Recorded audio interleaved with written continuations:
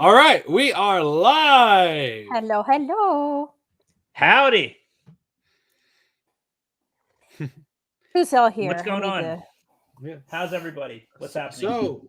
So welcome everyone to the first stream I've actually done. We have 10 people watching and 6 likes already. So guys, make sure to like, comment, and subscribe, and make sure to hit that And bell smash icon. that like button. Smash that like button. Yeah. Do what they said. Yeah. Do all the things that the algorithm likes. Just the hang on, let me add a like as well. I smashed it. Yes, Ronan. I know that I can pin messages. And for those who don't know, it's me, Angel Rin. I'm just very mad that Cortana's not blue. Yeah. You were late by 30 seconds. No, I hit it just as it hit 7 o'clock for me. I literally pressed it the second it hit it. So you're just 30 seconds into the future. I'm sorry, Wolf. Einstein said time was relative. Maybe we're not late. Maybe you guys are early. Yeah. Besides, this is better than in anomaly streams where y'all are like forever late. Oh yeah, this is like fucking 19 minutes and 30 seconds earlier than I usually get things started. So yeah, Coolman's doing a good job. Except the one time where like I was with you and we were like starting to get on time. And it was like, wait a minute, but I'm here instead of Coolman. Bizarro world. That was so funny waiting for him to show up after that movie that will not be named. I played his audio when he said it to me through my phone. I hate this movie so much. I hate this. Wait, where's my car? I can't find my car. Sorry, Colin. Sorry. No, that was hilarious. When I was listening back to the stream, that when I heard that part, I was just laughing. I was just like, when you're so angry, you don't. I didn't even remember what I was saying. I was just yelling. Yeah. There's people in that parking lot are like, "Who's that crazy guy?" Yeah. As I'm like wandering through the parking lot trying to find my car, screaming at my phone. Yeah. Children, don't make eye contact. He's an angry, crazy YouTuber. Yep. So, as y'all can see from the thumbnail, the topic of this stream is going to be about the Halo TV show. I thought that would be a fun way to celebrate 1,000 subs by ripping into this dumpster fire. And it's actually funny because I've been planning this stream for weeks, ever since I hit 1,000 subs, and I asked people on my community tab if they would want me to do a stream about or to celebrate this, and they overwhelmingly said yes. So ever since then, I was like, I don't know what to do, and I talked to this about Angel, and I was just like, I don't know what to do. Should we just talk? Should we watch something? And earlier this week, when they dropped my answer, remember, was I don't know. Ask Nomz or Mando. And I didn't get any helpful answers. but earlier this week, the second trailer for the Halo TV show dropped, and I watched it, and I was so mad, and then it hit me. I was like, oh, this is it. This is what we're gonna do. This is what it's going to be about. This is the stream. I have it. Days before I have to do the stream, I finally have my topic. And then you sent it to me, and you're like, "Watch this. It's garbage." And I was like, "What did they do to Cortana?" Yes, I was just like, oh, but yeah, we are going to be watching it. Wow. And I already have this ready to go. And as y'all can see, you can see the dislike bar down here. This is funny because this is like double the amount of dislikes that I remember it having when I hit dislike and watching it. So while I don't think I hit dislike yet. I need to go do that. Yeah, you need to do that. So what's funny is I think that after the initial hype of it, like, oh no, a trailer, oh Master Chief, everyone then stopped and was like, wait a minute, this is actually not bad. It's actually not good. So then you have more people going and clicking the dislike. And I would expect that as more time passes, we'll see more. It's going to remain the positive ratio. But the fact that there's that dent at all, instead of the only a few hundred dislikes than when I watched it before, I think that's telling of just how much people are reacting to this. So we're gonna go through this, and we're gonna pause through it and talk about it. And can I? Yeah, sorry. Can I? Just to be clear, this is the same trailer. Yeah, this isn't like a different because they came out with like the 30-second teaser, then they came out with another trailer. They haven't released it. The 30-second teaser was a teaser for this. Okay, so this is the one where it's a shorter version of this one. Okay, because okay, so I just wanted to make sure because I'm pretty sure I have seen the full trailer.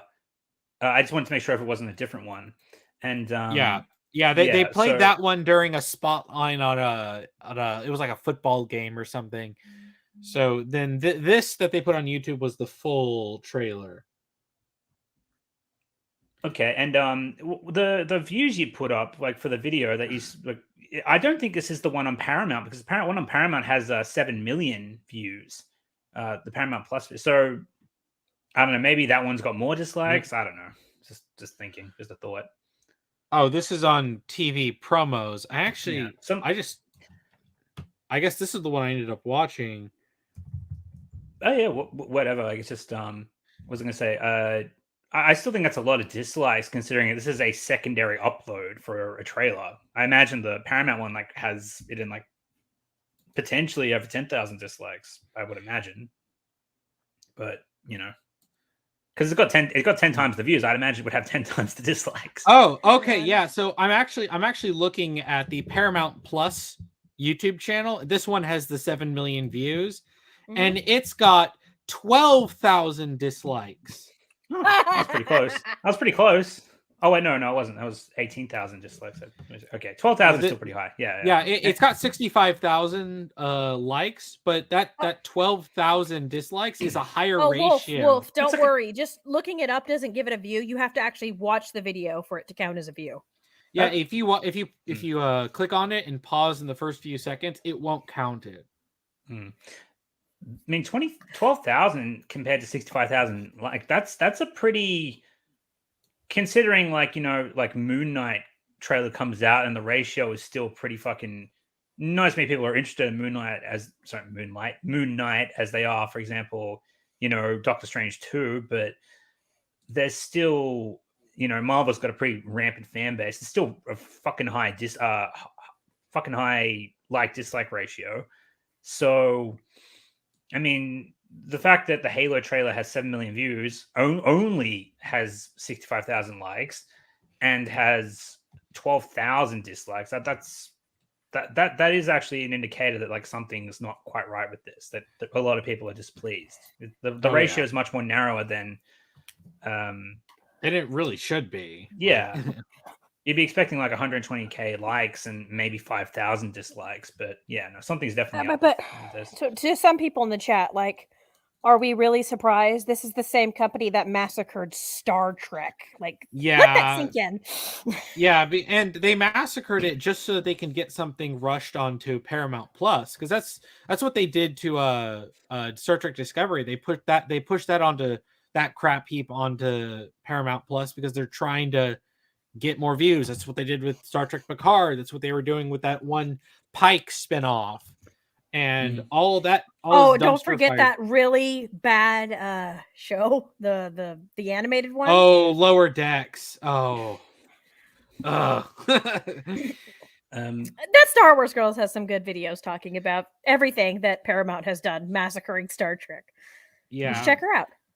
I used to think Paramount was actually one of the good guys left, because I mean, I hate Universal, I hate Warner Brothers, I hate Lionsgate, I hate Sony more now than I ever have, almost. Hate Disney, obviously. Hate Marvel, I don't hate Sony more now than ever most, but that's only because I got one good movie out of them last year. Yeah, no, the Ghostbusters, right? Yes, and I recently got my my collector's edition of DVD 4K. Oh, it's so cool. that's cool. No, And then I took was, the download card that had Ghostbusters 2016. I grabbed that paper and then I shredded it. Yeah. I was mainly speaking regarding Sony, like more personally, especially lately, because they're hiring companies to flag. Oh no, yeah, no. They suck. They suck. I'm saying, they're right now. They're only just. I barely tolerate them. And Cool Man knows how much I hate Sony. Yeah. The only two like companies that I thought were actually doing a decent job still was Paramount and HBO. I still maintain that HBO is doing a good job. It wasn't their fault. They're owned by Warner Brothers, and Warner Brothers stupid. Warner Brothers suck. HBO, I think, do because they're actually pretty flexible with copyright, and it was not their fault that Game of Thrones shat the bed. Let's make that very clear. So, I'm just saying they're owned by Warner Brothers, and by default, I'm kind of on them. Yeah. Also, their service is way too expensive. You mean HBO Max? Yes. Okay, which is a shame because they have so much good stuff on there, like anime. Like I was like, Barodi Kitchen. Maybe that's why it's so expensive. Well, this is the sucky part with everyone now having their own streaming services. We now run into the same problem with cable, where you now have to buy packages with all of these different streaming services.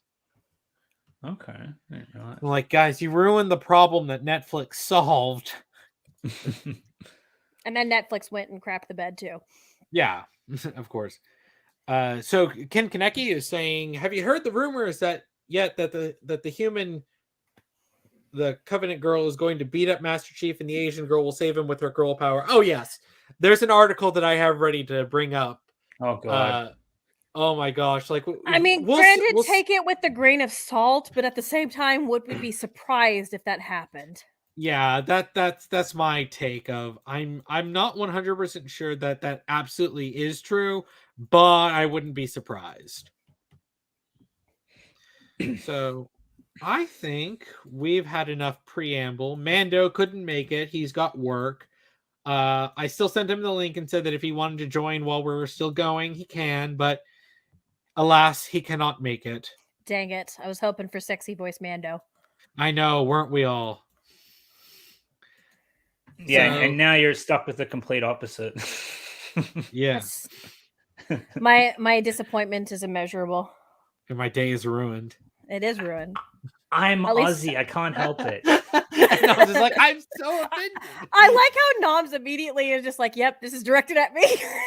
Yeah. Oh, I knew. Oh, yeah, definitely. It's like, who among us three has the worst voice? Me, easily me. And again, it's not horrible. You're just not robot head. No. Oh, he knows how to make the Aussie accent work. I really. Oh no, I'm still figuring it out. His voice is beautiful. I could listen to Robot Head all the time. Silky voiced Aussie. Mm-hmm. Alrighty, ready when you are, man. All right, so let's check out this dumpster fire. All right, AK-47s. I'm so glad. What the fuck? Yeah. Why is there AK-47s? I did not see this. What the fuck? No. Yep. Literally seconds in, and we've already stopped. 25-50 fucking 2. What the? I mean, I'd imagine. It's like the Halo year they found the has Halo so many ring. iconic 25-52, yes. Like, come on, Halo's got so many iconic weapons. Well, yeah, I'm already seeing the lack of imagination on these clowns. Well, yeah, well, and I know what they're gonna say. They're gonna be like, "Oh, you see, these are insurrectionists, so they don't have all of the good weapons." Like, no, they still have the weapons because which is bullcrap. Because you can also pick off weapons off of anybody. You're telling me they wouldn't have picked off weapons off of it, like anybody that they killed, whether it be the Covenant or the excuse me, oh my gosh. Yeah. They wouldn't. They use UNSC weapons in the books. It's like they literally don't. They wouldn't be using like 500-year-old weapons. They would be using. They'd be picking weapons off of anybody that they kill. Yeah. Like that's a combat thing in Halo. Like that's a gameplay thing. You kill a Covenant, you pick up their gun. Yeah. Well, how would the insurrectionists stand a chance against? Because in the books. The insurrectionists are they're actually a pretty decent threat to the UNSC. They're causing a whole bunch of chaos. Well, yeah. The UNSC were struggling to maintain order, and there's no chance in fucking hell these guys could put up a decent fight to the UNSC if they only had weapons from the fucking 20th century. There's no chance in hell. No. Oh yeah, there's an article that we're gonna go deeper into the insurrectionists when we cover this one article, but yeah, like the thing with I'll talk a little bit about this more later, but the overview is the insurrectionists in the books. They're a group of people who don't want to be a part of the UNSC, and it's basically a confederacy versus the Union in the Civil War kind of a thing, where they split off and they kind of want to do their own thing, but they're also really aggressive to the UNSC. So they will fight and will at times act like terrorists. And this is the reason why the Spartan program was created in the first place, because they wanted to have a group of super soldiers to come in and deal with the insurrectionist threats, because if they didn't do anything drastic fast, they would have there would have been a massive civil war with everyone launching thermonuclear missiles at each other, and billions could die if all-out war broke out between the insurrectionists and the UNSC. So they wanted to bring in, this is why they made the Spartans, to come in, hit them hard, at least get them to stop and neutralize them as a threat. But then, not long after they made them and they finished their training, that's when the Covenant showed up. So then the UNSC repurposed it, because the insurrectionists just decided to hold themselves away, and they were like, well, Covenant's your problem. We're not dealing with that. So, yes, I wanted to talk about this. A $5 super chat from Charlie Spur. Why am I not invited? Broken heart emoji. I'm sorry, Charlie, but I had to. I was trying to bring in Angel, Mando, and Anomaly. Since we've all streamed together before, like, I wanted to bring them in. But if it makes you feel any better, with this super chat, you are now officially financing me. So you can now use that joke that you use with Anomaly. He's not joking. He's like my sole benefactor. We love you, Charlie. Thank you. Sorry. We love Cool Charlie. Cool man, you betray me. Upset face. I know Halo stuff. Cry face. Come on. Cry face. You boomer. I'm sorry, Charlie. I will highlight your comments when we talk about Halo stuff. Charlie, if I we may, love you. And also, But cool yes, man we love you, Charlie. I love you, Charlie. But a cool man had to have me. And no, not just because I'm his best friend, but like, I'm a woman, so the diversity hire. Sorry, guys. Yeah, she is the token female. Oh, sorry, my microphone was having issues. There we go. Yeah. Oh, you're way louder now.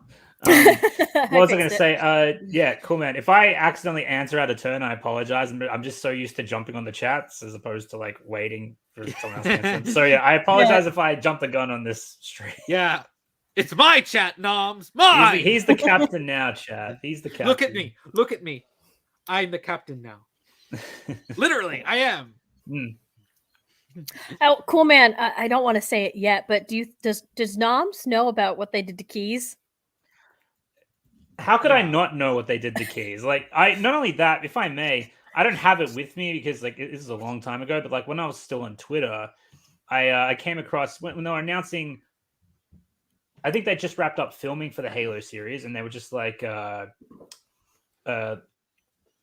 cast had like this big group photo together, and then like I see this Asian chick just freaking like comment on it underneath or quote tweet, and she's like, "Oh my god, I'm so excited for this! Look at the diversity on display." And I'm like, I answer under. I was like, "Yeah." So it sounds like you know a whole bunch about Halo, and your priorities are in fucking order. Like I look at this, and I'm just like, this doesn't resemble Halo or its cast. Yeah, exactly. It's like you have Johnson's like Sergeant one of the most popular characters, and he is one of the most famous black characters in all of video game history. And you focus on Keys being black rather than this. And the weird thing is Johnson's nowhere. So you're telling me they erased a black man, just erased a white man? Johnson better be in the show, because if they seriously legit did that, like Twitter's gonna kill them. Well, and what's absurd is like there are stories you can tell with Johnson in like before Combat Evolved. He was friends with Captain Keyes. He also was the OG super soldier back in the day because he was a part of the Orion Project, which retroactively became known as the Spartan 1 Project, which is why Chief is a Spartan 2. It was a continuation of the Orion Project. Yep. So, Johnson is like so important in the lore. He has his own book that's Contact Harvest. There's a book about him. Why are you not including him? That would actually be a great place to start the Halo series, is Contact Harvest, because that's the first battle with the Covenant. Like, well, yeah, outside of outside of the stuff you see in Fall of Reach, and they looks like they're cribbing elements off of Fall of Reach, but they're changing everything. Sorry, Ronan, obviously, because if he has never been on an AI core stream, he's somebody that's in Coolman's personal server. He's like, Charlie, like, why are you donating so? Oh, Ronan, this is just what he does. You don't know about Lieutenant Moneybags. Yeah, there's a reason why he's Moneybags. Darth Moneybags. Yeah, Darth Moneybags. But yes, so Ghost. I'm promoting him to rank of lieutenant. Yeah. So Ghost said that actually happened. The UNSC nuked a planet. Yes, this is one of the reasons why they there are so many problems between the UNSC and the insurrectionists. This is why they wanted to stomp things out quickly. And then the Covenant happened. And then... Yeah, I think Charlie said somewhere earlier that they're basically just terrorists. The insurrectionists. Yeah, they really are. And this is oh my gosh, there's something in this one article. I cannot wait to get angry about it again with y'all because it's so stupid. But Charlie sent another $5 super chat. Says, I got beat out because of affirmative action. Yeah, that's right. Diversity hire. Yeah, sorry. Maybe you should try being diverse next time. I mean, Charlie technically is our token Australian, so that's also diversity hire. Yeah, he's our token meteorologist. Oh, sorry, I said Charlie. I meant Anomaly. I'm so tired. It's been a long day. Yeah, I was like, wait, Charlie's Australian? Since when? Charlie, you are now Australian. Anyway, yeah, I can't wait. I'm so sorry. It's been a super long day at work. There was only 3 of us because of the snow. Not most of our staff came in. Oh, that's right. It's snowing in Texas at the moment. How weird is that? Like, it's starting to melt. This happens. This isn't uncommon. Texas will get snow maybe once or twice a year. But it wasn't as bad as last year. Last year was pretty bad. Yeah, we had the freak polar vortex last year. That lasted for almost a week. This is like a day of snow and it's already melted by the end of the day. Charlie said I've been promoted to Australian. Well, damn right, it's a promotion. Anyway, yeah, I grant you the rank of Australian, but I do not allow you a seat on this council. On the Aussie Council, you're not a master. Yeah, I'm right. But take a seat, Charlie. Yeah, take a seat. But Wolf says he's a diversity hire, so you are immediately in the talks for the next stream because of diversity, and I will make sure that you get next. That's true. Seat. Coolman is known for being very inclusive. Yes, exactly. Oh no, Ghost is having an ice storm too. F's in the chat for Ghost as well. F's in the chat for the ice storm. The other token female. Yeah, you're welcome, Charlie. Charlie, every time I see your name, I always think of Charlie the unicorn and those Charlie, we're going to Candy Mountain, Charlie. The Leopleurodon, the magical Leopleurodon. Yeah. I don't think Anomaly has seen that because he lives under a rock. Anomaly, please, for the love of God, tell me you know Charlie the unicorn. I'm begging you. Let's just say it. Right now, I'm that one Kiryu gif from Yakuza where he slams his fist and he throws the chair and he storms out. Why are you That's surprised? Me. I told you he lives under a rock. I wanted to have hope. I'm an optimist. Look, like he may be younger than both of us, but let's be real, he's the true boomer. Yes, you are. It's ironic. Deep ironic. He could save cool man, hire me in your diversity program. I'll probably compose some diverse music. Excellent. I need so much diversity because of all my straight whiteness. I won't be able to be diverse enough by myself. I need Australians and women. I am the tokenist of women. Yeah, that's a good point. Yeah, Nomz doesn't know who Darkside Phil is. Why cling on to false hope? I sent him the link to the into the rabbit hole, down the rabbit hole video on Darkside Phil, and he's like, "Yeah, I probably don't want to get into this. I won't watch that." And I'm just like, Nomz. It's funny. Darkside Phil stuff is funny. Like it's bad, but it's funny. Yeah, I don't know. It's not exactly my thing. Looking at because I think there was like this similar. Well, thing but as a gamer, it's funny because if it's like he's look, okay, all right. If you don't want to watch the videos on how much he fails at life, then you can search up "This is how you don't play." Oh, okay, that sounds better actually. Yeah, failing at video games. That sounds fun. Basically like game journalist levels of bad at video games. Like Dean Takahashi bad or worse? Yes, worse. Literally. Probably worse, because at least Dean Takahashi was kind of willing to admit he sucks. Darkside. He's David Jaffe. He's very David Jaffe. Yes. Well, I think in my David Jaffe video, I compared him to Darkside Phil because I remember I played Darkside Phil like an audio clip when David Jaffe was fighting the central unit thing. Because he was hitting it. Yeah, and he was hitting it and it was dinking off of his shots, and he's like, "How do I damage it?" And then I played a clip of Darkside Phil playing, I think it was Mega Man X or something, and he's fighting against Mega Man X. Sigma, and then he's shooting it and he's not hitting the weak point, so it just keeps going ding ding ding, and he's like ding ding ding, nothing hits, nothing goes through, and because I played that quietly in the background, but yes. He's like David Jaffe, but even more pathetic because at least David Jaffe was actually involved in games. But we have another $5 super chat from Charlie Spur. I've been hearing Candy Mountain Charlie and Charlie bit my finger since middle school. Oh, I remember that. Charlie bit my finger. Little British boy who's like 3 years old. Oh, Skids. Hang on, Skids in the chat. Dean Takahashi was the guy that sucked at Cuphead and couldn't get past the tutorial. Oh, he's also the guy who was bad at Doom Eternal. He also did that. I didn't know that he was both those guys. Yeah, he is Dean Takahashi. He is capable of sucking at so many games. So the correct answer to Skid's question is he bad at the Doom Eternal, the Cuphead guy? Yes. Yes.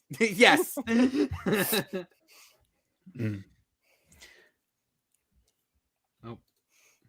Do you think grunts are going to be shown in the show, or are they going to be used for critical drinker? Says the message. I don't think they might show grunts. I don't think the grunts are good enough material for that. Maybe the elites. Yeah, because we're going to see the elites later in the trailer. We should probably get back to. Yeah, we're getting a little sidetracked. We are literally 3 seconds in. We got derailed because of the AK-47. Well, that's because so many things are far more interesting than Paramount Plus. That is true.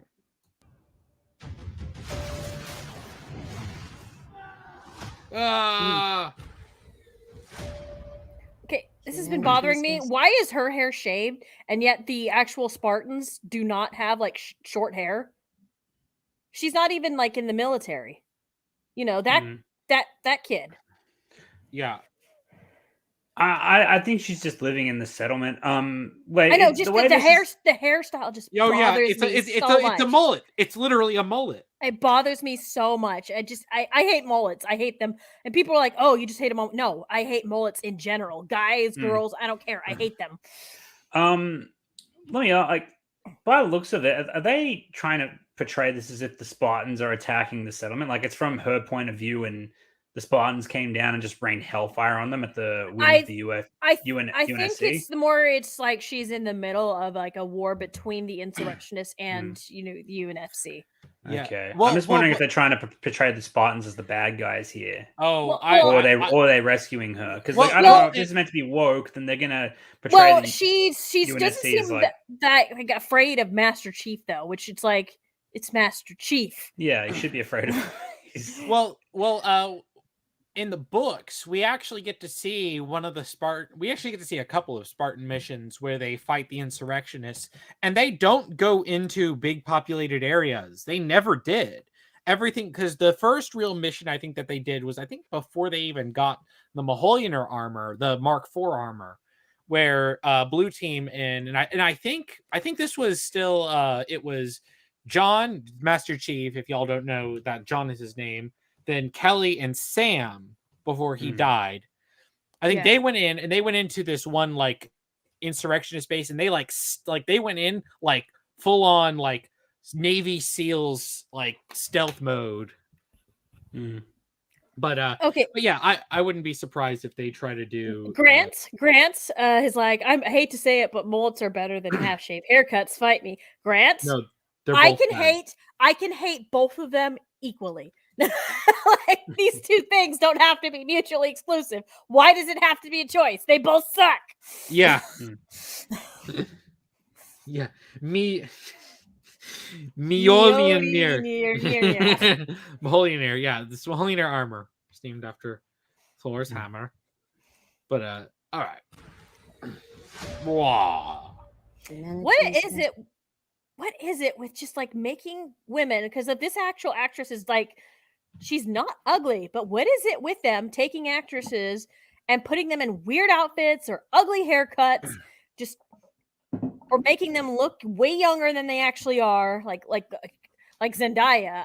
I will never get over the fact that they always make Zendaya look like she's like 13 years old in the movies when she's actually really pretty. Yeah, it's like they just don't want the females to be objectified, so they're like, all right, we'll make them as ugly looking as we possibly can. So we'll give them ugly haircuts, we'll put them in extremely unflattering clothes, and just make this as miserable as possible. Oh no, a mullet, a half-shaved mullet. Don't give speak them ideas. the course. Don't speak it. All right. Oh man. I mean, the armor doesn't look bad, at least. Oh, I have a problem. That actually looks good. The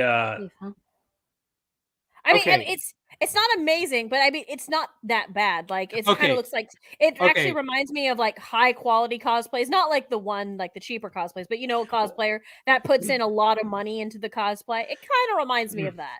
Well, it's not just Chief. It's not Chief that I was talking about. Even though he looks pretty good, it's actually the turret. The turret looks very faithful to the game design. Yeah, but there's actually a massive problem with the armor. This is the Mark 6 armor from Halo 2. Yeah, you're right. It's meant to be the Mark 5 armor. I can't believe I missed that. No. Mark I knew. You're right. I knew you were going to bring that up. Yeah, I knew you were going to bring that up. I'm not talking about that. I'm just talking about aesthetically how it looks. Yeah. It's actually not half bad. Yeah, it's continuity wise, it doesn't make sense. But then again, they said it doesn't. It's not canon at all. It's not canon, so we can just change whatever we want. Yeah, but like he's not even. I just realized. Sorry, I'm a little rusty on the books. Like I've read them, but it's just been a while. He's not even meant to have an energy shield yet. The Mark V was the one that introduced the energy shield and the AI counterpart. So, it's not canon. We could do whatever we want. Yeah, yeah. So, just a second. I wanna show. I feel like that they probably picked the Halo 2 look, probably because of Halo 2's like really, really popular. And because like everyone from Actman to Hidden Xperia hasn't shut the fuck up about just how much they adore the Mark 6 armor and just want it I think back it looks no matter really what. cool. I really do. I like Halo 2's like out of all the games that I played, because I recently played Halo last year. I really love that armor. I mean, Halo 3 looks good too. I always liked because it's Halo like 2's armor.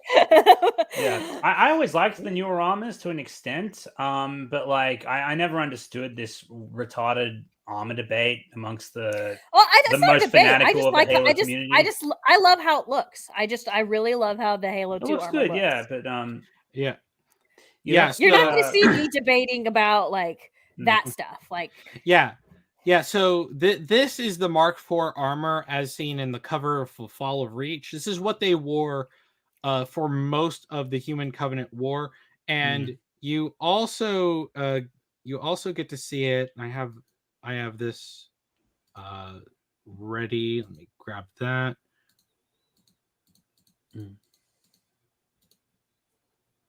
Where is it? I know I had the picture. It's gosh dang it, when I'm trying to bring it up, and oh, here it is. What's this? This is also the Mark IV armor as seen in Halo Wars with Red Team. So this is another variant of how it looked. This is what Chief should be wearing. This is what they all should be wearing, because you're gonna see this. I hate this stupid thing because 343 has been doing this since forever, but all of them should have this exact armor with the exact same helmets. They should have this armor because this is the armor that they had before they got the Mark V, which they only started getting relatively soon before the story of Combat Evolved, because that was the first Mjolnir armor that actually had built-in Covenant style energy shields. And then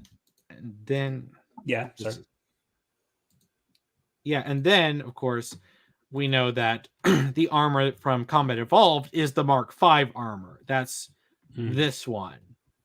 So if this is going to be taking place not too long before before they go to the Halo ring, then Chief should be wearing this armor. Because this is the Mark V armor. It really pisses me off because when I saw that and then I realized that it's set before they go to the Halo ring, and I'm like, no, he has the Mark VI armor. No. Fun fact, unless I'm mistaken, I'm pretty sure that even though Halo Wars is kind of a fan fiction, I mean, it pretty much is a fan fiction because Bungie wouldn't help Ensemble Studios with it. The only person who helped them apparently was Marty O'Donnell with the music. But the Spartan Armors, or like Red Team, they have sorry, I'm reading Charlie's comment. They have shields in Halo Wars when they really shouldn't. But it's just just for the gameplay, I can forgive it. That's one of those things where you have to have a disconnect between the game, like the gameplay and the story, because for gameplay wise they have the shields, but like chronologically in terms of the narrative, they wouldn't have those. Halo Wars is canon, but it's one of those things where it's like you have to, it's just like in the same way that Master Chief really isn't in the games going through and fighting off like every single like thousands of Covenant forces by himself. Like in terms of canon, that's just what you do in the gameplay. But like we can divorce certain elements of the gameplay for the story, because we know that they're doing that because it's more fun. But of course, No, like I said, I can forgive it. And I see what Ghost is saying. It's like, I'm willing to consider Halo Wars as like loosely canon, kind of like how it's kind of like the Clone Wars of Halo, essentially, in a lot of ways. But yeah, Halo Wars 2 definitely canonized Halo Wars, like the first one, because Wars 2 directly ties into Halo 3. Not Halo 3, Halo Infinite.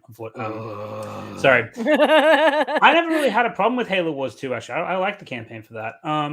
Honestly, I refuse to even touch it for the mere fact that I saw that they race bent Anders, because she's supposed to be Asian and they made her blonde. Yeah, that was weird. I was like, who the fuck? I was like, no, that can't. Yeah, I was like, what did you do? It's because they got a new voice actress, and they were like, so we decided to just change her look to this new actress who doesn't. It's like you had Kim My Guest voicing her originally, who's Asian. Why don't you just base her on that if you're gonna do it?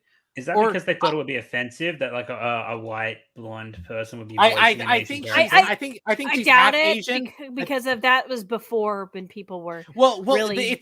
it's actually the same reason why they changed Miranda's face in Halo 2 Anniversary.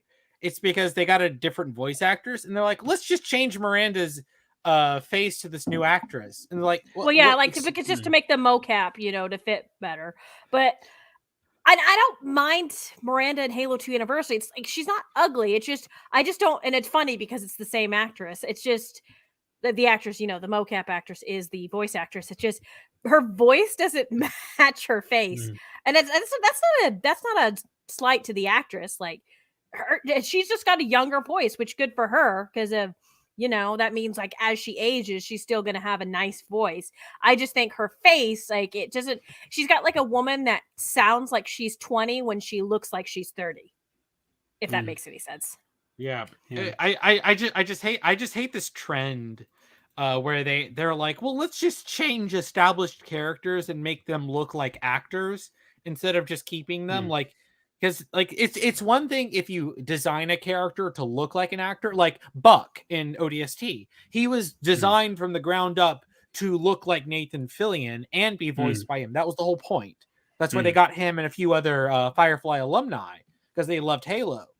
But that was the whole point, is they wanted him to look like that. They didn't take a character and then make him look later like Nathan Fillion. Oh, well, yeah. Well, like Bayonetta, she's... her, like, everything about her personality was modeled after her mocap actress and her voice actress, who are two different women. They got a mocap actress who's known for being a dancer because Bayonetta dances a lot and a lot of her like attacks and stuff like that. So she doesn't look like either of them because they have a specific look they're like, no, we're going for a specific look and that's what she's going to look like. But then her personality really shown through her, both of these other actresses, both her dancer and her voice actress. Like they really define how Bayonetta's personality would be rather than what she would look like. Cool, man. Do you know what Charlie's referencing with this super chat? Master Chief sees this show. Red flag 034 Samuel. Sam. That's the other Spartan. Chief and Kelly's best friend from training. Like they were the OG squad. Like it was Chief, Kelly, and Sam. Yes. But do you know why he's written that in the super chat? What he's referencing specifically? Red flag. It's a red flag. He's no. Okay. Guess you don't. That's like a verbatim quote from Infinite. I can't really tell you what exactly it's from because it's a spoiler, but I actually like that quote a lot because it makes explain it. I don't. When Chief is doing something, I thought it would be basically Chief designed well, I think Chief designed. I imagine Chief would have chosen those words for a specific reason, but like he's doing something, and while he's doing it, I just thought like in that moment to do what he's got to do and to like make sure he does it. It makes sense that he would remember Samuel in that moment while he's doing it because I don't know. I just thought it was a very well referencing Samuel doesn't make that dumpster fire any better. What, Halo Infinite? Yes. I don't think it was a dumpster fire. I got problems with it. Anomaly, you think Halo 4 is good? Because it is. It's no. Because it is. I'm not saying anything anymore because we are already off topic and we barely touched this trailer. Referencing the deletion code for weapon in Infinite, it's key jangling. Yeah, that's exactly what it is. Hey guys, you remember Samuel? Carly is referencing the deletion code for weapon in. Well, I mean, way to spoil, but Anomaly. What? I don't give a crap about being spoiled to Infinite. Yeah, there are things Cool Man will kill you for if you spoil for him. This is not one of them. Okay, fair enough. It's the reason why I didn't care about being spoiled to Halo 5. Yeah, right. They're both bad. If I may, I don't think that was key jangling. Like I've seen key jangling. Like for example, when Master Chief opens up the game saying "I need a weapon," I was like, "Yeah, that's fan service for sure." Yep. Nah, I appreciated the Samuel reference because, like, it's important that Chief remembers who his like real friends are, and like he can't get reattached to an AI because look at what happened. So like Chief would have chosen that as like the protocol, the passcode. To like, just I don't know, I thought it was a nice touch to what they did with the scene. Yeah. But why would he choose that when losing Samuel was one of the most hurtful things that happened to him in the books? Because Samuel was like one of his closest friends. Yes, like, he was. He wasn't like, an AI. He was, he was a person. He needs to remember what's real, and he can't. Yeah, he was the first. He was the first Spartan to die in the Human Covenant War. And which is why I appreciated the reference. Which is why I appreciate. I don't appreciate the reference. It doesn't make sense. Fair enough. Guys, we're so off topic. Yeah, Bradley Rutledge, I won't go into this, but you're allowed to like Halo 4. The story is garbage. Story is fucking dope. No. They ruined it. Don't get me wrong, they ruined it, but Halo 4 had a great fucking story. Better than Infinite's, I'll say, because Infinite doesn't finish its story, which is one of my biggest problems with it. There's nothing to spoil with Infinite. The story happens off screen. No. I do. I mean, you've seen, not to plug here, but like you did see a draft I made about what I got coming out, right? The part I just spoke about Infinite. Yeah, I basically say that. Kaneki, did Chief actually say he's never had friends or family? Did Chief actually say that? Chief later on Chief said he never had friends or family. I'd have to look that up. Because if he said that, all of the Spartans were family. All of them. Every single one of them. Dr. Hawk was like a mother to him. Chief Mendez was the closest thing he had to a father and was the guy who trained them. They all looked up to and deeply respected Mendez. To quote Ghost, don't worry, it's coming in DLC. I don't think, if memory serves me correctly, I don't think Chief outright said he doesn't have family. I think he just kind of stood there silently when he was getting questioned because he's not the most talkative character. I could be remembering it wrong, but yeah, anyway. It's in the emotional pilot scene. Well, that's something we'll have to look into later. We barely touched this trailer. I'll look it up later.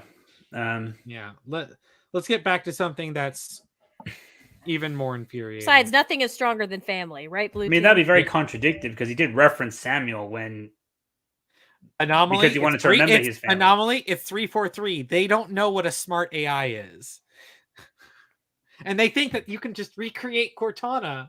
You can't. There's no such thing as a Cortana model. Oh my gosh. I hate Halo 4 so much. But she's not smart, which makes no sense. Like, you program it.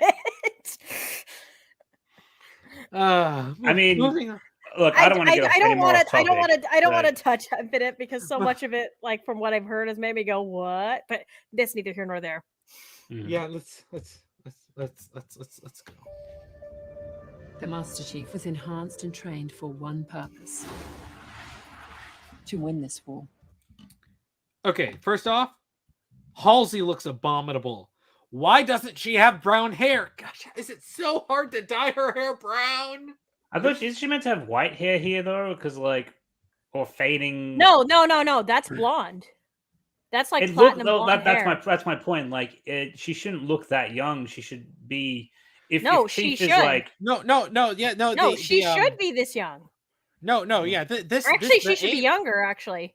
Well, no, because during the course of the story, especially if we're talking about early on, she was like, I think around 30 or so when they started the Spartan program, or maybe a little bit younger than that, but I don't remember I don't remember the exact ages, but she would have been around in her 30s in the early parts of the war. And she's like 60 by the time. Go back and watch Reach. Like, she's not an old woman. No. Okay. Yes. Actually, this is something that I hate about the 343 games is they super aged Halsey. Like, she's suddenly made her old. Look. No, she's like in her 60s. She's not like 80. And I think I remember when Coolman, he was introduced to me. Was it last year, Coolman, we played Halo? Yeah. Yeah, okay, at the beginning of last year. So Coolman just told me, all he ever told me, he never showed me a picture of Halsey, not once. I've never seen Halsey. He just told me that Cortana was modeled after her. So soon as Halsey shows up in Reach, I was like, this character feels very familiar to me. And then when one of them referred to her as mom, I was just like, wait a minute. Is this Halsey, Coolman? She's just like, yeah, that's Halsey. I was like, no wonder. And I was like, she looks so much like Cortana. And I was like, suddenly it clicked for me. And I was just like, oh. Honestly, I thought that this actress was actually... Which bothers me because of then we see Cortana. She looks nothing like this woman. I disagree. I actually thought this woman being cast as Halsey and Cortana was actually a decent choice. No, I think they could have maybe. No. Cortana looks nothing like this woman. No, yeah, like that's a big problem. I mean, does Cortana look? Because let's be honest, does Cortana really look like anyone? Yes, Cortana is modeled after Halsey. Like, you compare Halsey to Reach. Okay, all right. I see what you're saying. You're talking about the model that's shown later? Yeah, the model that's shown later looks virtually nothing like her. Yes, I agree with that. Like if you look at Cortana in Halo Reach and then look at Cortana like in Halo 3, put them side by side, and you'll be like, oh yeah, she looks like Halsey. And I don't mean early Halo Combat Evolved Cortana, when obviously they had a different design going for her when she was purple and had shorter hair. I mean as Cortana from Halo 2 and on, she's supposed to look like Halsey. Like, great. That's by design. Yeah, absolutely. Yeah, Cortana's supposed to look like Halsey. Yeah. And Halsey was 25 when they started the program. So she was young. She was like a super like genius. Like this woman's not ugly. She's pretty, but she just doesn't look like Halsey. Well, yeah, and I might have accepted this if they gave her the brown hair like Halsey. Look, I understand you're not going to be able to find an actress that looks exactly like her, but they're not even trying. She has brown hair. And at the very least, like even if she had blonde hair, the Cortana AI that we see should look like this actress. She does not look like this actress. Yeah. She doesn't even look like I don't even know what that's supposed to be. It's so uncanny. Yeah. Charlie Spur with another $2 super chat. Rip, no. Halo 4, thick Cortana, heartbreak boobs. Her boobs weren't even that big. I don't even know why men find her hot. My man, Charlie. Halo 4 Cortana is an absolute disgusting mess. She does not look like Cortana. They redesigned her to try to make her more sexy. That's it. She doesn't. Honestly, man. Okay, I'm not even going to talk. I'm going to talk as a woman. I'm going to talk as a woman. As a woman. I find her design strange because of, first of all, Cortana and Halo 2, especially the anniversary, the design is perfect. Yes, she's a naked woman. We all know it. Yuck, yuck. But she's still obviously modeled after a beautiful woman. But the whole thing with Cortana is she's digital. She's not real. She's a hologram. But she looks like she's just composed of data. And while you can kind of see a little bit of Tron lines running up Halo 4 Cortana, she looks like a real woman, just, in a digital outfit. Yeah. Like a cosplayer. Like Cortana in Halo 2 Anniversary, she looks like she's an actual hologram made of bits and datas and 101s. Yeah, like they tried to make her look more realistic with sagging boobs and I get it. They're trying to hair. The whole story is supposed to humanize Cortana more. I get it, but I felt like, I don't know, in Halo 3, I really felt for Cortana a lot when we had to go save her. Like, I don't feel like she needs to look human for me to know that we got to know Cortana. We know that she's like thinking and feeling just like humans are. Yeah, I got to agree with Zan and Bradley here. I think as much as I love Halo 4's thick Cortana, I think your DP of Cortana, Angel, that's the best one. Halo 2 Anniversary. I love Halo 2 Anniversary. It's perfect. Oh, I loved all the cutscenes in Halo 2 Anniversary. Like when I was looking at it, I was like, "Oh my gosh, this is amazing!" Like it looks so good. Almost everything, it looks so clean, and all the cutscenes look really cool. Like because Coolman and I were playing the original Halo 2 whenever he was introducing me to it. So I went back every time I was like hanging out with him. I'd watch the Halo 2 anniversary, and I was like, oh my gosh, like my mind was blown, like how good this all looked. And it's like, this still looks better than some things that are out nowadays. Cortana was not meant to be easy on the eyes for She's you. not meant to be easy on the eyes for you. I mean, she kind of was. Like, let's be real. No, it's She's a actually naked lore. woman. There's actually lore that says she's meant to be easy on the eyes because she's Well, her first of all, appearance is meant to be Halsey's distracting. pretty. Yeah, Halsey's very pretty. Yes, Halsey is beautiful. Like, it's noted that she was extremely beautiful when she was young. This is one of the reasons why she and Keyes ended up hooking up and having a baby. My man Keyes. Yeah. But the other Keyes thing was a- about Keyes was a- Cortana is it makes sense because of part of Cortana's personality. Like, she doesn't really look at clothes and really care because of why would she care about her physical appearance? She's like, I'm Data. I'm not here to. Yeah. Well, this is one of the most fascinating things about smart AIs that is introduced in the books is that when smart AIs are created, because quote dumb AIs are just flat out made, they have a preset look and they don't think like humanly like smart AIs do. They're programmed to replicate, human interactions and stuff. But smart AIs develop organically because they're based off of a brain scan of a human. And what's interesting is that any smart AI, even if you base two smart AIs on the same brain, they'll develop in different ways. This has actually happened because Kamiya, who is an AI you see in First Strike, is a prototype to Cortana. She was based off of Halsey, that was a smart AI that Halsey used, and she was different than Cortana, even though she's also based on Halsey. She also was different, and they didn't really describe how she looked too much, but like I'm sure that her design was more different than Cortana, and this is one of the things that it's that. In fact, this is the reason why rampancy happens, because they develop organically. That their software begins to outstrip their hardware, and it can't handle it, and it starts to break down. Though, of course, as we see in the Cole Protocol, it is possible for a smart AI to last even for decades while technically being rampant, like the one you see that was running that base that Keyes went to in the Cole Protocol. I think, was it Nguyen? I can't pronounce his name. He's like, they did. I don't think he knew that Miranda Keyes was the daughter of Dr. Halsey as well. Oh, yeah, they did. Here's something I wanted to point out. Halsey referred to Keyes as like this, like ultra, like James Bond, like gentleman when he was like around her. But like, as much as I think Keyes is an OG, I don't know if it was that Keyes had game or if Keyes was just a lack of options.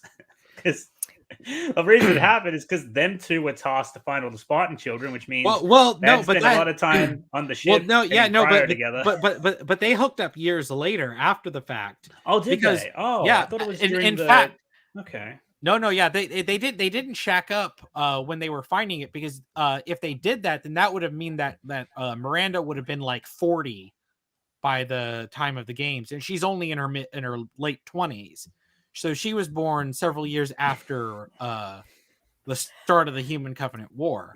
I'd still say he has game, because if she's like, let's say she's still the only woman available, that means if she's like the only woman available, she's got plenty of options, and she chose him. She is one of the most influential and powerful humans in the entire galaxy. Like, if they lost her, they might have lost the war. Like, they would have. I mean, they wouldn't have had Cortana. Humanity exists still. Yeah. She saved. Yeah, everyone. so she's important. So she got with him. We never would have had the Spartans. No, and actually, if you have the special edition of Halo Reach that comes with Halsey's journal, there's actually an entry in it that I've read through the whole thing. There's an entry in it that hints at the day that they conceived Miranda.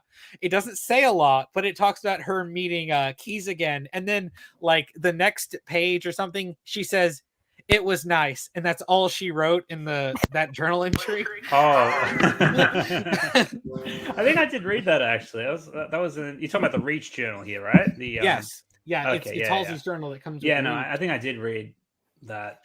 Yeah, I remember. been a I was while. reading through it, and I saw that, and I was like, "Oh my!" Anyway, It's just funny because it's a scientist too, so she's just like, yeah, that was nice.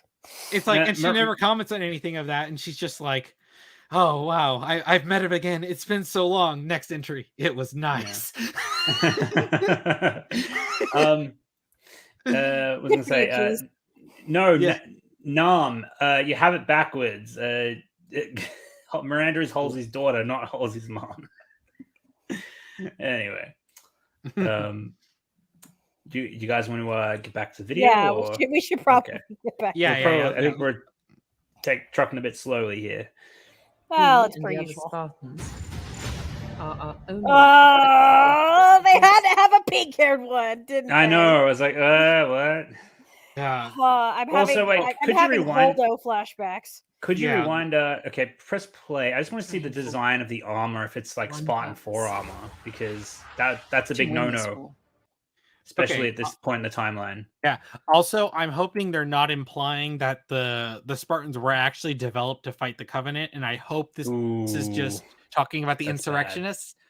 I hope because it's actually a major point that the Spartans may have been seeming to the public to be designed to fight the Covenant, but they were repurposed because they were meant to fight the insurrectionists. Yeah, they He were. and the other Spartans. Okay, all right. Okay, no, that's me on their armor. That's fine. Yeah, 125. I don't know who. God dang, like that's. I don't know who that is or what her 125. I don't remember any Spartan being that number. Any book Spartan anyway. Here's another thing about the books, both Bungie's books and 343's books, is they keep cooking up Spartans. Oh, Like this Spartan is zoos? okay. This 125. She's a new Spartan that they invented her for this show. Femme Spartan. Also, like, she dyes her hair poorly. Like her roots. Yeah, what a and, sloppy her job, bangs are eh? Very blonde. Like, goodness gracious, woman. Also, you're in the military. Your hair should be short. Frick, I forgot her name again. And Reach. Cat. Yeah, like she didn't have like hair like this. Yeah, her hair was cut really short, military style. Like, it's just, what are you doing? Like, you're in the military. You're not allowed to dye it? Yeah. Okay, just a second. Let me bring this up from Wolf. Remember, Kelly wasn't allowed to keep her hair. Okay, so in the books, when Kelly was first taken, she had dyed blue hair. They did not let her keep that. Yeah. Oh, okay. They didn't let her keep that. She has I forgot what her natural hair color was, but she they dyed she wasn't allowed to keep her dyed hair. This really makes no sense. Like, guys, it's not canon. Can you back? Sorry, Coolman, if I may. I also just want to see the rest of those Spartans really quickly, but like, could you run it in slow mo? We could get. I just want to get a better look at the rest of them too. Sorry. I missed a $2 super chat from Charlie. He was saying that I missed it. Never played Anniversary. Also, sorry, Angel. That's okay. I never played the Anniversary either. I just played Coolman's, like what he had. Yeah, now I have the Master Chief collection, so I will be able to. You should play Halo 4, Angel. No, Halo 4 I've already played it once. I don't want to. Did you actually play it, or like? Because I thought you told me you guys skipped that one. All right. Yes, I played it on my own. Okay. I didn't like it, and you loved it. That's great. Anyway, no, let's keep going. No, this is not your stream. I did not like it. That armor. Pause. Actually, that looks like Mjolnir armor, but 134. That's not Fred. No, Fred. That's not one. That's not Fred, is it? I don't remember all of the numbers. Chat. If 134 exists, tell us. One on the right. I swear to God, if that's Linda on the right. Nope. Could that be Linda? Nope. This is a new Spartan. I just looked it up. This is a new character they're inventing. Oh, God. He has a black Oh, Spartan. boy. I'll bet that they just. I'll bet this is the new blue team, but they just fucking And I bet you. Here's another prediction I have. Ghost says they're all OCs. No. Wolf reckons that is Fred. No, Ghost. I literally looked these it are up. all original characters. No, Great, we're gonna have a bunch of Rays. Oh, I see. No, Original Fred, characters in original to the Paramount series. Okay. Okay, guys. Fred is 104. Oh, okay. Yeah, makes sense. Yeah, 104 rings a bell. Charlie sent another super chat. Could you imagine if they did if that is Fred, but they raised bent him and got his number wrong? Imagine that. Like that would be funny, but he's listed as Vanek. They have a different name. Oh, how dangerous. What a dangerous No, name. Charlie, it's not your stream now, but this stream is sponsored by you. Yes, this stream exclusively sponsored by Charlie Spur, aka Darth Moneybags. My other theory though is they're baiting us with Chief, but the majority of the fucking series is going to be around these fuckers that nobody gives a shit about. Apparently Chief is supposed to be just a supporting character. Okay, well that makes a lot of sense. I can see. Okay, if Chief's not going to be the main character, I can definitely see the Halo community turning on this. I think the majority of the Halo community like this for the time being because it's just a trailer, but there's a majority of them who just already hate it because, like, obviously they're giving us the middle finger with a lot of these changes, and they know it. Yeah. Whether it's marketed to normies or not, as Steve Downs has said, if they're baiting us in with Chief and then they pull a Halo 5 and Chief's barely fucking in it, that is going to make people turn on this hard and fast. Mark my words. Yeah, and they're going to end up losing the little goodwill they've been building up from Halo Infinite. Yeah. Ken's comment has me worried. If like that sounds so fucking boring. Like they did the same thing with Forward Unto Dawn, which I kind of like the Forward Unto Dawn mini-series about Halo 4 towards the end. Like when the Covenant show up, it gets way better. But for the first two episodes are such a drag because you don't give a shit about, like, Lasky turned out to be a good guy, but I didn't really like his younger actor. I didn't like his squad mates. They pissed me off.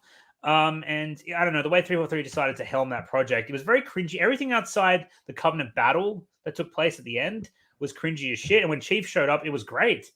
They know how to handle Chief at the very least. Infinite proved that, and 4 for that matter. But Christ, like if we have to follow like another nobody around that they just cooked up just for the sake of adding drama and diversity, it's gonna fucking suck. Like it's Halo. Like we have so many good characters to choose from that you could follow. Honestly, I think maybe you shouldn't follow Sergeant Johnson. Maybe not Sergeant Johnson. Maybe have like a I don't know. Well, if you wanted to be all feminist, like, or whatever, Halos has a great cast of characters. You easily could have a show where Miranda is the main character. Yes. Like you could show like all the side characters of Halo. And Johnson can be, like maybe a secondary protagonist and stuff like that. Like you still could do it, like tick off those diversity boxes because we already have a great cast of characters in Halo already. Or maybe you could do something more, like expand more on the ODST or Reach. Yeah, like you could really spend time with the ODSTs. That's the ODST squad would be all right. They could have brought in Nathan Fillion and have him play Buck. That is they could have had a thing around Buck and his squad. Like if you get an ODST live action series with Nathan Fillion as the lead, like that would do so well. Like especially Nathan Fillion. ODST is the best. Like Nathan Fillion was still to this day really salty about Firefly. You could be like, guys, here we're doing our own sci-fi. It's Halo, it's ODST, and we got Nathan Fillion. Well, yeah, and they can get the actors who voice the characters in the Delta or whatever squad. I forgot what his Buck's squad was, but like you can get those same actors and have them play the characters. Like they had the actor for Wash Rookie would also be an interesting one because he's kind of a silent protagonist, so like fleshing out the Rookie like for everyone to see, I think also could be interesting. Yes, and Trisha Helfer as Veronica Dare. That would be fantastic. Wait, who's that again? Trisha Helfer? Did you ever watch Battlestar Galactica, the new one? Okay, no, you've already lost me. Sorry. Okay, she's the blonde from that show. Okay. Alpha 9. Thanks, guys. It's Okay. Alpha 9. But my But boy Just Bradley look her knows up. what's up. Just look her up. yeah, look Trisha Helfer up. She's also done a lot of voice acting work. Mm. She was actually in Mass Effect 2 and 3 as the Normandy AI. Mm. Bradley's based as fuck in the chat. He knows what he's talking about. Yeah. Ken Kaneki, that book does not count. Yeah, we that don't book count is that book. Garbage. Not even I count that book, and I'm semi okay with a lot of the 343 stuff. Coolman hates all of it, but like, yeah, if I'm not okay with it, it sucks. Like, it fucking sucks. Like, yeah, I know. No, ugh. guys, no, I know he's dead. People are like, but Rookie's dead. Like, no, chat. I know that. I'm saying it's garbage. We should ignore it. And even 343 could apologize and say, like, look, we are gonna get them to make a new show. Rookie's alive. You can have Rookie as the main character. Yeah, also Buck being a Spartan was just a hallucination. That never happened. Yeah, no, I hate I hate the spot. Here's the thing: you want to talk about lore Besides, changes? hardly anybody except the hardcore fans read the books anyways. It's not like normies are going to know that. Yeah, that's true. What was I going to say? I'm okay with a lot of the lore stuff 343 does. One of the things I'm not okay with, and I've always hated, even since before Halo 4, was the Spartan 4 program. I think it's just, and one of the things I was really happy about in Halo Infinite is that they blew up the Spartan 4 creator thingamajig. Cortana blew it up. Spoilers, I know, but I was like, hey, cool, we don't have to worry about Spartan 4s anymore. Great. I was like, that's a good way to write it out. Okay. No, you know what? Like, the show should have been. It should have just been about the beginnings of the Human Covenant War. Contact Harvest, yeah, they should have done that. They should have just done that. They could have hired Sergeant Johnson, no problem. Although I don't think Sergeant Johnson should be they could have or no, Keys. They could have. You could have Keys and Halsey as the main characters. No, okay, look, I thought about this. I was initially going to agree, but having thought about it, like Halsey. Well, no, think about it. You could have Johnson, Keys, and Halsey as the main. Seriously.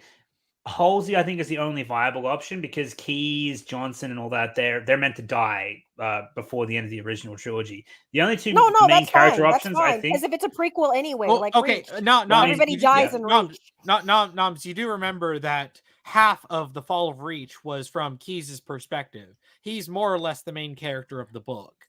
It begins and ends with his perspective. True for that book. I mean, Full Protocol. And it's not like this doesn't matter because think about it. We love the Star Wars prequels. Pretty much everybody except the characters that go into the OT are all going to die, and even then, those characters that go into the OT all do die. Yeah, no, I suppose. What I was going to say is that either my pick would be Chief or Halsey to be the main character of a Halo series that's going to like go through everything, but at the same time, you could have them both. You could have like parts of the show be from Halsey's perspective, that was my next point. That was my next point. Is you don't the second option they could have done is just don't have a main character. Just have a series of like parallel point of view. No, like that's exactly what Fall of Reach does. Because over the course of the story, you have Halsey, Keys, and Master Chief's perspective from across the book. So it moves between those three characters across the several decades leading up to the first game. Yeah. Well, but it's also what Game of Thrones does. Game of Thrones doesn't have what I would say is one central, or at least speaking about the series here. I mean, the first season did. You could say Eddard Stark was the main character of the first season, but like it really is just a series of parallel like point of view perspectives that run across it's an ensemble cast. It's the ensemble cast are the main characters. Yeah, and I think Halo is very much the same unless you're playing the games, because then you have to be Chief, and then Chief's the main character. But they also have great side characters like ODST and Reach are great examples. Like in Ghosts of Onyx, Chief's not even in that book at all because everything takes. he's in like a flashback sequence, I think. When he's okay, with well, Kurt yeah, on that- he's in the flashback sequence when they established Kurt and they showed about when Kurt was part of Blue Team. Hmm. Yes, but like in terms of the actual main story, it's the main characters would be the rest of Blue Team, which is Kelly, Fred, and Linda. Then you have Halsey and you have Hmm. Kurt, and then there are main characters throughout the Ghosts of Onyx. Because this took place concurrently during the events of Halo 3. Because I think you're. Was it Halo 2 or Halo 3? Oh, guys, Well, I had a hey, horrible hey. thought. Halo 2 and 3 happened like right after each other. But what are you thinking? Because somebody in the chat says like one of the great things about Rookie. Oh, it was Dan the Man. He says one of the great things about Rookie is that he could be anyone because it's current year. If they did an ODST show, that means Rookie would be like a girl. Yeah. Oh, but they established he was canonically a guy. Not He they actually- changed it. No. Oh, I just hate that thought. I don't want it. Just the thought crossed my mind, and I was like, "Oh no!" Yeah. Oh, they tasked Mistress the Rookie. Oh no. Yeah. Also, Ken Kaneki, those are two different stories. The Fall of Reach. This is actually a wide misconception from a lot of people. A lot of people who haven't read the books will say that they thought that Halo Reach should have been about the Fall of Reach. Half of that book is from Keyes' perspective. Another quarter of it is from like Halsey's, and the rest is Chief. And you have like maybe 3 missions as Chief. You couldn't have made a game about that unless you have a lot of space battles. That's a good point. To be fair, the majority of the Fall of Reach book has like nothing to do with Reach. Granted, the Spartan program took place on, but like in terms of the Battle of Reach, it's like the last 3 chapters. I love playing Reach. I had a lot of Reach is great. Man. What's hilarious? And gameplay wise, it's probably my favorite Halo game. Like Halo 2 is my favorite Halo game, like story and everything else. But Halo Reach is like my favorite gameplay wise. Like I had a lot of fun with it. Love Halo Reach's premise. A group of Spartan, like a covert Spartan group.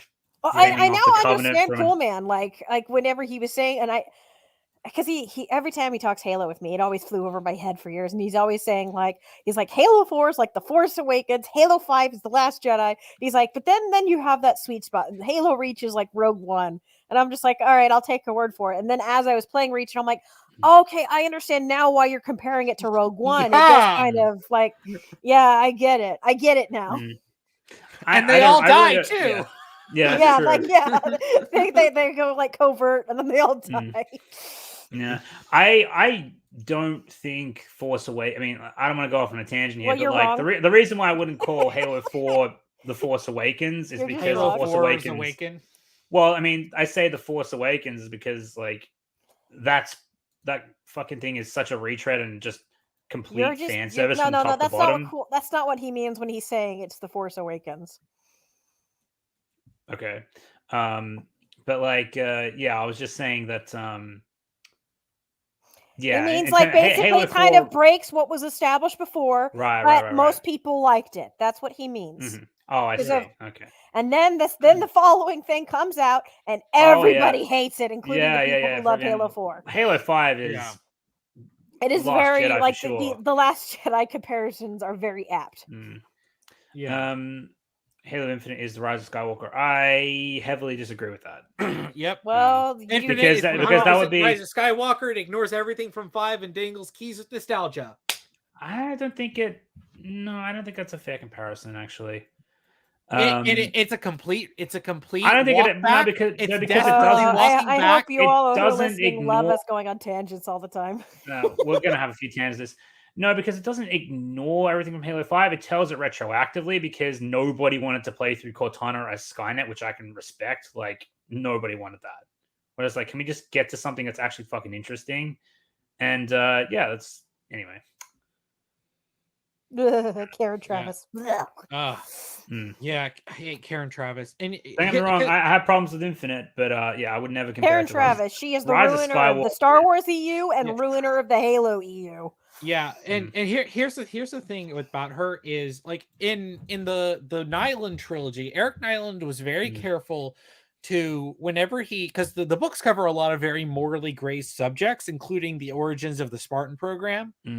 And it's extremely morally gray because it's very questionable, very ethically bad, but the outcome was extremely good, and humanity wouldn't have survived without the Spartan program. So what I always really liked about the way Nyland wrote those books is that he very much left it up to you to decide if you thought that each character was justified with what they did, especially Halsey. Like Halsey did stuff, but she justifies it, but she also feels bad. So what do you think? Do you think she was justified? He very much left it up for the audience to make up their own mind on how they feel about cool. Like because then it invites discussion for fans. Yeah. Because then fans which is what nerds do. Nerds debate stuff all the time. Yeah. We always debated like what we're doing now. We're like, no, you're wrong about Halo. No, you guys are wrong. I don't agree with that.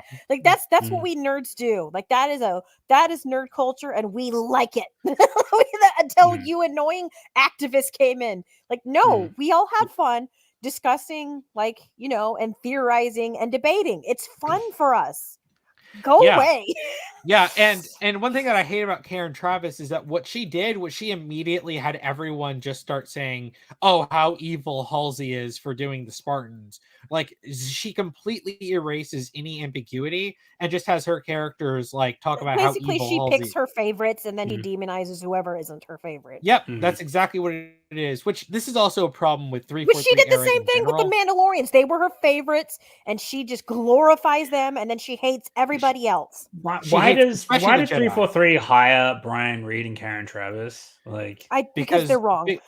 Because they're wrong. Like, of all the people they could fucking hire, why those two? You had Eric Nyland, you had Joe Staten, you had, like, I'm not the biggest bookworm, so I can't exactly. Why don't they fucking try to get like Brandon Sanderson to fucking write one? Like, Jesus.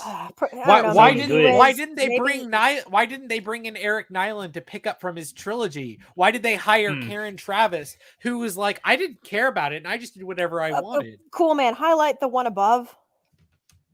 Yeah.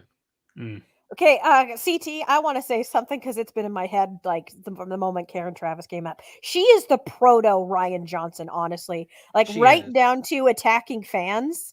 Like she was ahead of the curveball before everybody else. Yeah, way back when she was ruining things in the EU and stuff like that. You know what she called her haters? What? Because Anomaly. What do people do nowadays whenever they say your show is garbage or your books are garbage? Comic books or whatever. They call you a white supremacist or a Nazi, right? Yeah. So she basically, now remember, this was during the war in Iraq, like that era of time. The early 2000s.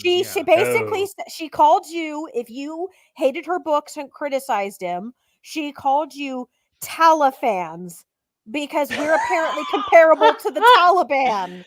Unironically, she called us that. How the fuck did she get away with that exactly? Like, all of her critics still said, "Wow, she's a big baby." I don't want to know. Because she's a woman. I can't. Yeah, she's just. In the real world, you say shit like that, you get fired. You don't get a promotion. Yeah, well, the funniest thing is all of the other Star Wars writers hated her because some of her Mandalorians were popular with like people who were like her, who loved the Mandalorians specifically, and she like adored the Mandalorians and like obsessively so. And like it was. Ugh. Like I remember, wasn't she the but one? Yeah, she did get fired from Lucasfilm, by the way, Anomaly. Like, so she didn't get away with it back then. Oh yeah, Ghost in the chat too. So that's great. Good. Ghost is in the chat. She got fired from Lucasfilm, but because she would throw hissy fits, and she's the reason that Mara Jade is dead in the EU. Yeah, she Mara Jade, fan favorite character, Mara Jade. Yeah, she was, and by the way, she did this without any knowledge or permission from anyone else. She snuck it into publishing and had them print it, and then it was made canon. And I remember Timothy Zahn was blindsided because Yeah, that was he his was- character. He was in the middle of writing another book with Mara Jade in it, and he had to scrap it because she's just been killed off, so you can't write that book anymore. Isn't it fitting that her name is Karen? Yeah. She was the Karen prototype. Tragedy. Yeah. Karen Charlie comes Tragedy. in with a $2 super chat. I wonder how James Luceno would do with Halo. What did he write? I'm presuming he's a Star Wars writer. I think I've heard his name. Oh, Timothy Zahn would be cool. Timothy Zahn would be great in Halo. Like, I would love it if imagine if they did a TV show and then you had Timothy Zahn writing it with Eric Nyland, Eric like Nyland, as they're yeah. like that. I think that would be the sweet spot. Guys, don't mean to be a stickler, but yeah, Plagueis novel. No, I wouldn't like. We don't like. I that wouldn't book. I wouldn't want James Luceno anywhere near Halo if he did Plagueis. Wait, you guys don't like the Plagueis novel? Nothing. Everything about it is complete garbage. I don't. All right, I don't. give me a second. I'm gonna go on Amazon. No, I'm kidding.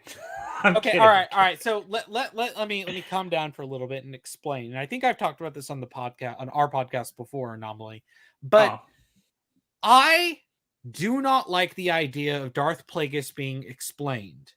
I think that Darth Plagueis kind of ruins the mystery. Yeah, I think that Darth Plagueis should forever remain a mystery on if he even existed or not, because the idea of it going into detail and explaining everything takes away heavily from the story of Darth Plagueis the Wise in Revenge of the Sith. Because what's so powerful about that scene, especially you don't towards know Anakin, what's the lie. Is it all a lie? Is only parts of it a lie? Like what's he lying about? It's fascinating, but and I like it too because of also there's so much ambiguity. There's so much that could be reinterpreted or exaggerated, but there's also it gives fans like the playground to just theorize up the wazoo. And I don't like a definitive answer because I think the mystery of Anakin's creation is far more fascinating, and it's an element kind of spiritualism. You know, with all the prequels are they just try to make science like no. Like the whole thing about Darth Plagueis, that whole story kind of feels very like like not scientific. It feels like like mythology in a way. Yeah, and it like the Plagueis novel feels like the epitome of this is someone's fan fiction. Like this is what they imagined Plagueis was, and they wrote a book about it. Right. And then that was made into a full-on novel. I don't now, if you like it, if you want it to be explained, you have the book. Good for you. You have it. It's for you. It's not for me. It's not for Coolman. Ken Kaneki, this is the thing about it. It nudges you. Maybe Plagueis existed. Maybe he was Palpatine's master, but it's left ambiguous enough that they don't explicitly explain this. Palpatine never says Plagueis was my master, but it could very well mean that I was Plagueis, and then it could very well Plagueis never existed. And that's the other thing. Yeah. It also kind of ruins the mystery of Palpatine because Palpatine is very mysterious. I don't ever want a backstory on Palpatine. I don't. Like I honestly don't. Now some people do. That's fine. Like it's just not for me. Like I'm not saying purely objectively I hate it. I'm saying just it's purely not for me. Okay. Yeah. We sorry to be a stickler, but we should probably get back to guys. No, you're right. Yeah, all right. So let's but anyways, these Spartans, they suck. Yeah, and I won't go too deeply on this, but they shouldn't have different helmets. This is something 343's been doing ever since they got control of Halo. They've been trying to give all of the Spartans unique helmets from the very beginning. When it's a massive point in the book that the Spartan armor was mass produced and it all looked identical. Yeah, I get it. They kind of want like some sense of identity, but I feel like that kind of misses the point, especially because in military, it's uniform. That's why everybody shaves their head and wears like the same. It's uniform. You fight as a unit. Yeah. Yeah, well, and it's actually a point that's made in the novel, specifically in First Strike, when you have Halsey reuniting with the other surviving Spartans on Reach and Sword Base, which, by the way, is where she was going to when June was escorting her off screen in Halo Reach. When she sees the Spartans, it's actually a point is made that she knows them so well that she can tell who is in which armor based purely on how they're walking. Like, she sees them walking. That's Kelly. Oh, that's like why they call her mom. Yeah, like, she is like their mother. And so when you see 343 is trying to like boost the marketability of the different Spartans by making them all very unique armor, like, it really takes away from what the Spartan 2s really were. Yeah, but I do get it. It's probably purely for marketability. It's to sell probably like figurines and stuff like that. Like, you can't sell it if everything looks the same, which I'm like, I don't know. Then maybe like you could still like maybe give them slightly different colors to their things, but make the helmets the same. Like, come on. And they're all different sizes too, maybe different shapes. Like, maybe have a stockier person and a thinner person, a shorter person, a tall person. If you want to go for diversity, just saying. Yeah. Yes, and Wolf. I just mentioned. Yeah, that he posted that right as you said that. So. Yeah. You're on the save wave link. Yeah. Effective weapons against the Covenant. Here's lethal. Guess that was okay. It kind of looked like a CGI cutscene though from the Halo 2 anniversary. So I feel like that's a video game less so than a real go back 5 seconds. I just want to see that person cowering in terror. Are our only effective weapons against the Covenant. Okay, yeah, okay. So that's an actual. I thought it was like a CGI person, but I guess not. Yeah, energy sword looks good. I see what you mean, Anomaly. Actually, and I think it's just the energy effect, the light, the way it hits that. Yeah, person. I was going to say it was giving me that CGI person view. Like, it kind of. But no, I think it's just a real guy. It's just it kind of is. The light is unnatural. The way it hits him. It's an unnatural light. It's all the CGI overlay stuff that's making him look weird. I like the energy sword. That's good. Yep. No, yeah, the energy sword looks cool, but okay. I'd still. I'm fine with this too. No, I'm not saying it looks bad. I'm just saying I could tell he's not really there. Like, it looks like just a really high quality video game, and that's not to say that's an insult. Like, video games, a lot of them look really amazing nowadays. I just don't feel like he's really there.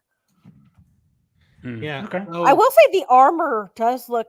That's a really good detail on the armor, though. I like the hexagonal pattern. That's very Covenant. Yeah, I think that's good. But it's, like, I don't know. The helmet looks a little too much like the Arbiter helmet, and not like the typical Elite helmet. If that is the Arbiter, that's. Actually, you got a good point. He's like silver armor instead of the classic blue. Well, yeah, but guys, wait, hang on. If it's supposed to be a prequel show and it's non-canon, do you think it will have pre-Arbiter? Well, like, I would actually love it if they showed the Arbiter during the events of Halo 1, but this sounds like it's all leading up to them getting to the Halo. We'll see. Oh, cool, man. That would be another cool idea for a show. An Arbiter show. Yeah, literally focus on him during his perspective on Halo 1. That would be so cool. Or a game. Yeah. Oh, that would be so awesome. Yeah. Arbiter's my favorite character, guys. Arbiter I love the Arbiter. I love the Arbiter so much. It's why I love Halo 2 so much. I love the Arbiter. He's so cool.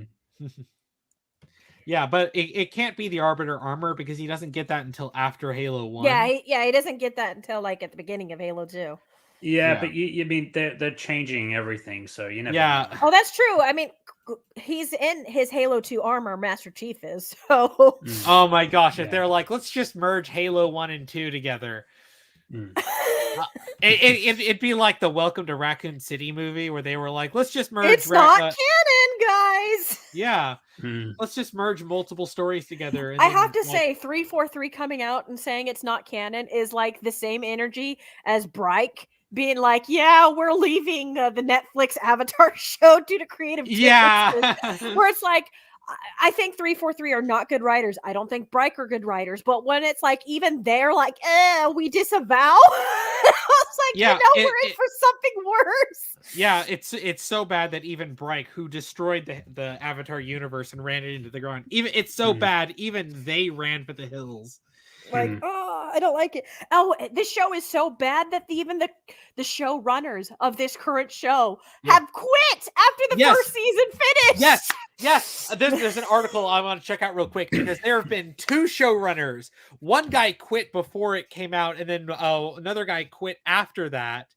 So neither of them are coming back for this it if it ever gets another season. So if they're losing multiple showrunners before the series even comes out, and this isn't even like they lost a writer or they lost like an editor, they're losing 2 showrunners. Like that's the showrunners are running for the hills, as it were. Oh man. Yes, red flags everywhere. That's right. Yeah, that's right. Red flags, get your red flags here. Here's lethal. Upgradable. Upgradable? What? I guess he's got it. Well, upgrades his armors. Well, hang on. What's that on his chest? Is that an emblem? They gave him an emblem. That looks like in the multiplayer. Maybe that's a Spartan emblem. I don't know. Maybe it's a symbol. Ooh, a nice first-person shot. I like that. What gun is he using though? Is that a shotgun? Is that Hang on, just slow it down. Like when he's running at him, I want to see what gun he's using. Yeah, that's what I want to see too. And most what gun is that?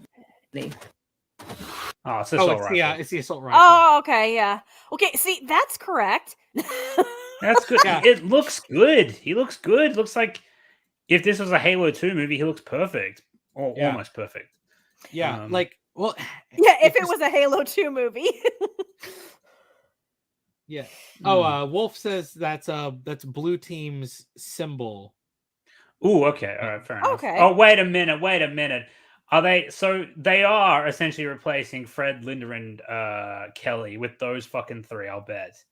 Oh, I swear to God, if they did that, man. It's so frustrating. It's so hard. And it's so frustrating because like Kelly and Linda are like a feminist wet dream. Kelly is the fastest Spartan. She is literally classified as faster than every other Spartan. There are parts of the book where Chief is just gushing about how amazing she is. He's basically in love with her. He literally calls her beautiful.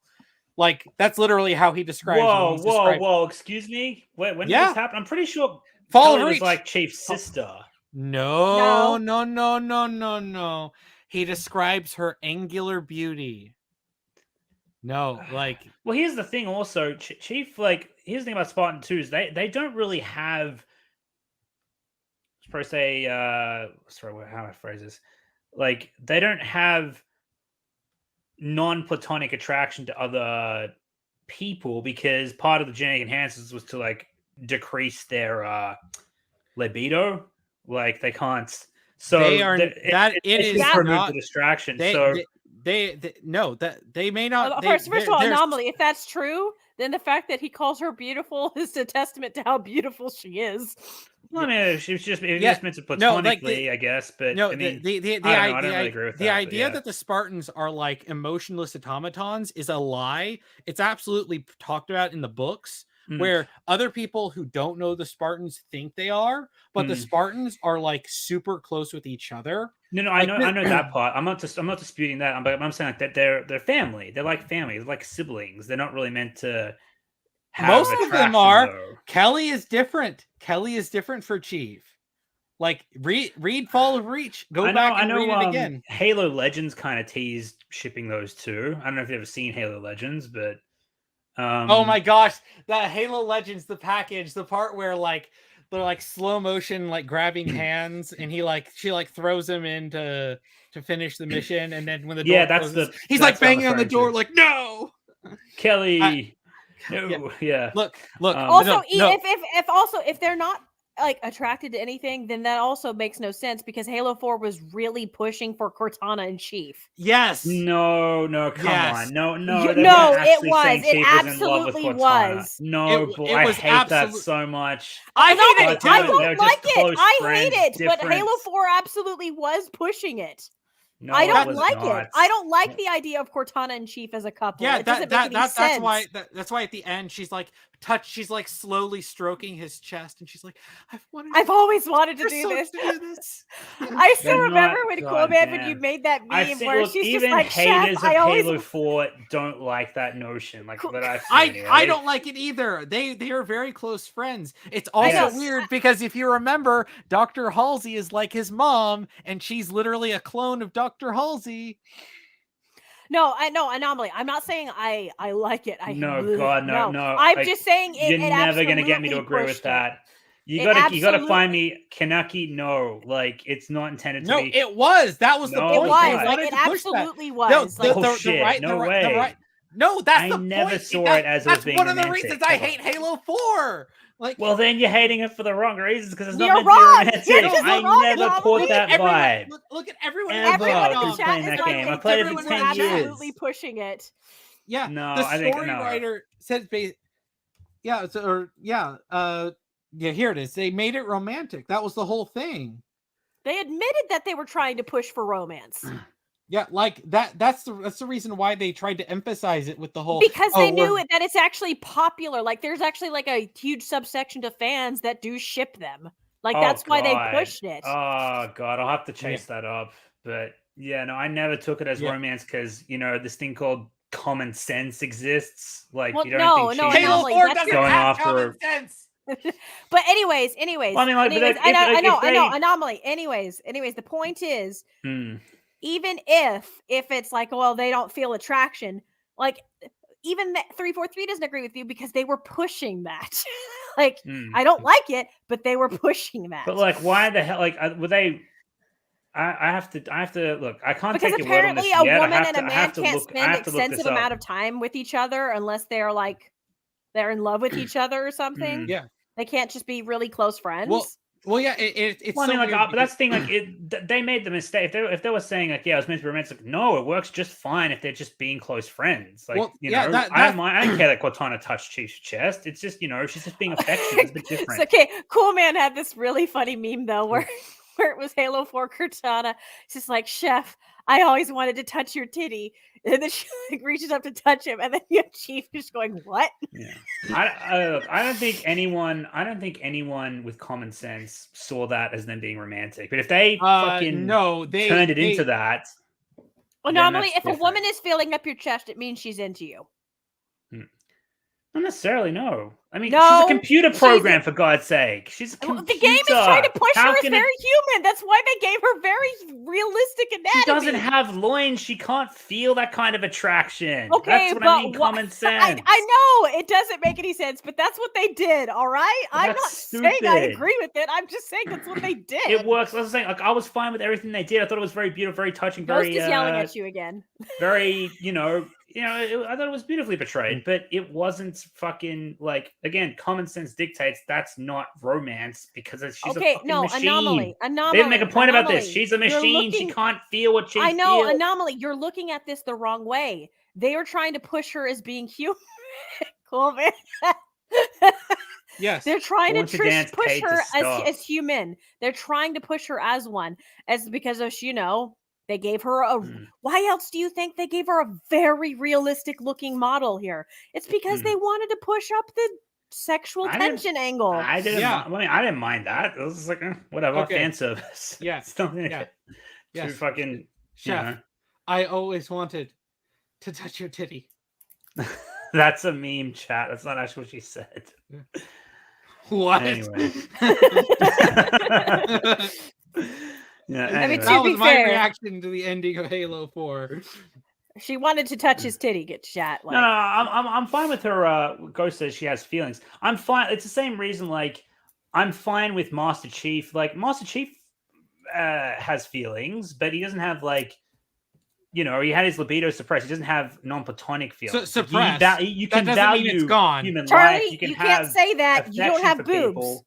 You know Angel, what I your mean? boob But privilege doesn't work. No, you can't you take don't away her have that. boobs. You don't have that That's kind why of power. this thing called platonic Deny, and sit non-platonic down. love exists. Distinguish between the two. Non-platonic means you're sexually attracted to the other person. Platonic means you like them as like a brother or sister. Anomaly. Or a family I member. know what platonic and non-platonic Yes, I know, means. but like I'm just trying to make my case here, even though my case should speak for itself. I'm in the No. middle of arguing with Charlie. Yeah, All right. no, so but, Your but, case like, will have to wait. I encourage you to go back and read Fall of Reach and see how Chief talks about Kelly. Also, I might remember just do that, actually. That's very okay. Yeah, and in First Strike, when Chief meets up with the rest of the blue team on Reach, when Kelly is hit by a one of the hunter guns, and she's like put into critical condition, Chief like gets distracted from protecting Dr. Halsey and the Admiral that was there. Ooh, okay. Because she was hurt, and he Okay. was focused on Why Kelly. do you think Halo Legends played up that ship tease? All right. Yeah, There's a I don't know. reason for it. I kind of caught that. Unlike Halo 4, I did actually catch that vibe from Halo Legends, but I just kind of like, it's probably. I know. I just kind of shrugged it off. I was like, it's probably nothing. Then again, you think incest is all right. No, I don't. There's going to be so many people who don't know that reference. Exactly. I was like, can you not spread shit? Because No. out of It's context- okay. out of Okay, context. chat. I just It's messed a with meme. Anomaly. It's a meme. a I messed with meme. Anomaly. He doesn't actually endorse incest. I'm just kidding. Jesus It's Christ. you'd have to be there. Ugh. Anyway, speaking of having to be there, we should be watching this. we Do should we have just one more thing. Actually, wait, hang on. Nah, fuck it. I lost it. Yeah, keep going. I lost track of what I was thinking. And most importantly, So they're basically calling Chief a machine here, and that he's upgradable. yeah, which isn't actually true. Like once they got their augmentations, that was basically it. She could just be talking about the armor. Yeah, giving him like a grapple hook, thrust. We'll go back. Or... We'll go back. Let's listen to the full context of the line. Well, I don't think we need to because I'm pretty sure it's just like a broad statement. It's a broad stroke. It's not really Here's specifying Ethan. anything. upgradable. And most importantly, controllable. Oh, I don't like that. No, I don't like fine with that. Halsey would never say that. Oh Halsey wait! would Halsey never saying say that? Okay, yeah, that's bad. That's bad. Yeah, if it was like an don't Oni like brass person that. saying that, that's different. But coming from Halsey Halsey, loves the Spartans. Yes. Like she's immensely protective of them. She actually goes AWOL in First Strike in order to protect the Spartan 2s. Like I thought she went AWOL genuine- in Ghost of Onyx. no, Was she in First Strike? Yes, she was. They meet up with her on Reach. Oh, that's right. They got to But- Reach, don't they? Yeah, And they find her there, right? yeah, Okay. yeah. But yeah, the Halsey loves them. She would never describe them as controllable. They call her mom. Yeah. Okay. Okay. Here's one way I could maybe be okay with this, and this is a big maybe, and that's if she's putting on a front for the Oni Brass. If she's like, putting on a show. Maybe. But Okay. if she's this like, if this is like an out of context, and she's just putting on a front. Okay. But then they maybe. shouldn't put that in the trailer. Like, Yeah, I this know. is- This is like a first impression. Like hardcore Yeah. losers are gonna look at that and be like, Halsey would never say that. yeah. Halsey is like. Here's the thing. Another thing about Halsey, she doesn't like. I'm not saying she doesn't show any emotion or whatever. She definitely does, but she's also very reserved in that way as well. I still feel in like fact, a some of the only person would people she shows never emotion say to is the that Spartan. about their children. No, I know, but like, hashtag not my Halsey. That's funny.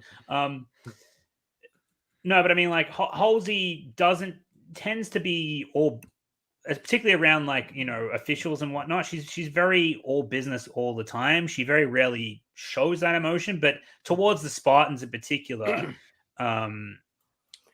like they're absolutely some of the people. What you're describing, but without so cold. No, I agree. Like I said, it looks bad, but I'm willing to reserve judgment. Is what I'm trying to say. At the same time, Anomaly, like I have a huge red flag because I remember people saying this very same thing about the Last Jedi trailers been saying, well, we're seeing Luke out of context. Surely that line where he says it's time for the Jedi to end, it actually there's a greater context, and this is actually not out of character. And Coolman are like, good luck telling yourself that. Look, I got like and Coolman Sin, I got a roadmap of videos I want to do. I'm really hoping that Obi-Wan Kenobi and this aren't god fucking awful, so I can get my roadmap done, because if they are, then I don't want to detour from what I want to make videos on to what I feel I have to make videos on. You know what I mean? Like, if this is really bad, I feel like I'll have to make a fucking video on it. I don't even want to, though. Kino. But, you know what I mean? CT called Halsey and name only. Halsey and name only. Also, Thomas Lillig, Halsey. red flag. Wolf's comment. Sorry. This is Jane Halsey. Yeah. Oh no. Jake Skywalker and Jane Halsey. I can feel it, chat. I can feel it in my bones. Oh my gosh. I have a feeling like when this comes out, like I feel like I want to make a video on it. Like, oh god. I can't do it. Do they release the series all at once, or do they do it week by week? I actually don't know. I've never watched anything. I think Paramount Plus. I don't know. I don't have Paramount Plus, so I could be wrong. But I'm pretty sure they don't do it like Disney Plus does it. I'm pretty sure it's like a whole season. I could be wrong. If anybody in the chat actually has Paramount Plus, let me know. But I'm pretty sure they do it the same way Netflix and HBO does. Like, okay, because I know HBO Max and Netflix, they just dump the whole season, which is kind of what you should do, because if I don't understand why Disney Plus is treating it like a cable network where it's like one episode per, like, just release the whole thing. Binge culture is kind of people's norm now. Mm-hmm. Cable's dead. Mm. Yeah. Covenant forces appear to be excavating some kind of object. They have no excuse to not get Steve Downs. Yeah, when I heard that, I was like, that can't be Chief's voice. That's no. What's even dumber is they got Cortana's actress. Yeah, but they did. did. Yes, it's Cortana's actress, but which I don't even know why Cortana looks that way. Like, you can't even use the excuse they modeled her after. Is it Jen Taylor? Jen Taylor. Thank you. People were saying Jane Halsey, and I almost called her Jane Taylor. But yeah, like, it is not even like they're modeling her after her. They're not. She looks nothing like Jen Taylor. So I don't even know why Cortana looks like that. Yeah, look at that Spartan he's with. But they got Jen Taylor back to be Cortana. But the thing is, we can see Cortana's face. Why did you bring back Cortana's actress? If whenever it's a different, based on her at all. It's not even based on her at all. Versus Chief, who is always wearing a helmet. Like, for crying out loud, Darth Vader has a stunt actor and then a voice actor. Why couldn't you just have a stunt actor and then just have Downs doing the voice acting for it? Yeah. I don't get it. Well, if this further divorces this likely shit series from, like, true Halo canon, then maybe Steve Downs dodged a bullet. Yeah, he probably dodged a bullet, but unfortunately Jen Taylor didn't. Well, that's probably one of the reasons why Steve Downs talks so openly about the series. Like, he's not actively talking it down, but he's saying like, oh, it's meant for normies and shit. Like, he can say that because he's not contractually obligated with the.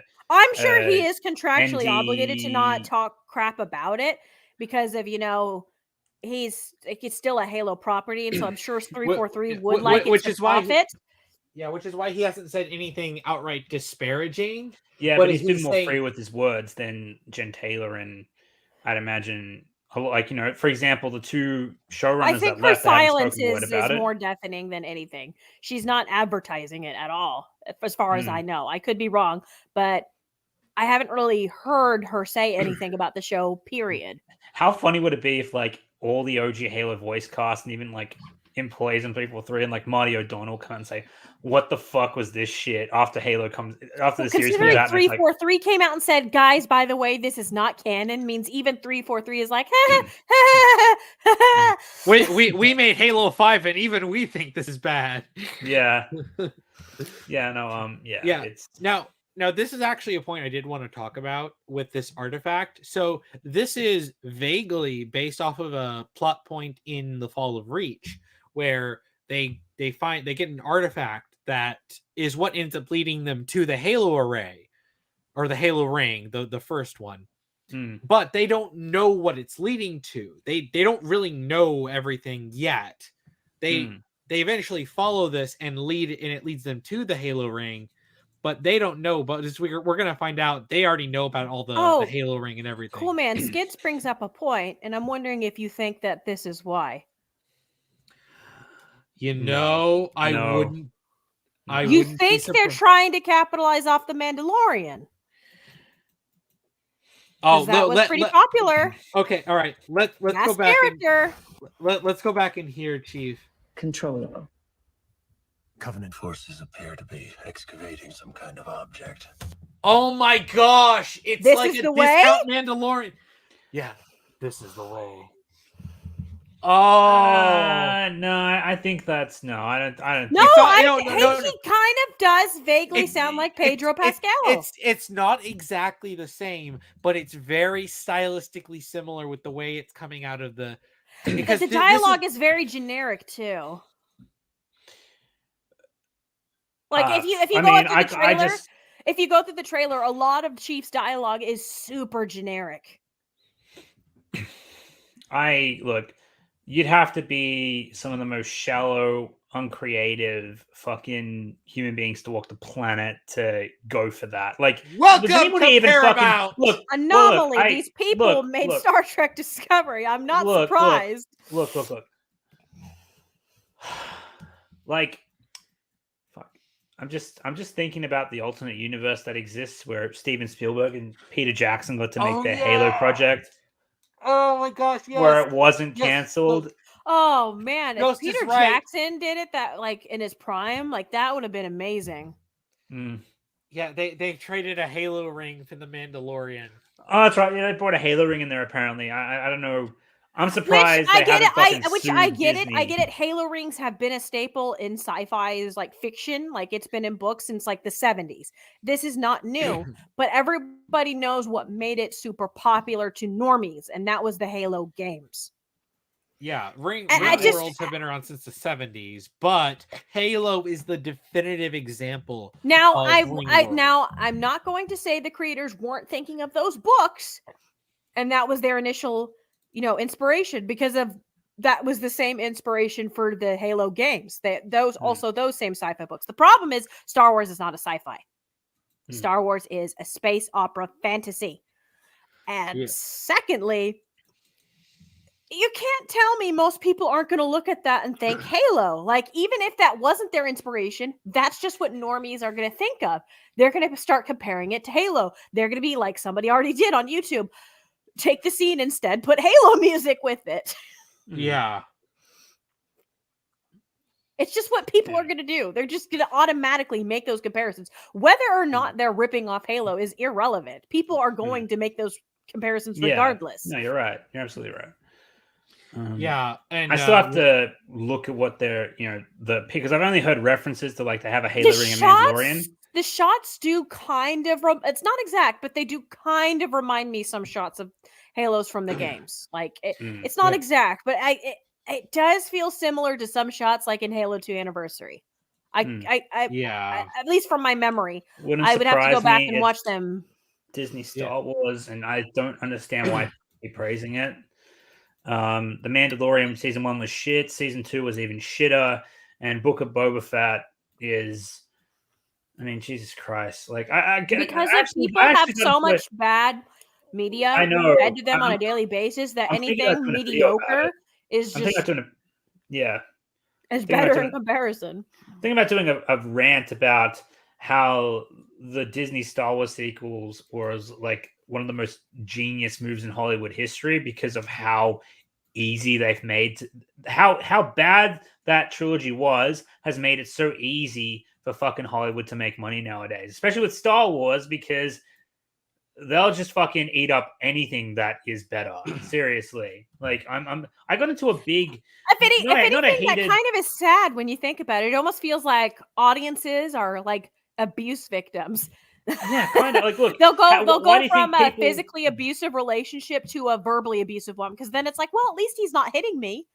That's one of the reasons why people ate up fucking Spider-Man No Way Home so fucking easily. People knew it was shallow as shit. They just didn't care, and when they were That's the thing, confronted though. with it, People they are were in so denial. devoid of fun. People are so devoid of Yeah. fun. They'll even take dumb fun. Like, and I don't hate I'm alright general with dumb audiences. fun. Like, I don't hate general audiences for that at all. I understand it. It's been a crappy couple of years. Media's been really crappy, and people just want to have fun. And even if it's a bunch of dangling keys constantly, they're like, you know what? At least you're not preaching to us 5 seconds about how we're horrible and evil people. Like, I get it. Yeah. I get that's why people fell in love, because of you were allowed to let 3 white male guys actually be heroes. And you're just, yeah, sure, nostalgia. There's a lot of nostalgia built up from, especially for Toby movies and also for Andrew Garfield. And you got to see Andrew and Toby be cool. They're not crapped on like other legacy characters. Yeah, agreed. So you're almost like, huh. And yes, that is the bare minimum. We've reached to a point where we're that happy for it. Or exactly. Exactly. And that's and I don't think that's bad. I just think that if you think about it, general audiences are kind of groomed in that direction because they've just been abused constantly by this media telling us, oh, you're all evil, you're all sexist, Hollywood's you're all racist, you're homophobic, you're transphobic. Yeah. Hollywood's groomed this fucking new crowd of just like, okay, here's the best thing. Well, let me just give you a short interaction I had with a viewer the other day. It was in the comments section. He was like, I think he said like something along the lines of, you just hate everything, or no, sorry, it's like, you take movies and shows too seriously. He quoted me even from the video, and he's like, he calls me guy at the end of the statement. And I was like, I didn't say that, guy. And then he's like, something about this movie was great, and you don't know what you're talking about, blah blah blah, as you can expect. And my comeback was quite simple. It was what's it like eating out of the garbage? Because that's my point. Like, people have become, they're being fed. I wouldn't say they're garbage. being fed. I'd say it's fast food now. They're now a tier above garbage because they'll take. No, I still call it garbage. They'll take day old food because of, well, at least it's not out of the dumpster. Like, it's still not like, you're still not being actually fed like a nice 3-course meal, like, or something. No, but that's my point. They're eating out of the garbage. They're getting the nutrition. And sometimes junk food's fun. Like, I'll admit, like certain movies are really dumb, but I love them. Like Venom, that was junk food. That was pure junk food. But I had fun with it. But the problem is we've gone back to the times where we wish everything was like the dumb fun movies. Like, really, like Venom felt like the best way to describe it. It felt like those really bad movies from the early 2000s that were unintentionally hilarious for all the wrong reasons. And it felt like it came from that time period. Yet we got it now because of it's comic book movies. They don't make it like that now. And I was like, it feels weird. We're getting like one of these bad comic book movies from back in the day, but we're getting it now. And it was ironically a breath of fresh air compared to what we get now, because of everything we get now is just the same old. Hey, look at that. Something, sure, it's dumb, but it's not trying to lecture me or tell me I'm a horrible person because of I don't agree with you. Like, chill. Yeah. And that's the thing, though. But people will now take stupid fun movies because of they're like, gosh, I just don't want to be preached at and lectured at, and I don't want nihilism. I just want to be entertained. Like, that's all people want is to be entertained. And yeah, Spider-Man No Way Home is not a good movie. People just want to be entertained, and they were entertained. And you know what? That's fine if you're entertained. But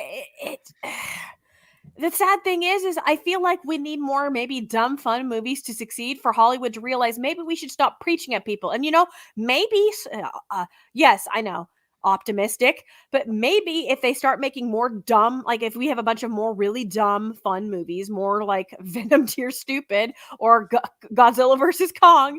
But hey, at least the audience is having fun, like a roller coaster. You have a few more amusement park rides. And then maybe we can get back to, having some really good, like Dune tier. I finally watched Dune. It's really good. Dune tier level movies. Like, like, I don't know. Maybe we can have variety again too. Like actual variety, actual original ideas instead of, or maybe, actual legitimate, respectful adaptions from people that actually care. Obviously, we're not going to get that here. Hey, look at that. I'm bringing it back to Halo. Yeah, I don't know. I still call it eating out of the garbage and calling it a banquet is the new culture. But anyway, sorry, Coolman. Yeah, the derail. That's okay. I was just waiting for y'all to. Chat's used to this. By this All point. right. Yeah. All right. Let's go. When I touched the object, I felt something. See what I mean by generic dialogue? Oh, when I touched it, I felt something. Like I haven't heard this a million times before. I feel like that symbol's meant to mean something from. Isn't that the Forerunner symbol? I mean, we know it's Forerunner, but I'm pretty sure it's meant to highlight something specific. I thought it was meant to symbolize like the Monitor or something, like the guilty spark. But he's not on the Halo ring yet, so that can't be it. Well, it doesn't and matter. Obviously, we know that Forerunner artifacts, react to human touch. So I'm fine with this for the moment. But yeah, it is the Forerunner symbol. Okay. Okay. I mean, except for the fact that he shouldn't having encountered any Forerunner stuff yet, unless he's already on the Halo ring. And unless this is flashed forward a bit, maybe he's on the Halo remember, ring now. guys, it's non-canon, so I bet you it's just picking and choosing a bunch of iconography and throwing it in the blender. Well, and remember, as there was a part where Chief comes across an artifact in the books in Fall of Reach, but it's been a while since I've read Fall of Reach, but if I remember correctly, the reason why they knew it was important was that there were some like elites there trying to grab it or something, so they figured there was something important. I don't remember all the details. I should probably reread it because I haven't read Fall of Reach since 2012, like probably about a decade. Your books, Coleman? Because you lent them to me, and then I said, I don't need it anymore since I bought them all in audiobook. I think so. Let me check because I'll have to look to see if I put them away somewhere. Yeah, I mean, I remember. I could actually check right now. Let me go check because I know where I originally put them. If I had them, I'll mute. Yeah, but there was it's very clear that they're just mixing and matching like elements that they want and just changing everything else, which is why they're like, yeah, it's just non-canon. We're just going to be upfront. We're not even trying. Which is just like, but then of course this is all hinting at, now they know about the Halo ring, so now they're trying to resolved. I still have them. I'll have to give them back to you. Okay. Ken Kaneki says it's the Reclaimer symbol, which that's where I've seen it. I've seen it in Halo 4. That's where I've seen this symbol. Because when he gets to Requiem, he sees the Reclaimer symbol as well. So, the Reclaimer symbol is just the symbol for the Reclaimers. Yeah, well, which is humanity, obviously. So Forerunner. Yeah, it's because humanity are Forerunners. Yes, you are Forerunner. That's a line. Okay, yeah. So this has been around since the beginning. This symbol is actually based off of the Marathon logo for the Marathon games that Bungie made before they did Halo. That's kind of cool. Yeah, there's a lot of Marathon references in Halo. But yeah, so yeah, it does make sense. Okay, speaking of Bungie, Anomaly, we live in a world where Microsoft now owns the studio that made Crash and Spyro PlayStation. Yeah, icon. I know. So Sony bought the studio that made Halo. Yeah, exactly. Halo. Yeah,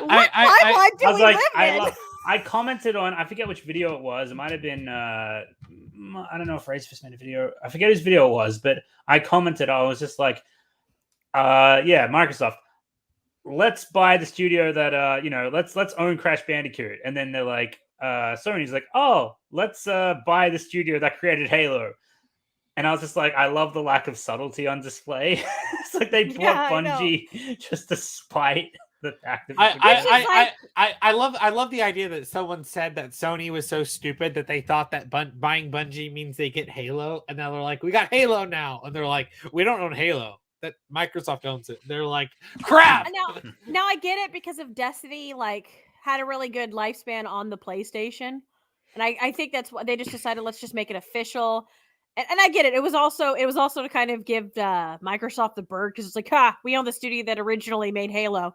But I feel like this is actually a response to the Bethesda buyout because of these deals would have had to have been talked in a while. And if you noticed how much they bought them for, it's kind of almost the same amount that Star Wars was bought.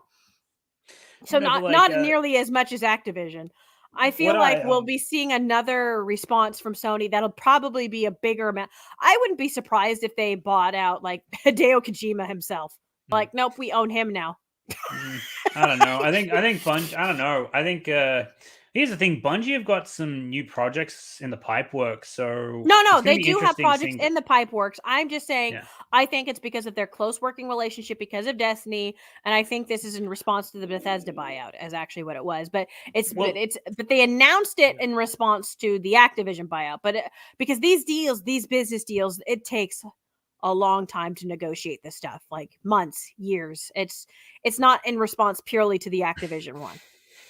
The timing couldn't have been better though.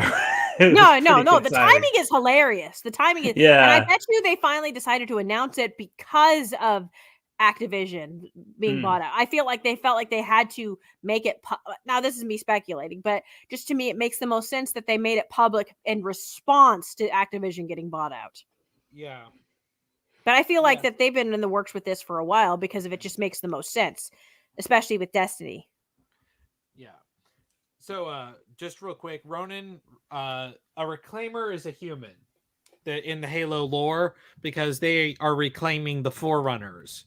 Because what was originally intended with the lore is that humanity are basically reborn basically Forerunners. The descendants of Forerunners, basically. Yeah. Kind of like how humans were descendants, so the original paleo humans, like cave people, stuff like that, kind of like in the same way, except for Forerunners are like these super smart, technologically advanced species. Yeah, 343 went in a completely different direction with it and made them fish people. Question: do you think maybe this is a stupid question, but do you think that Forerunners were the name Forerunner was inspired by the term forefather, like America's forefathers, generations ago, humanity, like Benjamin Franklin. Forerunners is basically those who came before, effectively, right? Yeah. But they just changed it from forefathers to 7 years ago, our forefathers. I don't know if that's necessarily for forefathers, but it could just mean basically. Well, a forerunner is its own word. Mm-hmm. Right, it's a synonym to predecessor or precursor, which is right. Good point. Yeah. Well, Coolman is much better at vocabulary than I am. Chad. Yeah, he's very good. Yeah, when I have trouble spitting something out, Angel, I always say, "Coolman, can you just put this into words for me? Because you're way fucking better at this." This is why Coolman is has edited things for me, and I mean for writing wise. I don't mean editing. He's done Photoshops too. Coolman's a good editor in general. But yeah, he knows vocabulary way better. But yeah, what you were saying, Coolman. Yeah, it's and this is why when you see a lot of ancient alien races in media, they'll have a sort of a mystical, ambiguous sounding name, like Jak and Daxter, the game, the Precursors. There were the Precursors, the ancient ones, and then in Mass Effect, you had the Protheans. They gave a more specific name to them. But you'll see this a lot, and if you actually pay attention to this in science fiction, you'll notice this a lot, which is probably why they went that direction with Halo, calling them the Forerunners and not trying to go really specific on species and stuff, because it's a lot of Halo is inspired by and is an homage to classic science fiction. Science fiction loves to do that, in general, an ancient species. I know Horizon Zero Dawn, it's one of PlayStation's IPs. They refer to the humans that came before the apocalypse, and basically Horizon Zero Dawn, the setting is these are the humans that have lived on after the end, that managed to find a way, as it were. They are referred to as the old ones, and their cities are referred to like the metal cities, or like, and the metal devils and stuff like that. Like it's like humanity has become like, it's regressed to like basically, like indigenous tribes in a way, but because of it's in America, all the tribes are very diverse because of so many cultures live in America, the melting pot. But it's just kind of funny just to see like a bunch of modern people dressed in that way. But it's also kind of very sci-fi based, that whole game. So like sci-fis do this all the time. They try to come up with terms, as Coolman was saying, like the precursors, the forerunners, the ancient ones. Like you hear that all the time. Yeah, heck, in Stargate, the ancient race of superpowered aliens are called the Ancients. So yeah, this is all over sci-fi. Yes, yeah. It's a staple of sci-fi, and it's kind of cool. I really like it. It's a trope, but it's a trope I never get tired of.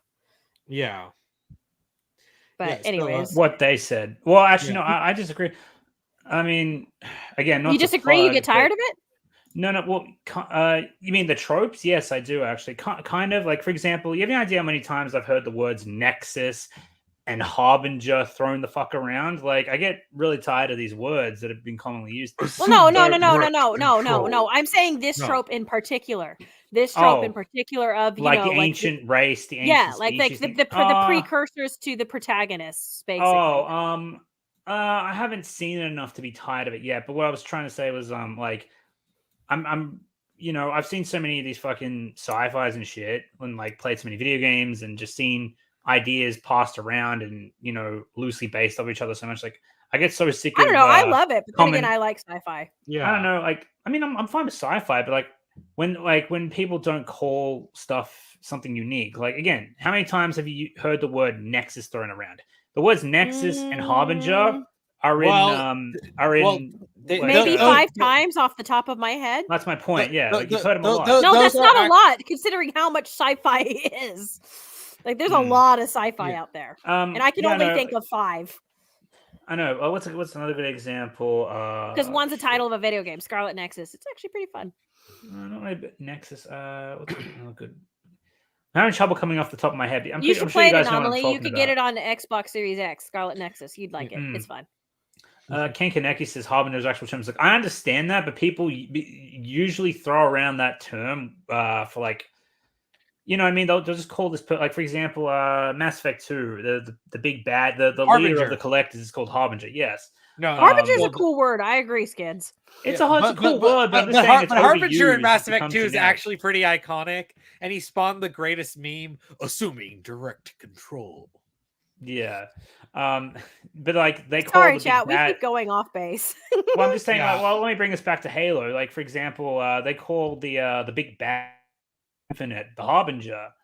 And I was like, really? They're calling this person the Harbinger too? Like, I mean, I groaned because I was just like, again, can't you come up with something a bit more vaguely original? So, like, again, like where I was getting at, not to plug, but like the book I'm writing, which will probably never be finished because I just, whatever. But like, I'm just saying, because like, ever since I started writing it, I've made an active attempt to try and be as, like, at least with naming shit, to be as original as possible. Like, I don't throw around words like Nexus, Harbinger. I do use the word Matrix, but like, it's actually kind of a logical reason why I use the word Matrix to describe something. It's not a computer simulation, just to be clear, but like, I don't know. I can't be alone in this. Like, do you guys get tired of these words? I understand originality is hard to come by, it depends but like, on the trope, though. But I don't really see that as an objective thing. It's just a case by case thing. It depends on the person. Because I know, some people love certain cliches, other people hate certain cliches, unless it's a love triangle. Those are an abomination. Okay. Die. Okay, I think whatchamacallit?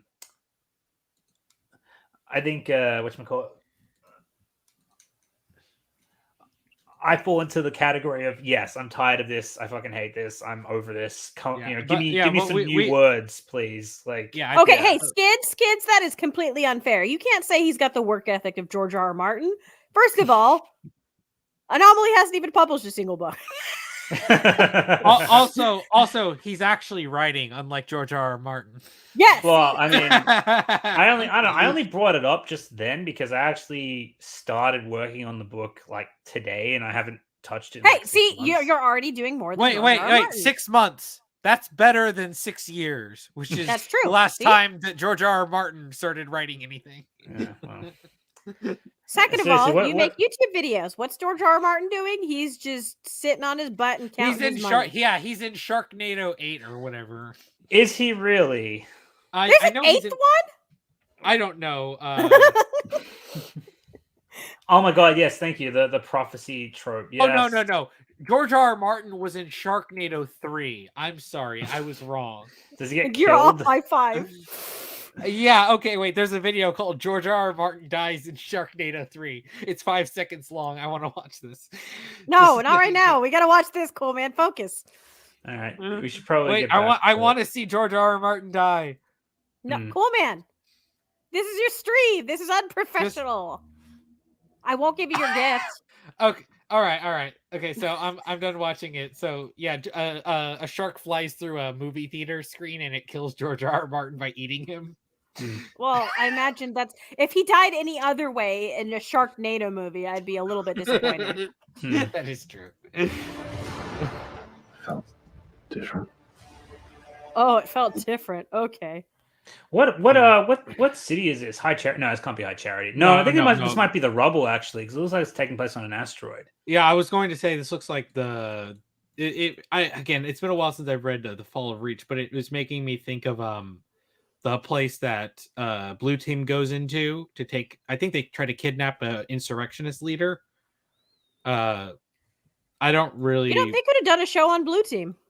They could have, because they have decades of operating years during the Human Covenant War, and they could have done so many.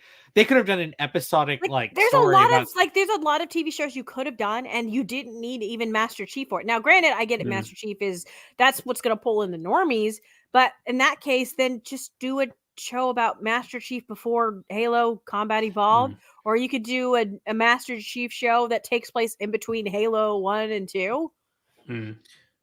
Yeah, well, that would have been First Strike, because First Strike covers what he was doing between Halo. Yeah, I know. and You could have done something like that, like a little fan fiction. They actually could have genuinely adapted the books wholesale, especially because if this is a series, you don't have a hard cap on how many episodes you can have. Yeah, it's a streaming service. You get to decide how seasons. much you want. You get to just here you go, do this. So much stuff that they could have done, and then they're like, we're just going to pick the worst possible answer. I have to question Microsoft choosing Paramount of all things, though, to make their Halo show. Okay, I want to know how the hell again, out of streaming services, out of streaming services, come on, that's not even the one that's making the most money. Even HBO Max would have made more sense than if you weren't going to go with Netflix, which no, HBO would have been the way to go. I think I trust them with Halo. I wouldn't. I mean, you got to trust. They made if you're going to make Santa this into a series, then you got to. Oh, did they really? Yes. Okay, I'd take that back. No, and it's Warner I could have Brothers sworn owned. Santa Inc. was a fucking. It's the worst rated show ever on IMDb. Yeah. Apparently, everyone it's so bad. It's bad. It's very bad. Well, it's funny because I watched Short Fat Otaku's video on it, and he's like, I'm gonna be the contrarian, guys. I don't think it's a 1 out of 10. I think it's a 2 out of 10. Not bad. Yeah. All right. Let's. Yeah. Oh yeah, it was what Ghost is saying is, they were most likely the cheapest option, and then they were like, oh well, the others would want too much money, so let's just go with the one that'll be cheapest. It just is weird to me too, because if you went with HBO, Warner Brother owns them, and Peter Jackson, if this was if it was still the tail end of Peter Jackson, if he was still a part of this, that's probably where Peter Jackson would go. I don't understand it. Even it's it's just not many people, even if it was the cheapest option, Paramount is not the one where most people are getting their views from. Like Amazon. Like, why didn't you attach it to Amazon Prime? Yeah. That, like, people are like Amazon, Netflix, HBO. That's where most people are going. I obviously don't see Microsoft working with Disney. Can I ask? Sorry to cut you off. Just how the hell did Amazon? Warner Brothers helmed The Hobbit, and well, not Warner. They didn't helm The Hobbit. Did they helm The Hobbit? No. Yes. No. Technically, New Line Cinema did The Lord of the Rings, and that got acquired by Warner Brothers. I'm pretty sure because Warner Brothers helmed The Hobbit. Yes. So how the fuck did The Lord of the Rings TV show end up with Amazon? Basically, what it is them. They have to get the rights. They got funding. They got funding from these studios, and the studios produce these movies under their name. They don't have the rights for the IP. Mm-hmm. The IP belongs to the Tolkien, like the estate, like his family. Right. And basically his living relatives, as it were, doesn't care, and they basically sold it. Well, yeah, the only one who did care was his son. Christopher Tolkien. Yeah, and isn't it convenient that the rest of these relatives waited until Christopher died for them to just sell it off to like the first highest bidder? Yeah, which was Amazon. What a bunch of greedy cunts. Yeah, like the Tolkien family must be loaded to the to the gills, but they must already be loaded anyway. I don't agree with Christopher because he hated the Peter Jackson movies, but I understand he's very protective of his father, and it wasn't 100% 1-to-1 accurate. I'd say it's faithful. It wasn't accurate, but it's probably one of the most faithful adaptations of books to like movie adaptations I've seen. That's why I love it so much. But I get it. Believe me, I'm never going to fault him for it as somebody who also like has a raging anger whenever comic book movies aren't quite as close to my favorite comic books. Like, so I get where he's coming from completely 100%. But like, he loved his father's stories. He loved them to death. Like, he really, really cared. And I just find it really scummy that it wasn't until after he died that they're like, we're going to do this. We're going to do this because of the one person who would disavow it, the one person who would be the biggest critic, the one person who would hurt its chances because of he's the son of the original author. Yeah, let's wait till he died. Yeah, dick move, Tolkien descendants. Dick move. Yeah. Let's get back to being... Now let's get back to being angry about this other thing that's being ruined. Makes you numb. I think that was supposed to be John as a kid. Yeah. Makes you numb. And you just decided to... Wait, go back a little further so we can hear what he's saying. Felt different. What they did to us makes you numb. What they did to us, is that Johnson? Because who the hell is... What do you mean what they did to us? I think he's supposed to be a Spartan.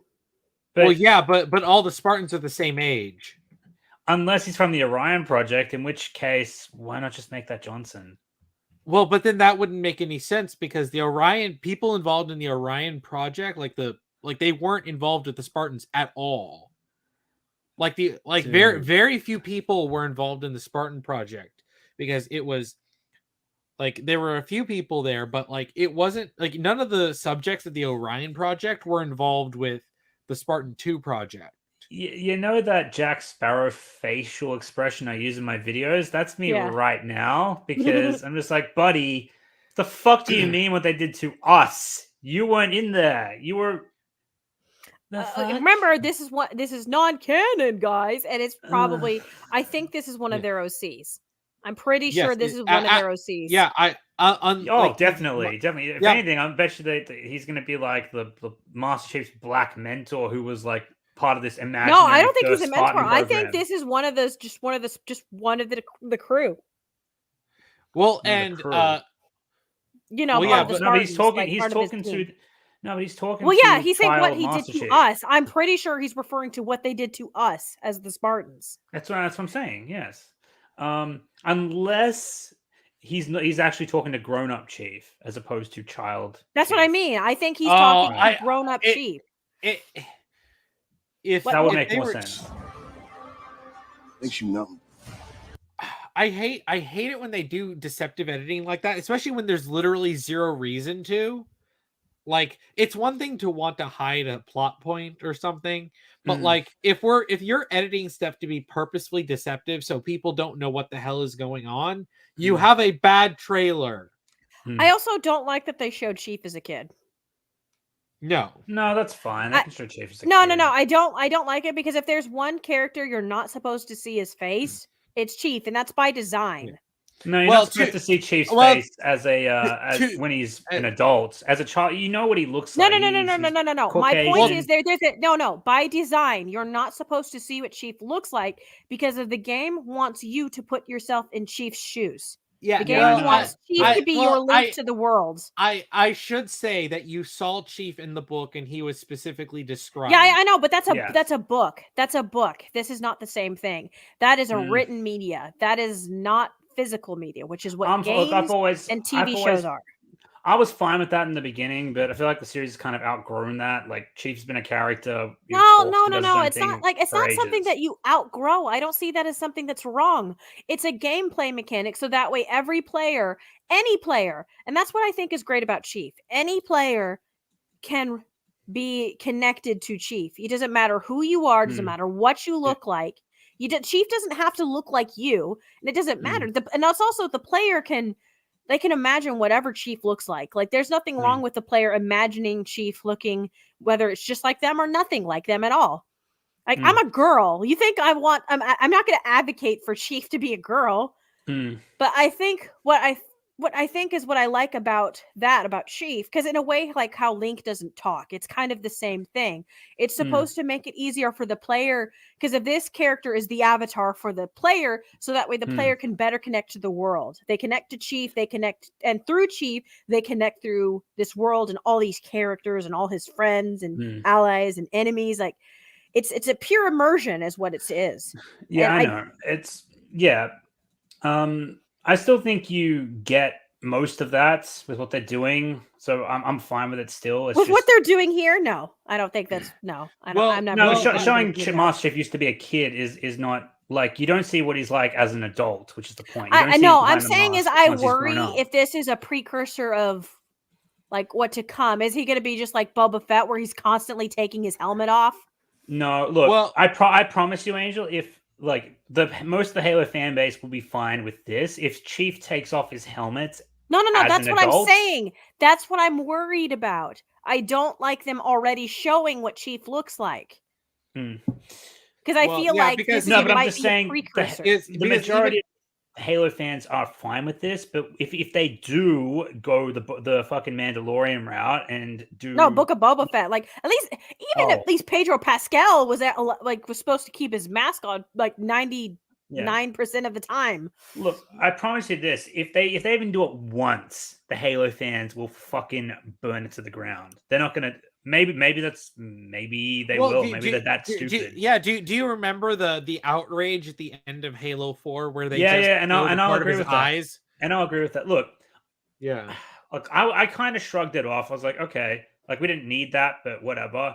If I could choose, like I love Halo 4, but if I could choose to like keep that or get rid of it, of course I get rid of it. Sure, why not? I was fine with Chief talking on his own while I was playing the game, but like that was a step too far, I'd say. That said, they didn't even show his full face. They just showed his eyes. That there is someone behind the mask. Well, no, but we know there's someone behind the mask, and we don't need to show it because I already connect to Chief. I know that, but like they still did it like, I mean, as for a face reveal, they did it as conservatively as. I know. My point possible. is with Chief, it's like it felt like they felt. I'm getting twisted on my words, that they had to do it because there's this weird idea that, oh, well, Chief was never really that human. He was just a fighting machine. I'm not an old school fan. I just played them last year, and I felt Chief was pretty human just fine. He's just more stoic. He's a military guy, but he felt human. Yeah. Well, yeah, there's actually something really wonderful in the Fall of Reach when he first meets Cortana. And because he's the one that is chosen to test like Cortana, like doing the AI like uplink with the suit, and up until that point, Chief was really serious. But once he starts interacting with Cortana, that's when you start seeing him being a little bit more smarmy and a little bit more sarcastic, like he is in the games. So you actually, so it is funny because once she starts like snarking at him and he starts snarking back at her. Yeah. Yeah. You're actually making me think of some really good Halo Infinite dialogue. Like, there's this part where the weapon is being all serious and Chief makes a joke and he's like, wait a minute. So it's okay for you to make jokes, but not me? And he's like, yes. He just says yes. Sorry, I kind of had to, I forget what exactly is said, but yeah. My favorite moment is where Cortana says, "You look nice," and then Johnson and Chief at the same time saying, "Thank you," and then they turn and look at each other like, "Hey, no, she was talking to me." Yeah. But obviously, she was talking to Johnson. Everybody knows that Johnson is the coolest thing ever. Yeah, he knows what the ladies like. Yeah, he knows what the ladies. Yeah, yeah. I wonder if you got me a tank. He never gets me anything. I love Cortana. Yeah. My Cortana, the real Cortana. Yeah, talking about keeping their masks off. People were like, remember Judge Dredd 1995 where Sylvester Stallone refused to keep the helmet on because he wanted them to look at his face. But then where is it? Yeah, and then Carl Urban in Dredd was like, no, I'm keeping this mask on and you can't make me take it off. Carl Urban is such a good actor. He's so underrated, eh? He is fantastic. Like, I am so upset that he never got that Dredd sequel or the Dredd TV show that they were talking about. He's such a good actor. Like, I was like, a couple weeks ago, I was rewatching Lord of the Rings and just like, gosh, he's so good. And like, there's a lot of Star Trek fans who don't like the J.J. Abrams movies, but honestly, he's really good as Bones. I think everyone really likes him because even the original Bones actor, his son, when he first saw Carl Urban act playing the role, he actually cried tears because it started to remind him of his father. Oh. Like he was that good in the role that even the son of the actor. Carl Urban's, he needs to be in more stuff. He's such a good actor. Yeah. Oh, Skids, you didn't know that Carl Urban was in Lord of the Rings? Oh yeah, he's Éomer, Éowyn's brother. Yeah, he's got the long hair. Yeah, the long hair, and he's like, whenever he's like, oh gosh, whenever the scene in the Two Towers where he's like appears with his hand off, oh, that was so good. Now I want to watch Lord of the Rings again. I got the extended edition. I got to get the 4K Blu-rays of Lord of the Rings. Still haven't got them. I got the 4K. Oh man, I got the 4K. Lucky you. I recently got it. It's lucky you. I got to get the. I got the Blu-ray HDs. But no, I haven't. Extended, of course. Yeah, I got the extended Blu-rays, but now I got the 4K, and I'm just like, yeah. I'm so mad because a part of me desperately would love to get Star Wars in 4K, but I don't want to give Disney the money at all. Wait, one quick question. Isn't there like a 20th anniversary Lord of the Rings edition coming out? Or is that the 4K I'm thinking of? That was the 4K. There was supposed to be another version, like a better version that was supposed to come out. Basically, the 4K is just the same stuff where it's in 4K.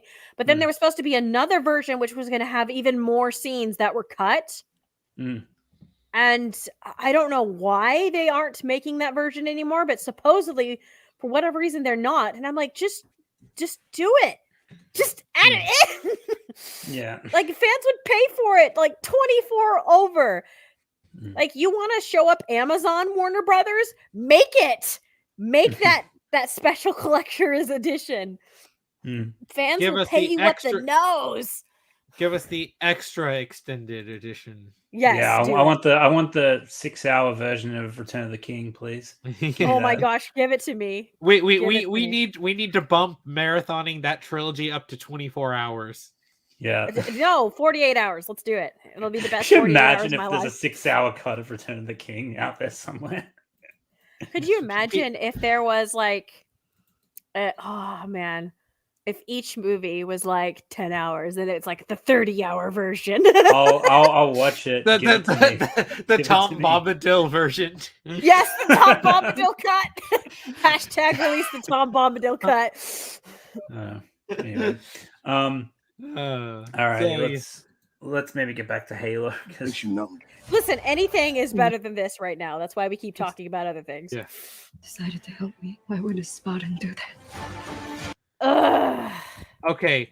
Oh no, Fem Power, give me the battle rifle and now No. she's gonna start Anomaly. headshotting everything. Did you hear what she said? Yeah, why would a Spartan help? Yeah, so they were originally framing Master Chief as the bad guy before, by the looks of it. Like Yeah, he was I'm essentially, from her point of view, attacking the village as part of the UNSC when they were just trying to. Which is like the Spartans. Ugh! They're like seen as like heroes to humanity. Yeah, If she was an insurrectionist, maybe I could understand. Yeah, like I would get that. Yeah, I totally would get that if she was an insurrectionist. But then again, the insurrectionists are like terrorists and do all sorts yeah. of crazy stuff. Like, Yeah. but like the idea that they're even hinting at the fact that a human would be like upset at, like, or surprised that a Spartan would help. I'm like, so Ken Kaneki is saying that the girl is an insurrectionist, which that doesn't paint well for her. No, she yeah. is. If they're going this route that like it doesn't matter ever if you're confirmed though. Look, if they're going this route that you could be an it doesn't matter if you're UNSC or insurrectionist, like everybody has to survive because, it's just about survival because the Covenant are genociding the fuck out of humanity, then I can maybe see that, working reasonably well, but I don't know. Maybe I'm giving them too much credit. But what's even hilarious? I seriously hate her hair though. Yeah, but what's even funny in the books is that the insurrectionists straight up think, oh well, the humans that they have a problem with are just the UNSC. It's all their fault. Like, so even they're actually the douchebags in that situation because they refuse to help the UNSC, even though humanity is on the verge of being genocided because they think, well, as long as we just hide, the Covenant won't find us. Yeah, That's kind true. of sucks. The insurrectionists even work with some of the Covenant, if I'm not mistaken, eventually. But they're kind of like dickheads. What? Like, yeah, the insurrectionists are not great. Yeah, but I seriously hate her hair. Pelican. That's good. Why would a Spartan do that? Ugh, I hate her hair so much. You know what they could have done, Cool Man, if they were wanting to give her like a more, look that was like a long hair, but not, necessarily feminine. They could have just got like the same haircut Aloy has in Horizon Zero Dawn. Wait, get ready. As soon as people start criticizing this character, they're all going to be called racist because she's Asian. It's just like what happened with Rose Tico. Yeah. She like I'm just waiting for her to say, "This is how we win, not by fighting what we hate, but by saving what we love." And they're like, the Covenant are going to completely obliterate us. Yeah, it's like let's not fight the insurrectionists. Let's not. No, so yeah, it's like no, sorry, not insurrectionists. The Covenant. It's like we can't. We should be making friends with the Covenant, not killing them. It's like Chief will be like, they're no. gonna kill us all. It's like no. Yeah. Yeah. Keep going. Apparently, she's supposed to be the main character. Yeah, that sounds about as interesting as a rock. Which is, like, of course, they'd make her the main character. Of course, they'd her hair is Chief awful.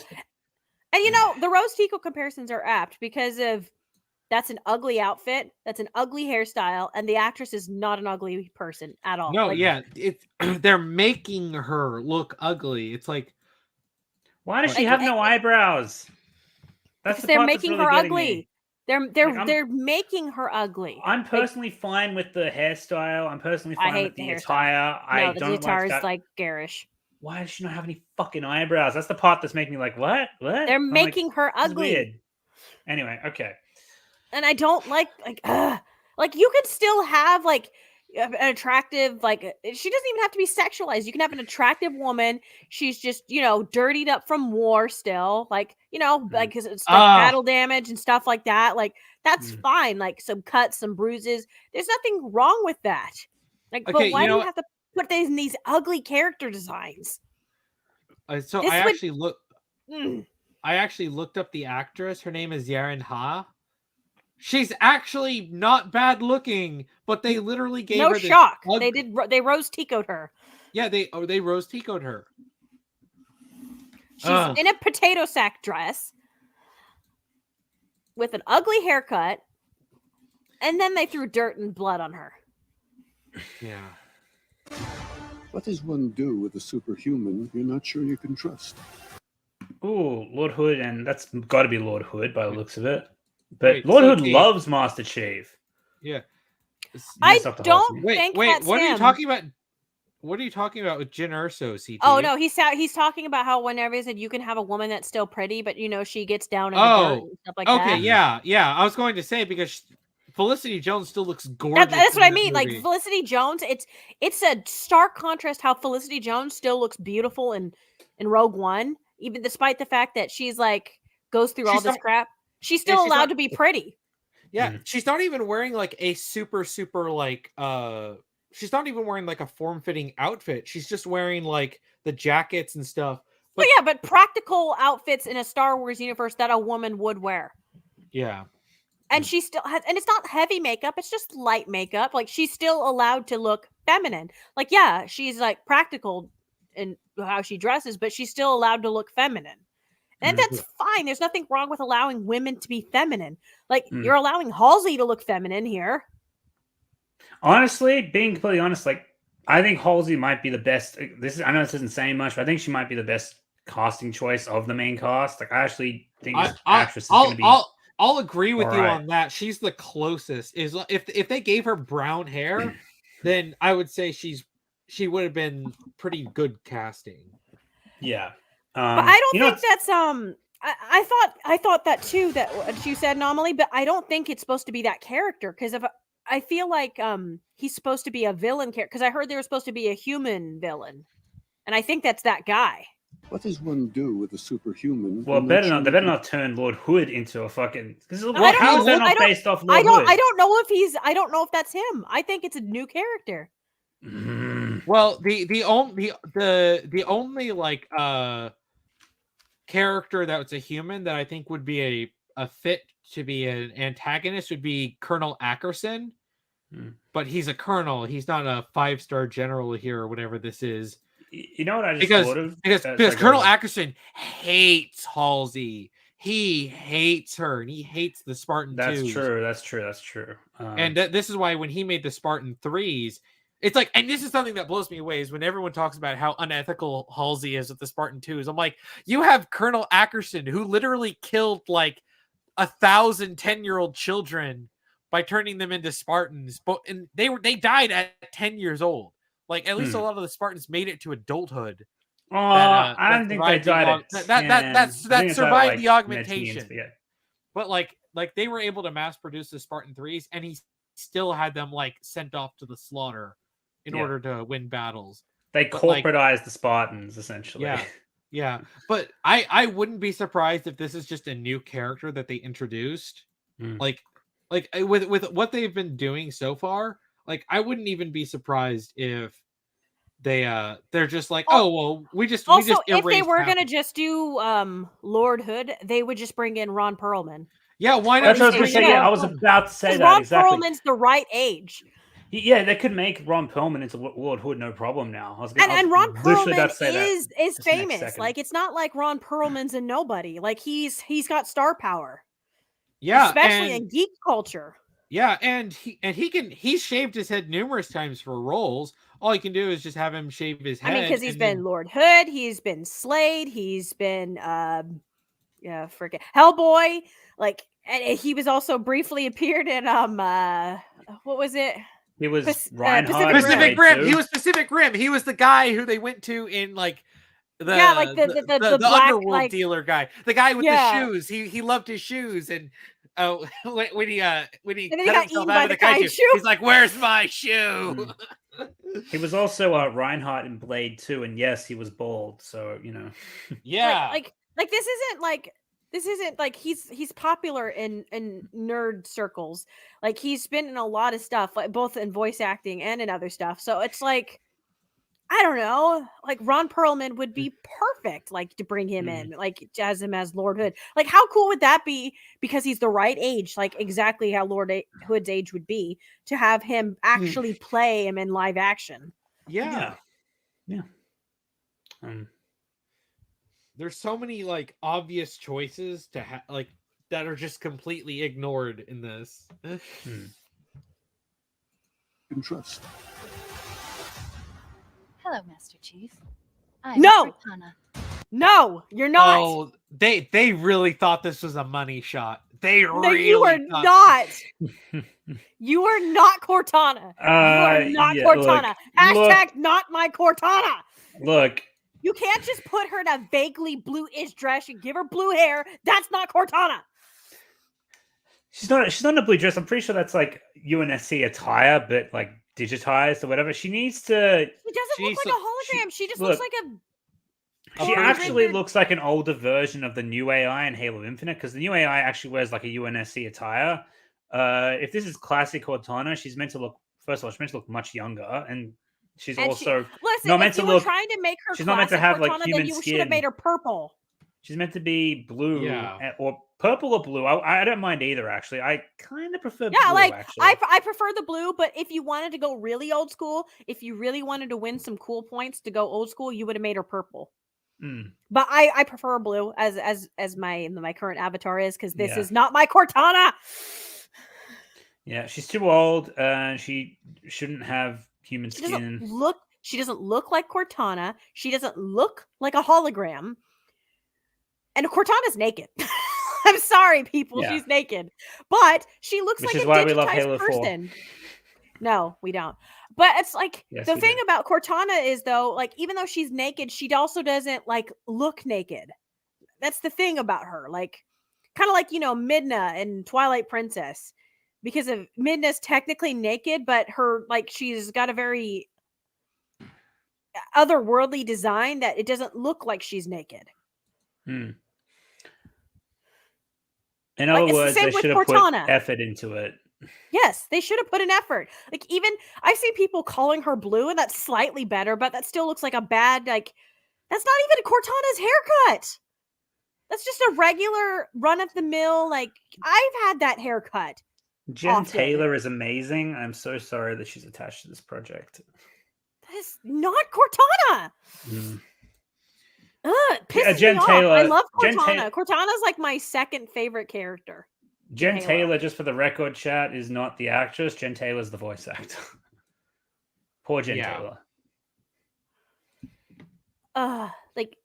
Chat, if you want peak Cortana, just look up Halo 2 Anniversary Cortana. She's awesome. Agreed. Yes, that is not Cortana. No, that is not Cortana. What game is that? Coolman, that's Metal Gear Solid 2. Metal Gear. Oh, okay. So when Coolman showed me this trailer, obviously to get my reaction from it, when he messaged me it, the very first thing I said was, "What did they do to Cortana?" I'm sure he's probably wondering. I wonder what Angel's reaction would be. What was the first thing that's going to piss her off? And I would not shut up about how mad I was about Cortana. Yeah, literally, that was I think, did I post the video and then I immediately posted the screenshot of Cortana? Yes, and you just kept and Coolman kept ranting about other things, but I just kept coming back to Cortana because I was so pissed off about Cortana.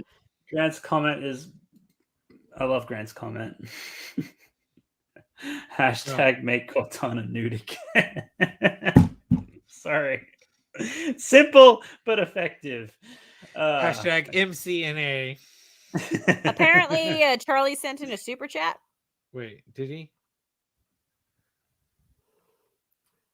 Here we go.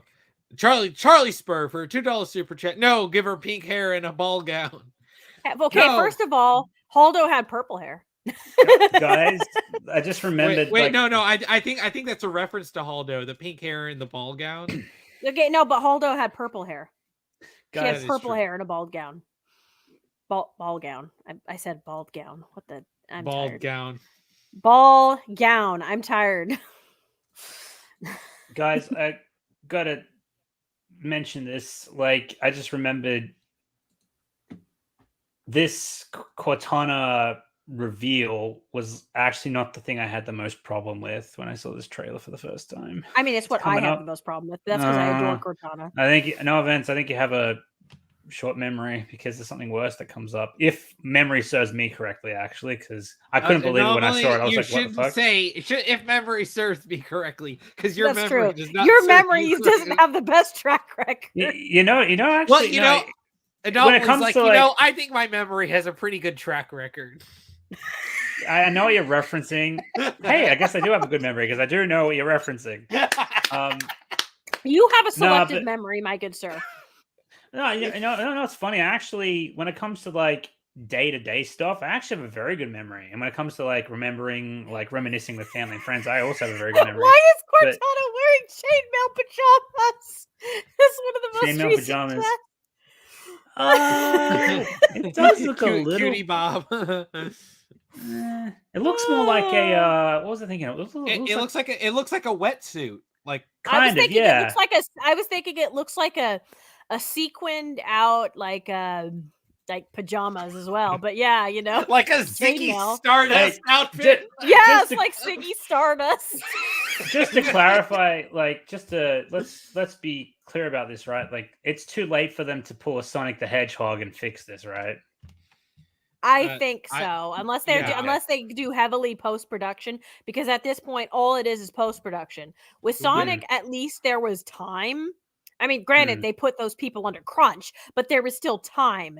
This is finished. This is finished. Oh no! I just looked this up. It's coming out March 24th. It's Yeah, coming it's out finished. in, like, a month. They're not gonna unless they decide that they're gonna delay it, unless they announce that they're delaying this. This is finished. It's gonna come out like this, and maybe there's a reason the showrunners jumped ship after it finished. Yeah. Well, they were ahead of the curve. Anyway, there's actually something I have a bigger problem with in this. But they decided to leave this turd on their way out. Oh Yeah. God.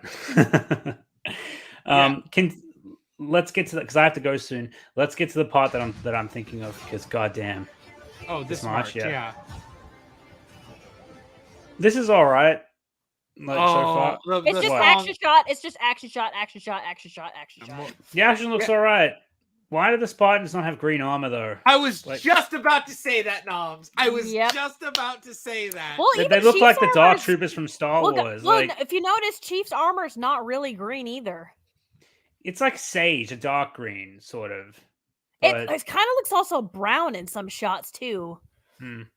I don't know. Maybe it's like a really, really, really like browny green. Yeah, this is the music is what I was also going to bring up. This is a cover of "In the Air Tonight," which why would you choose that song and not a rock song? Yeah, the other thing is only a mix. The other weird thing is like why wouldn't they put in Halo music? You know, you gotta get the bongo jump.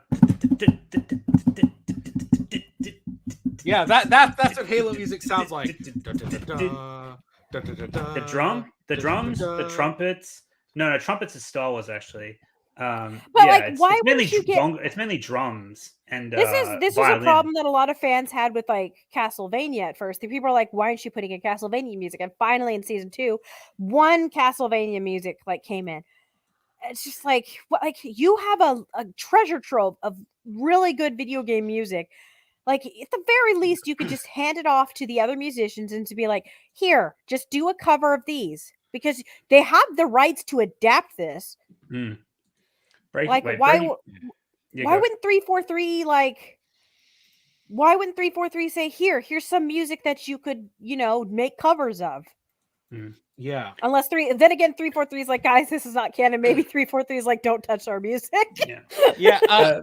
Because I remember when I first was bringing this up in my server, and I was like, why didn't they just get Breaking Benjamin? And then Ghost made a comment about this and is talking about it here, that Breaking Benjamin mocks 343 at their concerts. I had not heard about this. For that. I was going to ask about that too. I was like, what? Like, that sounds funny. Like, yeah, I'd like some more details. If they think that they suck at Halo and they were like, we don't even want to be. Well, I mean, they're big Halo fans. Yeah, like right? their music is iconic in Halo 2. Apparently, they didn't charge for it either. Apparently, they allowed the insert of their song for I would pro believe bono, it because of they were huge fans, and Nathan Fillion was like huge fan of Halo. And whenever they're like, "Do you want to be in a Halo game?" He's like, "Yeah."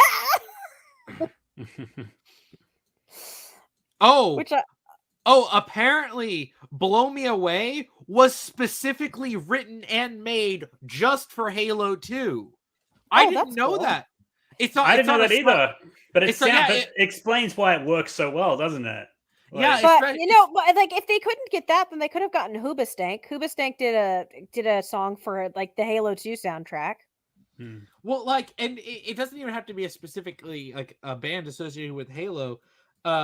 It could have just been a rock band. If it was rock music along with the Halo, typical Halo music, then people that would have fit what Halo is known for. But then they're trying to go with this. This feels like very, very paint by the numbers sci-fi with just some Halo iconography.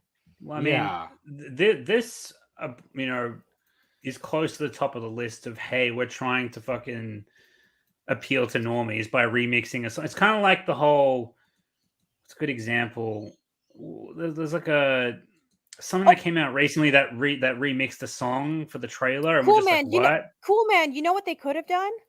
What? Because if think about it, what's something that's beating out Hollywood easily? YouTube. People are turning to YouTube more for like their entertainment. Who is a really popular video game cover artist on Lindsay Sterling? Oh yeah. And Lindsay Sterling did that really amazing Halo cover. You could have just hired her and have her like compose music and have her play some cool like chords on her violin. like da da da da da da da da da. Like you could have look it up after this chat. Look up Lindsay Sterling Halo. She does a really, really good cover. And then she's got a whole bunch of cosplayers like fighting each other like in the background. It's actually a really good video. I love it. She does all sorts of like really great video game covers, like for Legend of Zelda, like you name it. Like I love Lindsay Sterling's music.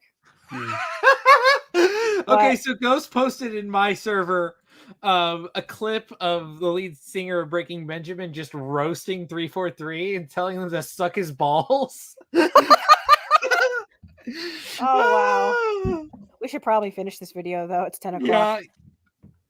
Yeah, okay, let's Well, I mean, that's probably why it wasn't in Halo 2 Anniversary, was it? Yeah. It's like, that's why, like, fuck you, 343 is like, yeah, we're not contracting you to do the anniversary music. But, good for them. Good for them, they don't care. I love Breaking Benjamin. Sorry. Yeah. She looks Sacred awful. Halo. Who's that? Oh. Go back. Sorry, Original character. I think only Master Chief is the only actual Spartan from canon. Something. Sacred Ring. Halo. How the fuck do you know that says Halo? God damn it. They're not supposed to know. It's not canon, guys. Oh man, is that the Pillar of Autumn there? That does kind of or is that just a regular? Yeah, it looks like. No, it does kind of look like it. Also, how could we know if it is supposed to be the Pillar of Autumn? They could have just changed the design. That's true. I mean, it looks close. These people don't seem like they respect. Oh, who the fuck is this? Speaking of generic sci-fi. Oh yeah, it looks like Jupiter Ascending. That is not a sci-fi. Fuck! Oh, that's right. No. This is what I had. This is what I had the biggest problem with. Gravemind. Look at this. It's like, but is that a human member of the Covenant? Is that what we're doing? No, I think she's the Flood. Look, keep watching. No, guys. No. Anomaly. The supposedly the Flood's not supposed to appear. Well, I have no idea who the fuck she's meant to be then, but keep playing and you'll see what my biggest problem with this whole trailer. It looks like, are these supposed to be the prophets? Yeah, they're meant to be the prophets for sure. I'm guessing that's Arbiter standing in front of them, but who the fuck is this bitch? Yeah, that looks I think she's a human Covenant member, guys. Humans. Which she was my The Covenant. What the fuck? Yeah, Oh, did you that's just what I hear mean? her? She said See? humans surrender to the Covenant. Yeah, she's like a human. Yeah, but the tentacle things. Yeah, that's Yeah, what I mean. like- Is she like the femme gravemind or some shit? I was just like, I saw this and I was like, what the fuck I know, is but this shit? see, here's the thing though. Are these people so stupid to think the Flood are also the Covenant? Oh, they probably are. Femme mind. This bitch was my fucking biggest problem with the trailer. I was like, when I saw Cortana, I was like, but then I saw this and I was like, nah, Cortana's fine by comparison. No, This is see, just no. bitch. But the thing that makes me more mad is why is there a human member of the Covenant? The Covenant hates the humans. Yeah, the Covenant. She's like, not. well, I don't think she's human. I think she's just fucking. They just, No, she's she's an actress. and she's clearly playing a character. human. No, she She's looks clearly human. human. She looks human. I don't think she's human. Okay, Like, even if she was just another species that happens to look identical to humans, why would the Covenant have her? They hate humans. oh no, I agree with you. Yeah, absolutely. I'm just saying that, like, I don't think she's human. I think she just looks like she's putting on an But appearance. from what I heard, Does it make sense? from- Fuck no, it doesn't. From what I heard, that the main antagonist is supposed to be human. I don't know if that's her. Ligolo worms. Is yeah, that what you reckon those are. Could you hunters. imagine if she's a fucking hunter in disguise? Like, That would be stupid.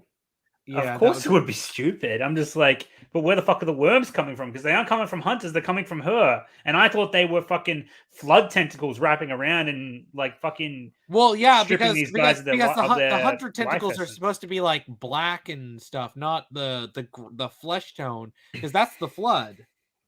Exactly. So I'm like, is she like feminist gravemind or some shit? This scares the shit out of me. I'm like, what the fuck I are they think doing? these people are so stupid to think that the Flood is part of the Covenant. They're probably going to make the Flood like a Covenant weapon or something. Oh, fuck okay. is this? I just looked up what Kin Kaneki is saying, and apparently this character, she was orphaned and then raised by the Covenant. Yeah, no, that's Oh what my I was saying. God. That's what I was saying. Anomaly, like she is a human. Like they even said in like a press stuff that the main antagonist is a human. No, So count me out. why- I'm done. I'm done with And this. why on Count me earth? out.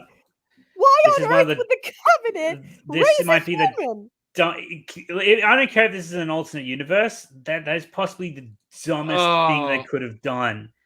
Okay. You want to Humans. diversify the fuck out of Blue Team. You want to make Cortana's appearance look as fucking retarded as possible. You want to include AK-47s You make in a Chief fucking backseat, and then you got your sci-fi. Rose Tico Ray Skywalker That's- character. AK-47s okay. and sci-fi. And then this is the worst thing they've done by far. Okay, Like, okay. Anomaly. It's actually worse the more you think about it, because of like really think I don't about want to it. think about it. Okay, Anomaly. It's bad No. enough. Break it. Let's break this down. So not No, only did the Covenant not. raise No. Hang on. Not only did the Covenant raise a human, remember the prophets knew all along, or at least the highest up.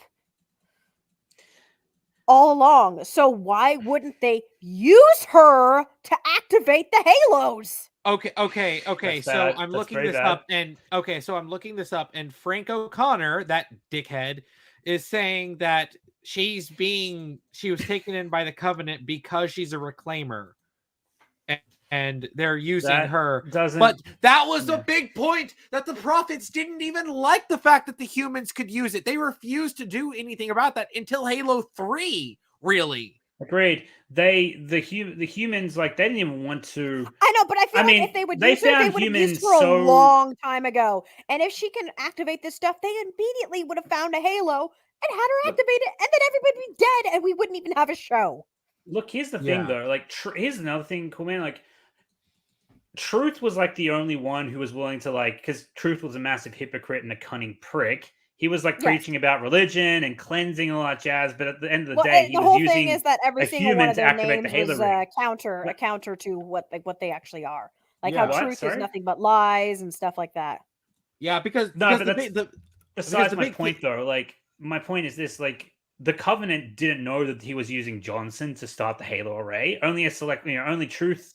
He said, like, before he was using Johnson before Miranda crashed the party in Halo 3, he was like, that secret dies with you. He's like, I admit I need your help, but, like, my point is this: the Covenant found the very existence of humans disgusting and sacrilege. They were cleansing them. They weren't. Yeah, I gonna know. Like my use point them.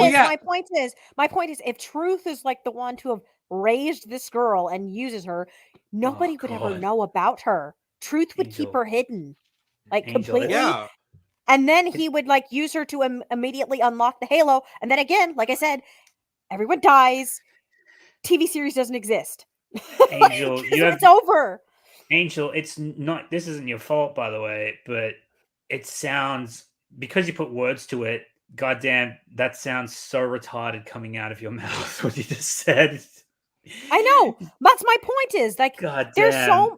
so much stupid like logistics like around this. Like no matter how much you think about it, it makes absolutely no sense. Like if like Truth like had the forethought, then he probably would have used her a long time ago.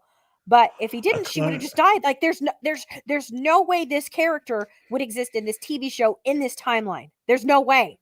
Even in this stupid alternate timeline. Also, why are the Flood not attacking her? The Covenant didn't control the Flood, and the Covenant don't want the Halo turned on, so they'd be trying to stop her. No, the Covenant do want the ring turned on. No, They just don't know what it does. No. The Flood. No, Why aren't the Flood stopping her? Yeah, They're Flood attacking the humans. Gravemind Oh. doesn't want it because then that means they'd lose their food. Right, Oh, yeah, because of course, that's of why course. that's why Gravemind was like helping at the very least Chief and Arbiter at the very end, like not killing Yeah, of them course, because I get like that. we are in one purpose, like because of like at the moment they were like we're in an enemy mind situation. We don't want this thing activated. Yeah, no, I got you. Yeah, no. So I thought you meant the Covenant don't want the ring activated. It's like, no, yes, they No, do. no. Okay. The flood don't Okay, want it okay, activated. okay, So why okay, are the yeah. Flood attacking the humans but not attacking her? She's clearly going to try to activate Forerunner tech. What Yeah. I don't know. But Okay, like, so, look, it looks like the Flood, but do we know that's the Flood? Okay, I know. Ken keeps Again, saying they that could be that it's stupid the- and think that the Flood are just a weapon. Ken- Oh, Okay, Ken Kaneki Covenant. keeps saying that it's the Legolo worms, which are the hunters, but we have never seen the hunters act like this ever. Like they remain in their own shapes, and also remember, hunters are always go in pairs. yes, Why- but you expect them to respect that. No, I don't expect them to respect that. That's why I'm pissed off. All right, look, guys, let's rip the Band-Aid off, shall we? Because I honestly can't take much more of this. Cortana, I'm gonna need you now. Yep, they're the replacements for Blue Team. Uh, Great. Pause, cool man. You're gonna get copyrighted. You probably already did get Wait. copyrighted. Wait, there's the black guy from earlier. Token Yeah, Fred, how you doing? We lost Johnson for this chat. Find the Halo. Win the war. No, Oh, God. no, you do no. You find the Halo, everybody loses. No, they Except don't Guilty know. Spark. It's like that's the thing. They didn't even know anything about it until like the last minute in Combat Evolved, and then Guilty Spark is like, "Hey, let's go turn on the Halo. Let's Yeah. start the party." Look, and Also, then- it was heel versus babyface who brought this to my attention because I'm like, why does this sound so? Doesn't it remind you of Heroes Save the Cheerleader, Save the World? that's exactly what I thought of when I first watched this. Save the Halo, save the world. It's just like no, and it shows like such a lack of understanding. Like you shouldn't want to no, the Halo's bad news. Like yes, it's cool looking, but the Halo's bad news. That was the whole Well, look, the plot point at the end of Combat Evolved where you find out, oh, this whole thing's actually a weapon and it's gonna kill us all. They haven't gotten to Halo yet, so they don't know what it does. So I can. Yeah, no, they shouldn't I even know it can- exists at this point. If Yeah, they that's were that's actually- true. That's true. But just going off their continuity, like I can understand them if they just discovered it and be like, "Oh, the Covenant won it because it's a weapon." It's like, okay, we need to get the weapon first and win the war with it. So that could be what they because like I'm not even though look, I don't really like the line, but I can understand if they want to find Halo because of just sheer and use it out of sheer I just ignorance. don't like this as an ending line because of like no. This No. this completely changes the entire dynamic Of of course, yeah. everything that was going on in Combat Evolved. Yep. I do like the shot of like elite blood on Chief's visor. That's kind of cool, but you know. Well, it's purple. I think it's supposed to be Covenant blood. Like It's maybe elite an blood. elite's Yeah, blood. yeah, that's what I said. Oh, Anyway, I didn't hear you say elite. I heard you No, said the I shot said of the elite. blood. I said elite. Anyway, Sorry, I didn't. I just didn't hear it. I just That's thought you all said right. just the Yeah. shot of All right. blood. it's okay. No. Oh my I god, did no! not- How just That is aside what a- from most of the aesthetic, like that song should tell you just how fucking out of touch these people are. It's like they have It's no Paramount. clue, or they They're don't very care. out of touch. No, not even Paramount. Just the people. But I mean, Paramount are distributing it. They're not the people who fucking made it. I'm talking about the people who made it. No. They hire and pay the people who made it. They give the blank checks. Trust me. Paramount is very out of touch. They keep. I thought 343 funding- appointed and Microsoft appointed the people who fucking made it. No. The 343 have washed their hands of this. Like even Must have to take a 343 is not backseat to to blame. female cast and Halo. Fucking goddamn it. Okay, Halo like is Anomaly. about female empowerment. Anomaly. I will absolutely lay this at the feet of Paramount. Yes, I still lay this at the feet of 343 and Microsoft because of they let Paramount of all people take this property when there's actually like that's like probably one of the dumbest decisions ever. But Paramount is so stupid. They keep funding more and more Star Trek products. They keep letting Alex Kurtzman be in charge of Star Trek. He is known to being like he's like the Ryan Johnson of Star Trek. Why would you keep letting that person have power? Like Paramount is stupid. They are stupid company. Also, Paramount are like, we can think, Transformers. Like, remember how great that very last Transformers movie was, the night one? No, like even I, who love Transformers, have to admit, like, I was like, whew, yeah, we're really, really pushing it in the bad territory. And a lot of those movies are guilty pleasures for me. I know they're not good. Yeah, cool, man. Rip the Band-Aid off, man. Let's get this over with.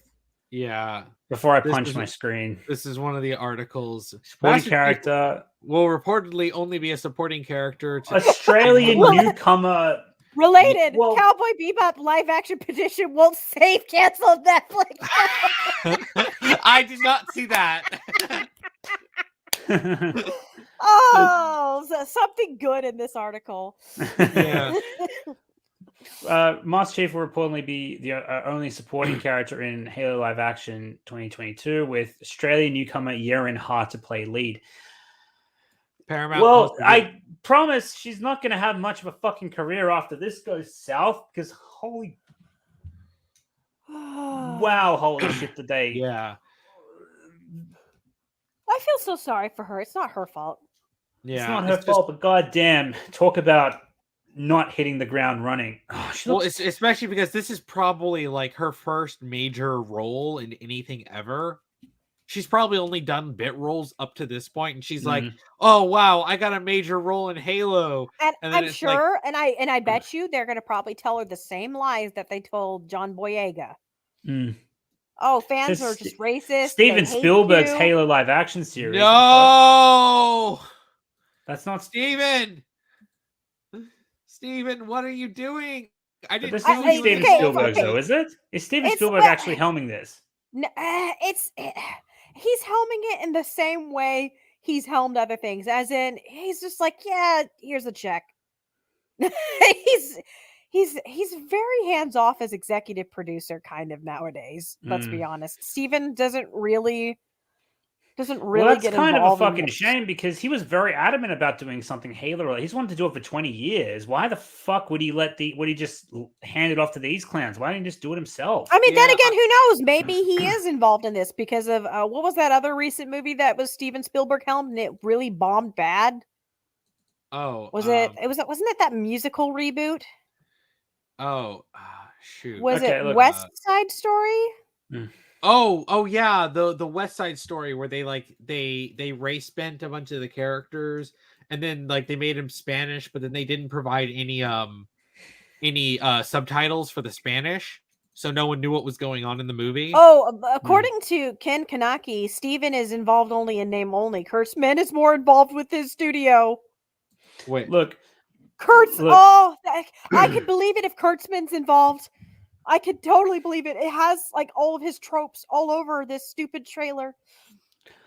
Steven Spielberg. God, these guys are slimy fucking mutts. God damn it. They're using it's Steven Spielberg's production. It's the same way that the perfect example, Mortal Engines from the creator of Lord of the Rings. It's like Peter Jackson didn't have diddly fucking squat to do with Mortal Engines. He just fucking, you know what I mean? I think he was just a fucking consultant on the goddamn project. Because I looked it up. It was done by the way, consultant is really, hey, we were thinking of doing this. Oh, that's cool. I like that idea. Okay, cool. And then they walk away, and then they just like probably tell you completely different. Yeah, yeah, well, or they just tell you, or they tell you the bare bones. Yeah, Peter Jackson, like name only for like he was only attached by name to Mortal Engines. He had diddly fucking squat to do with the production. God damn it! Why? I don't understand. Like again, Steven Spielberg. I feel like this doesn't feel like. Why didn't he push fucking harder to actually do some hands-on work? Yeah, there's a blueprint to Steven Spielberg, like all of his stuff, and he has a wide variety of things that has his finger on it. This doesn't feel like him at all. I looked. Okay, so I looked it up. There are 12 executive producers on this show. Oh, I bet you they just slapped his because he's the most famous, probably on that list. I didn't recognize any of the other names, but Steven Spielberg was put on the top of the list. Yeah. Look. Okay, now I see what you mean by in name only. It's just like with the live action, the newer live action Ninja Turtles. Everybody hates on it, and they're like Michael Bay ruined it, even though he's like one of 8 executive producers. Like I don't understand. Steven Spielberg and Peter Jackson wanted to do this 20 years ago. Steven Spielberg has some involvement with this and didn't push for more creative control and just allowed these fuckers to have to molest Halo. Well, first of all, he's a lot older now. I don't care how fucking old he is. What the fuck's he doing? No, anomaly. 20 years. You have your hands on Halo, and you're gonna pass it up to these clowns. Well, first of all, we don't know what's going on behind the scenes. Maybe he's got too many projects he's helming right now. Maybe I don't know. Maybe he lost his spark for it. People get burnt out. We were past handing off prized fucking IPs to dumb cunts. How do these fuckers keep getting their hands on precious shit like this? Because that's what activists do. They infest, they infiltrate, and they destroy. A baseball bat across the fucking face to solve the problem. That's not going to work. Once these leeches get in, they're parasites. They get in and then they kick you out. It's like they fucking just infiltrate organizations and breed it the fuck out so they can. That's exactly what they do. But fuck me dead, man. The fucking what was it? Walking Dead had by the 4th season had this system in place. Like Rick would ask someone 3 questions to know if they were trustworthy to be let into their community. He'd ask them how many walkers you killed, how many people you killed, and why. It's like we need a fucking system in place to prevent, ask these cunts 3 questions, and depending on their answers, hire them or not, to just prevent these fuckers from parasiting their way the fuck into these companies and getting their hands on stuff like Halo. Sorry, I know I've kind of reached my limit with this. I wasn't mad. I was kind of we'll see before. Now I'm furious. Now I'm just. That's what they do. What IPs are left at this point? I keep thinking, how many things can they keep taking from us? And these activists just keep infiltrating. # bring back gatekeeping. They can't keep getting away with this. Accuse me of gatekeeping. Accuse me of the fuck you want. It's the right thing to fucking do with these cunts. No, it's not. I don't care. No, it is. It is give them a taste. Give them a taste of their own fucking medicine. They fucking earned it. I don't care. No. Gatekeeping is morally right in this situation at this point because if that's what they're doing, they are infiltrating our beloved IPs, our beloved hobbies, protecting and then they're IP, gatekeeping us out of our own IPs that were ours. And for the record, they call us evil. No, How do you think you little a-holes got in the first place? We weren't gatekeepers. We allowed you in good faith, and then you came in to sabotage it. You're parasites. You're viruses. Oh yeah. Goddamn. So you know but what, look, guys? Like a good person, with good hygiene, wash your hands of this. Don't let the germs in, because that's what these people are. They're viruses that just want to kill. Case in point, Kathleen Kennedy would be a classic, probably the most cautionary tale. The best example of a backstabber.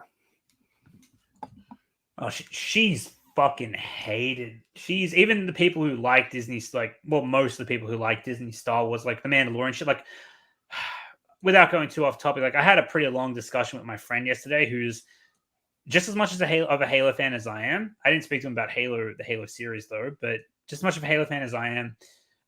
Hates the sequels just as much as I do, but he's actually very much a fan of like the new canon, like the Mandalorian and Boba Fett. He was pleading with me to watch episode 6 of Boba Fett, and I was like, not really interested, dude.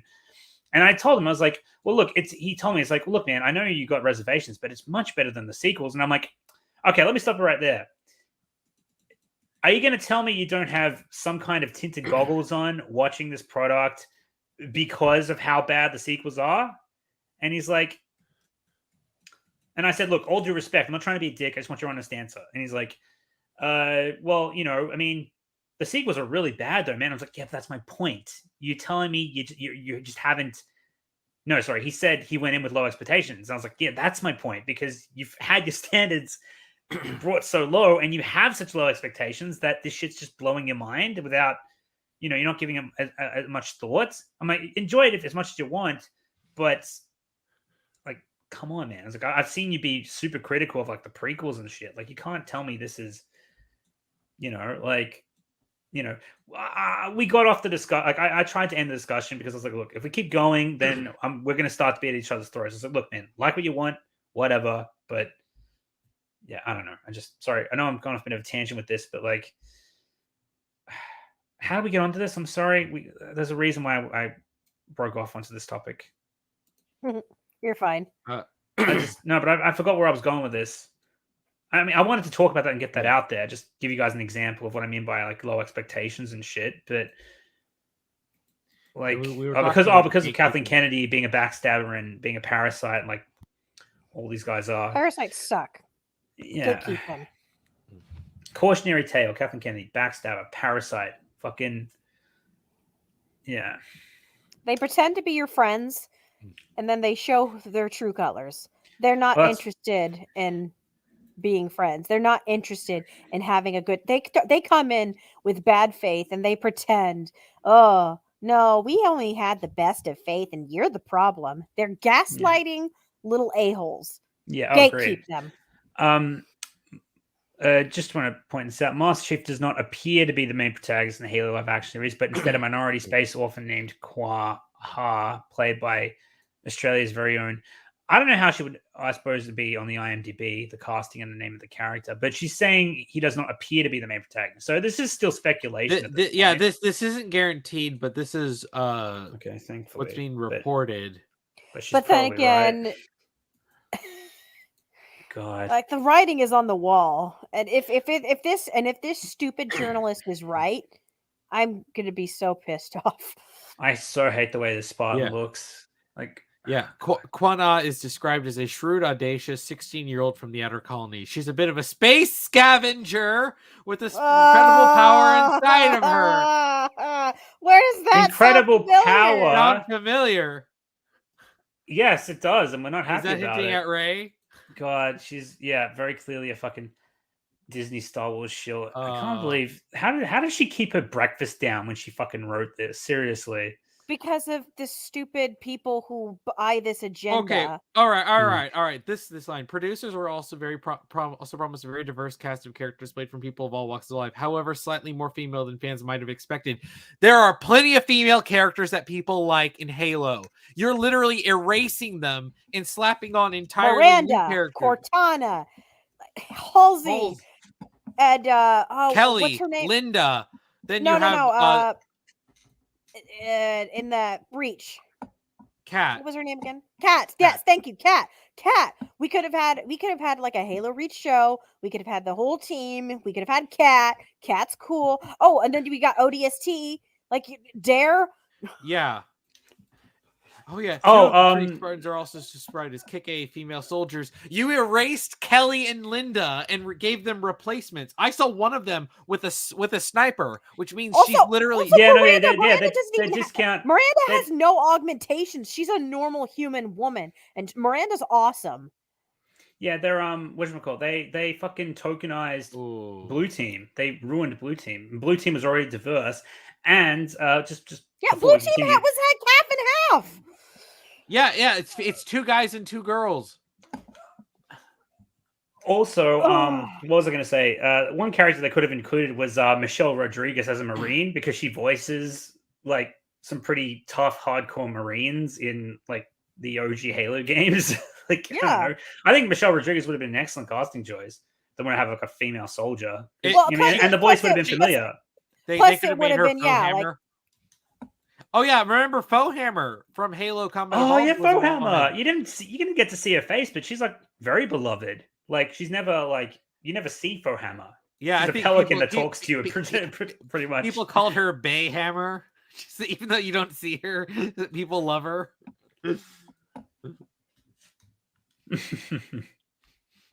The producers decided to take it even one step further and kick the so-called patriarchy in the balls.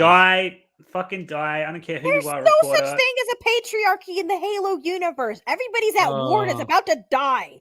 Like we have this bigger character things to along worry with this about. reporter can jump off a cliff for all I care. Honestly, I don't care. Like call me whatever you fucking want, chat. Say I'm a heartless prick, but fucking I don't care. I can't stop. She wrote that. She can fucking stick a pen in her neck and bleed the fuck out. I don't care. Honestly. Christ. You know why? Because she's fucking she's asking for it. She is asking for it. YouTube. This is he not said a that death... in Minecraft. This is not a death threat. This is not a death threat. Oh my this God. is not a death it's not threat. a death threat. Jesus Christ. Fucking YouTube snowflakes. Yeah, that was the end of the other article. Susan, don't kill Cool Man. In Minecraft. Yeah, sorry, I probably should have said this on my stream, not Cool Man stream, but sorry, buddy. But the point I was making Also, is Susan, the reason I'm being nasty towards that reporter / article writer is because she is being nasty. Well, she's and deliberately a provocative. nasty person. She's being deliberately provocative in that article. So They want you to be mad. They want you to be mad, so then they can turn around and be like, see, they're evil. Yeah, I know. Well, I mean, it's just like, okay, fine, I took the bait. Fair enough. But like I said, like it's the equivalent. It's the equivalent of somebody punching you, and then you turn around and defend yourself and punch them right back, and then they turn to the teacher. Oh my gosh! Did you see that? He just attacked me out of nowhere. And the teacher's not going to see the first punch. I'm surprised. Most of my like school detentions, if you want to call them detentions, or like when they took like disciplinary action against me, was because I was retaliating. Because like.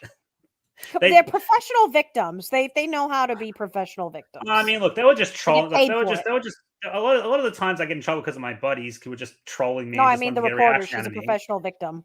But like, for example, you guys ever heard of like? Let me put it this way: like, I would get in trouble for like hitting people with my fully loaded backpack, like swinging at them as hard as I could. You want to guess what they did to my bag? And it was a common prank. I did it too, but like. A lot of times what happened to me, like they get a piece of me. Like I start swinging the fucking thing at their heads. They did what's called nuggeting the bag. Are you guys familiar with what that is? No. They basically emptied it out, turned it inside out, filled it up again, and zipped it up. And said, "Here's your bag." And I was like, "You're gonna fucking die." Like, it's just it's just schoolyard bullshit. But like oftentimes they'd be like, Nomz. My office now, and I was like, but it's like now, and I'm like, but I did it. It's, I'd be the one who gets in trouble because I'm the one retaliating. It always happens. I have younger siblings. Yeah. My little sister always started fights, and then anytime I argued back, anytime I insulted back, it was always just like, that just. See, she's picking on me. And then I get in trouble. And then I'll be like, well, Yeah. she started it. It's like, I don't care who started it. Mm. You shouldn't have finished it. I'm just like, Cool. I hated that. I Yeah. hated that so much. Cool, man. I gotta ask. This is meant to be a celebration stream of you hitting 1,000 subs, which congrats, by the way. Yeah. Why did this Well, turn out to be so miserable? I Because didn't of expect to get this Coolman, angry. because of Coolman loves ripping things apart. Oh God, I That's like hit one my of his limit. favorite things. We will This have is the a longest celebration for discussion. me. Like Oh, God. we will have the long. Like we became friends because we both hated Legend of Korra. Yep. Oh, that was Literally. that was the story that you- Yes, like we Yeah. both hated Legend of Korra. He liked some of my posts. I liked some of his posts. Then we started talking in private, and then just before you know it, we started talking more and found out we had even more interest. Our foundation of friendship is hating on a TV show. So, in fact, hatred can be a birth of something beautiful, guys. Like Yeah. anyone tells you that hating on shows never brings anything good. I don't know. Hatred brought me and Coolman together. Yeah. yeah. Well, I mean, hatred can bring people together. Like, what was it? TLJ brought a lot of people together. Game of Thrones brought a lot of people together. Our mutual disdain for like the lies that people say about the prequels brought us to you. Hey. Anyway, I might actually call it there, guys. I'll let you guys handle the rest of this and stuff. But thanks for having me on. Cool, man. Yeah. You Yeah, host absolutely. you host a killer stream. Congrats on 1,000 subs. Thank Angel, always a pleasure. Chat, always a pleasure. I apologize if I may have helped like derail this stream a couple of times. Tangents. No. I'm sorry if I got a little bit. The best parts were not covering this show. Let's be real. Yeah. I think we can all agree on that. But yeah, sorry if I got a little bit over angry towards the end there. I just like reading those I words, loved it. just- Anomaly, I loved it. Your anger It is was delicious. Yes. Let your hate flow. I through really you. love your Halo, hate and flow. It makes you powerful. I know, like I really love Halo, and I didn't expect. I'm a pretty forgiving Halo fan, all things considered, as you guys well know. I don't forgive Halo 5. I forgive some of the stuff in Halo 4, and I forgive some of the stuff in. I still consider Halo 4 and Halo Infinite to be good Halo games. Halo 5 can burn in hell. I haven't read enough of the new canon books to really be much of a critic on that, but I have read the OG books, which is what this new show is based on. And yeah, just seeing this, it just reminded me of that tweet that I read, whereas like bloody, when like they showed the Halo cast, and then this Asian chick was like applauding the diversity as if that's the fucking thing that matters and makes it good, and I just flipped As my if noodle Halo on that. already didn't have a wonderful Exactly, cast of and characters. it has one of the best. And Like just I'm not a first-person shooter fan normally, but like I fell in love with these characters. Like that's kind of what really pulled me in. Like I love Arbiter. I love Johnson. I adore Cortana. I love Chief. I freaking love Noble Six. I love Rookie. I love all of ODST characters. I love the Reach characters. I love Miranda. I love Halsey. Like these are good characters. Yeah.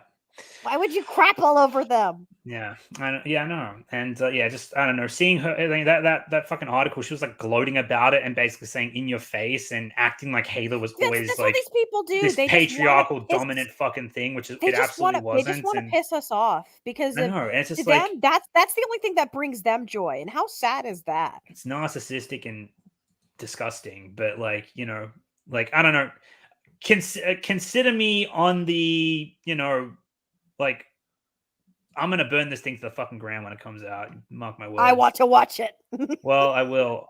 I don't know what I posted on Nomz or Anomaly Inc., but because it's a Halo, it's based on a video game, but it's a television series. It's tricky. Maybe I'll just do what I do with both. Maybe I'll just do what I do with No Way Home. Get double the views. Well, yeah. I mean, it's a good thing because like I posted the No Way Home video on my second channel just for shits and gigs. I was telling Coleman, like, should I post it on second channel too, just see what happens? And he's like, you can if you want. I don't really see the need to do it. But then I did it, and I was like, hey, I just realized it's a good idea in case the original video gets struck down.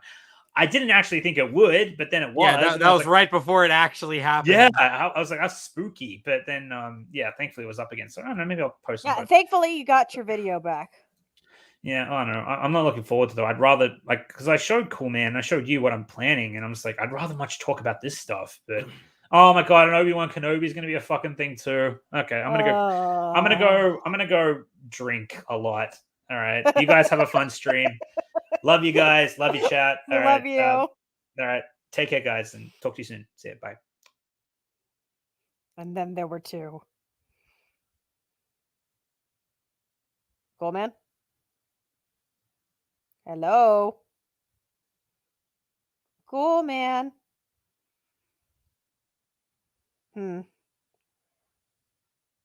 I can't hear Cool, man.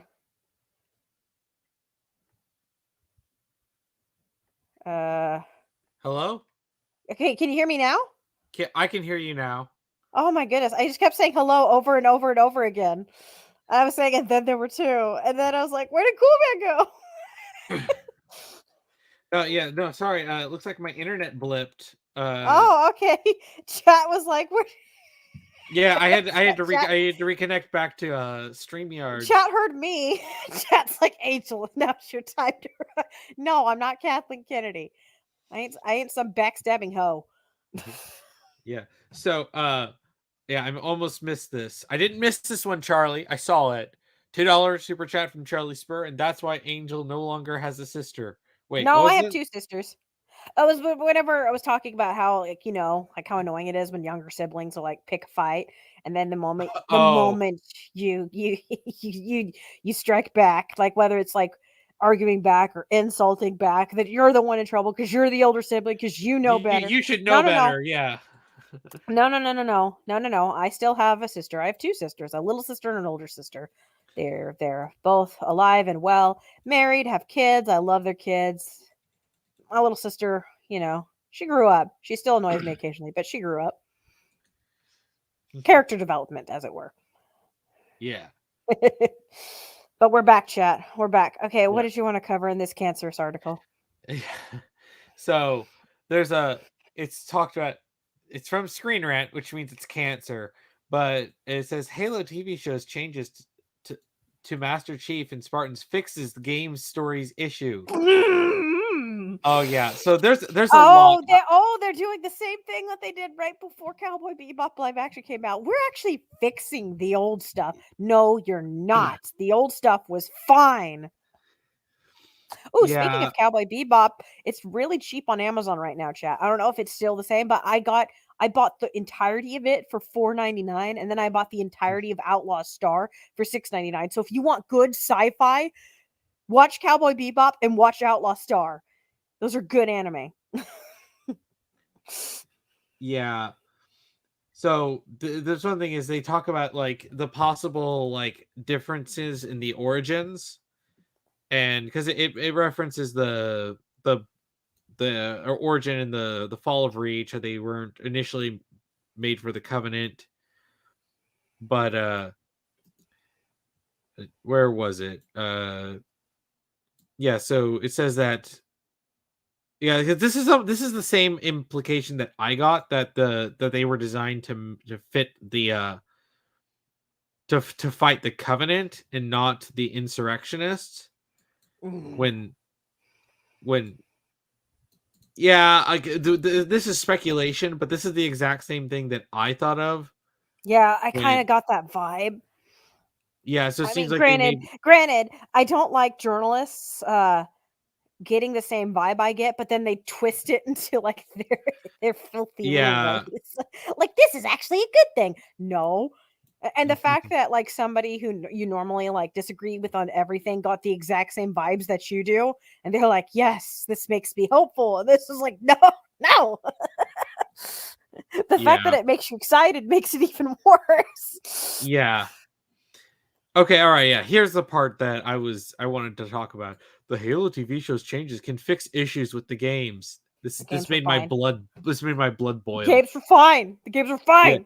Yeah, this altered backstory removes one of the most troubling ethical problems behind the Spartan program. The fact that Master Chief and the Super Soldiers were originally created to kill humans who were fighting for freedom. they're casting the insurrectionists as innocent freedom fighters against a tyrannical regime. So they're doing flag smashers. Yes. At They're least alive. they're fighting for something they believe in. He's out of line, but he ain't wrong. Yeah. Oh, yeah. Ken Kaneki says, if the Spartans weren't made to fight the insurrectionists, it makes the girl's line even worse about asking Chief why he saved her. Yeah, if they change that part of the backstory, then that makes the conflict with the insurrectionists dumb. Yeah. Yeah. Like if the backstory is the same, like if it's the exact same, they were made to just fight the insurrectionists, and if the girl actually is an insurrectionist, then it would make sense asking why would a Spartan save me? But it says that she's a scavenger, so she's apparently not even an insurrectionist. Yeah, if she's just a random person, that makes that line even dumber, because you can understand an insurrectionist saying that, but not unless like she's from a town that the insurrectionists protect or something. I don't know. There's so little we don't know, but I don't know. I'm not getting good vibes, and it's not just because of her outfit as a fashion disaster. Yeah. Yeah, and the article continues. Nyland's novel, The Fall of Reach, is well written, successfully portraying the Spartans as heroes, even as fighting insurrectionists. Nyland stuff is well written. Why isn't he writing this show? Yeah, but the question rumbles to the surface every now and then. Again, given the Halo TV show is exploring the Master Chief's origin, it would probably be a little too visible on the small screen, risking tarnishing Master Chief's heroism. This approach is the further benefit of streamlining the Spartans' backstory, making it simpler and easy to present. It's already easy to present. The fact that it's a morally gray situation is the point. It's meant to bring up an ethical discussion about. And you know what's so annoying? These stupid journalists would also like praise something that is morally gray and like a badly written thing. They're like, "Oh, that's morally great. That's so interesting." But their version of morally gray is like Kylo Ren. Yeah. Yeah, it's not ignoring it, but just like in the original canon, they're subject to horrific experiments. Oh yeah, guys, it's just like in The Witcher. Guys, it's the same thing. It's like it's The Witcher. Guys. The Witcher is another show. They ruined that other wonderful video game. Yeah. It's quite possible that in the novel, many of the Spartans won't survive the procedures. I would expect not. Half of them died in the books. Wolf kills... Yeah, Ghost made a good comment. Their version of morally gray is just deconstruction. Yeah. Yeah, but it's like, when I was reading this, I was just like, they actually think that the insurrectionists are like genuine freedom fighters. I'm like, no. They're terrorists. Why is it modern media is so afraid of that word? I'm like, guys, like you'll call other things terrorists that aren't actually terrorists, and then there are things that are terrorists. Well, they're not. No, like if something wants to inflict terror on a population and kill a lot of people. If it walks like a duck and it talks like a duck, then guess what it is? It's a duck. Quack. Yeah. Wise Wolf. They're the fireflies from The Last of Us. Oh. Yeah. Yeah. Innies drive McNukes through Capitol buildings. Yes, they're terrorists. Like there's no nice way to dress it up. Like whenever like the Covenant was trying to kill all of humanity, insurrectionists said, "Nah, F you. Who cares if humanity dies? We hate you. We're not going to ally with you." Those are not good people. They would rather put their hatred over the survival of humanity. Yeah. Like these are not good people. Yeah.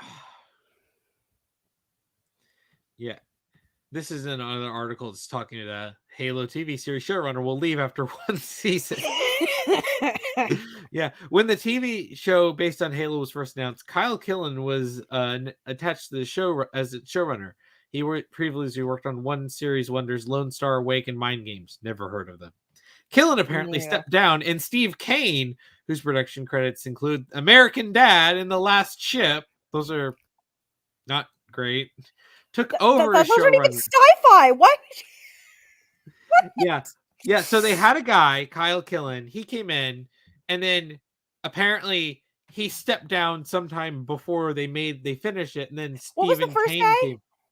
Kyle Killen. Kyle Killen. I'm going to see if I can find him. Kyle Yeah. Killen. Yeah. According to Variety, even if Halo's picked up for a second season, Kyle Kane won't be sticking around. He'll be leaving Budapest, where Halo is being filmed, to return home to the United States. He's like, peace out. I am out of here. Kyle Killen only has like a few writing credits.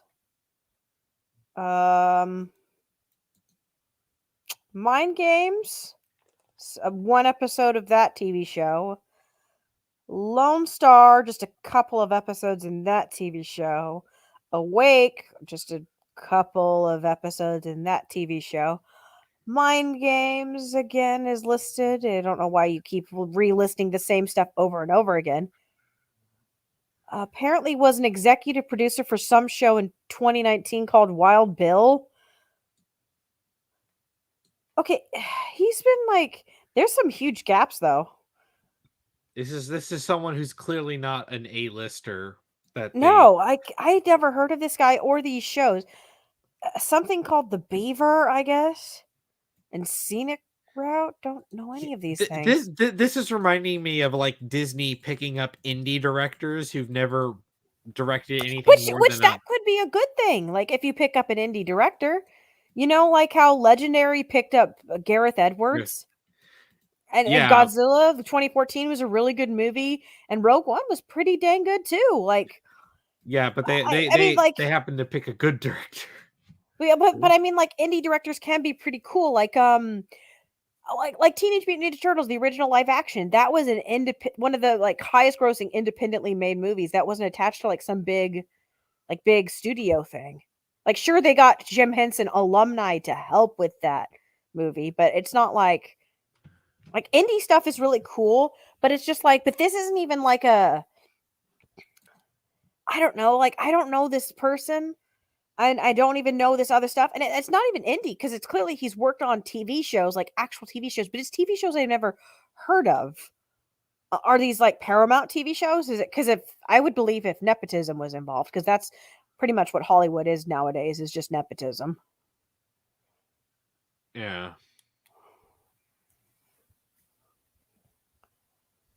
I don't know how all these people get work. Because I feel like many people in chat right now could do, like, even with no credentials, probably could do just at least a bare minimum better job than these people. Like, they could probably give you the most average TV show on the planet. But you know what? It'd be better than this.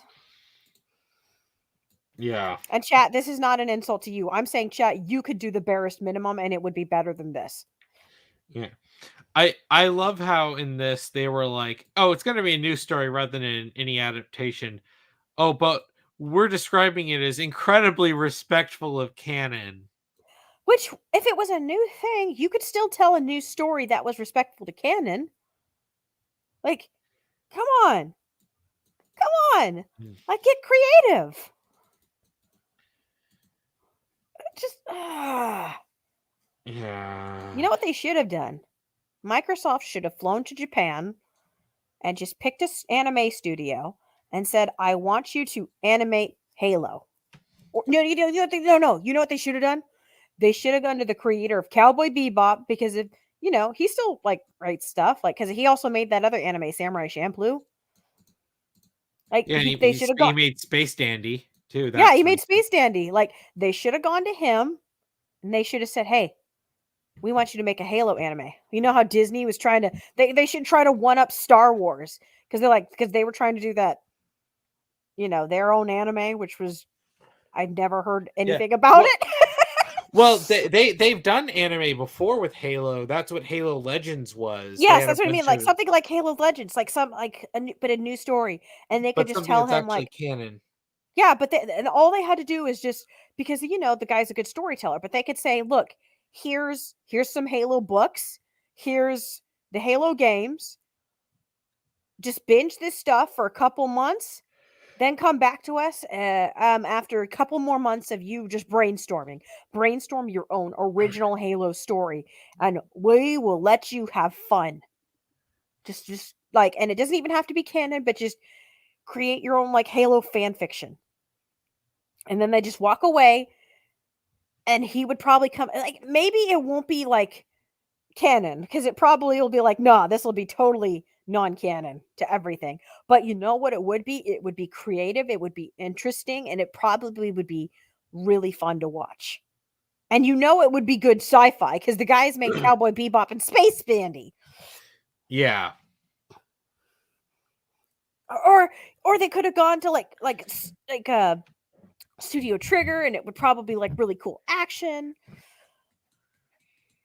Like, I'd even take like Parrot Studios or Toei, like anything. Like, first of all, anime sells. Second of all, sci-fi's cool. And third of all, Halo's got like so much fun action. I feel like it would do really well as an anime. Yeah. I'm surprised they never did anything like Halo Legends again after that. At the very least, they could have gone to Netflix and had Netflix like hire an anime studio and been like, make this into something. Okay, Grant, I said Trigger would have cool fight scenes. And first of all, Kill la Kill is amazing. So you're wrong. Yeah. And I never said story. I specifically said you go to the creator for Cowboy Bebop if you wanted a good story. I said if you want really cool fight scenes, you go to Trigger. Like it's Trigger. Goodness gracious, they're like the animation in their fight scenes are amazing. Also, Kill la Kill's great. You're wrong. Yeah, Kill la Kill is amazing. I love Kill la Kill so much. Yeah. Yeah. Halo showrunner explains why he left after season 1.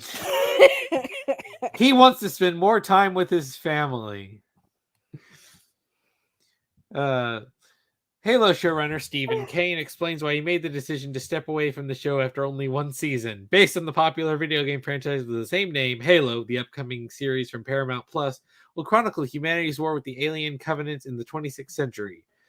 Although several live-action Halo projects have previously been released, including Halo Nightfall, the new series marks the biggest and most expensive Halo adaptation to date, and the first one to fully focus on the iconic chief as a central character.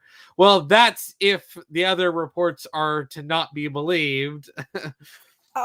Robinson, I already said it earlier. I said if you want to watch good anime that's also good sci-fi, the original Cowboy Bebop, you can get it on Amazon right now, I believe on Amazon Prime. I bought it the other day for just $4.99. Cowboy Bebop, the entirety of it. And then I bought Outlaw Star, the entirety of it, $6.99 on Amazon. They're not very long anime, but they're both very good. Good sci-fi, good anime. Go watch them. Space Dandy too. Go watch Space Dandy. And you know what? I'm going to watch Samurai Champloo. I actually haven't seen it, but I've heard a lot of good things about it. And it's made by the same guy who made Cowboy Bebop and Space Dandy. So I want to watch it. Mm-hmm. Oh, the series has definitely had a troubled production. With the series first I already saw Cowboy Bebop on Netflix. No, the anime. Watch the anime. Not Netflix's garbage. Unless you mean that they put the anime on Netflix, which if you watch the anime, the actual anime on Netflix, fair enough. But no, do not watch Netflix's garbage. Watch the actual anime. That was garbage. What Netflix made was garbage. It was hot garbage. Probably one of the worst adaptions ever in the history of ever. Anyways, sorry, cool man. Yeah. So he's talking about how it's like, they're talking about they had a troubled production. It was announced in 2013. Oh. And it was given the green light in 2018, but they lost the director and executive producers. And then Paramount picked it up. And then Kyle Killen, there's a showrunner, left the project. This is Project Hell, the paragraph. Yeah. Oh, Kyle Killen left before they actually began production, and then was replaced by Kane. So Kane came in and had to pick up the pieces of what was left, and then afterwards he's just like, well, I'm just spending too much time away from my family, so I'm just booking it out of here the second I can. Yeah, his family. He's probably like, gosh, I miss my family. I don't want to see this soulless husk ever again. I want to hug my wife. I miss my wife. I miss my wife, Tails. Yeah. It's like, so yeah, that would be reasonable, but like knowing just how much of a dumpster fire this has been. Cool, man. Who posted Cortana on my Twitter.com? So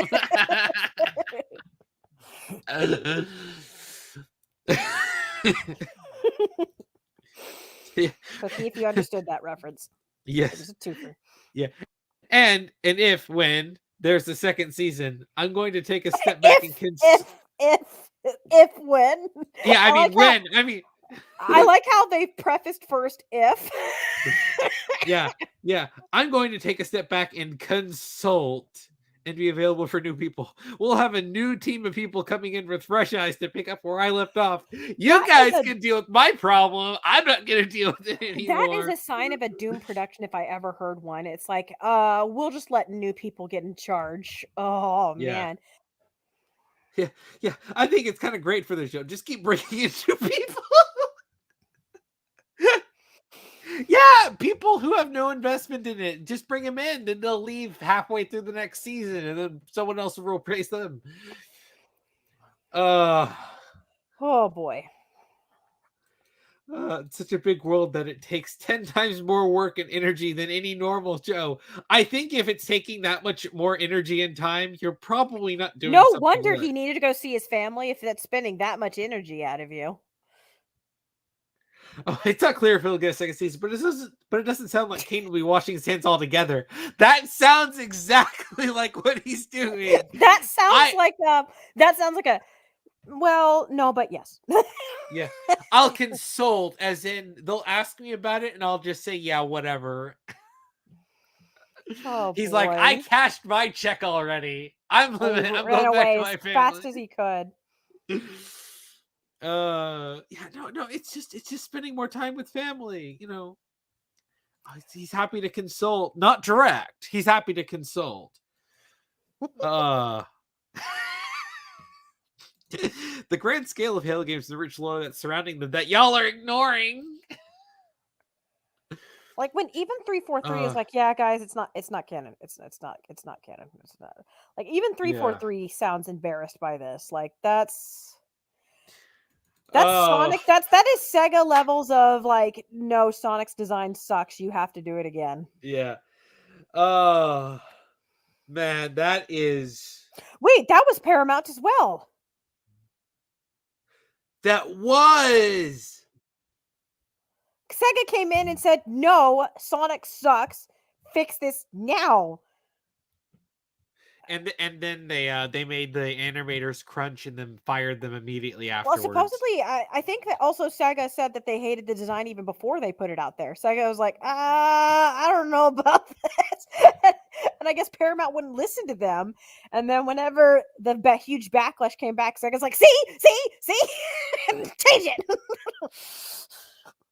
But obviously, there's just probably no time. I bet you even 343 is like, but there's no time because the show's coming out next month. So they're probably like, we can't. It's just gonna be dead. I think this is why they held off on showing much of it until now. Oh yeah, I know. That's the weird thing too is, and also chat. That's a huge death knell because of why did they take so long to finally show more, and the show's coming out soon. Very soon, especially since the show was finished a while ago. Yeah, when was the first trailer? The first look, that was last December. Chat. It was months before they showed anything else. Like chat, like that is a bad sign when they don't show a lot, unless it's like by purpose they don't want to show a lot. Because if they want to, build up hype, like the reason like why Sony wouldn't show Andrew Garfield or Tobey Maguire, even though it's the worst kept secret in Hollywood, it's like that was obviously by design. They were obviously trying to Sony did the same thing with Ghostbusters. They purposely barely showed the original cast because they wanted to build up hype. Like, so I get it. I get that if that's what you're doing. Also, Sony was trying to save money because of less marketing means, less cost. So that they would just show the same trailers over and over again rather than constantly pump out new ads over and over and over again with new different TV spots and trailers, which business wise, not a bad plan. But this is kind of like Rise of Skywalker. Remember how long it took for Rise of Skywalker to get a trailer? Yeah. Like that was not a good sign at all. I remember saying that to Coolman. I'm like, oh, isn't that hilarious? That shows that they don't have a whole lot of faith in this. Yeah, like if they're hiding it, then yeah.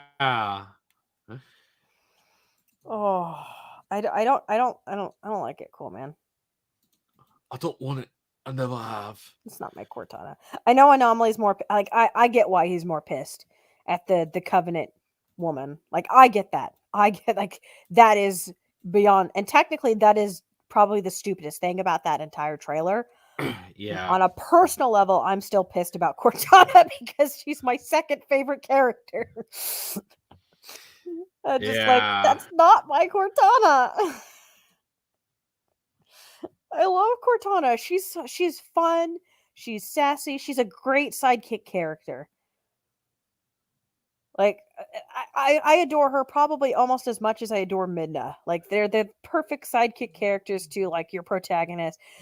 They're so knowledgeable. They guide you, but they got a fun personality. Like Cortana's fun, especially when she's cracking jokes about how Chief never gets her anything because she wants a tank. I love Cortana. Yeah, I want to. And they ruined her. They've ruined her again. They keep doing it. They can't keep getting away with this. Like, was making her a villain like already like stop it. You already ruined her. Like, do you now have to make her like not even resemble her at all? At least Halo 4's Cortana just looked like just one of those sexy cosplayers trying to be Cortana. Yeah. Like so, like there's through line, and she's still blue. She's still blue. She doesn't look like Halsey anymore, but she's still blue. But when even Halo 4 is Cortana is a better design than this. Oof. Just what even is that? Like that doesn't look like Cortana at all. Like why does she have a uniform on? Cortana does not wear a uniform because Cortana does not care about clothes because Cortana doesn't see herself as a human. So she doesn't care about human sensibilities. So she also doesn't have human like privates. That's why she's not like she's got Barbie doll anatomy.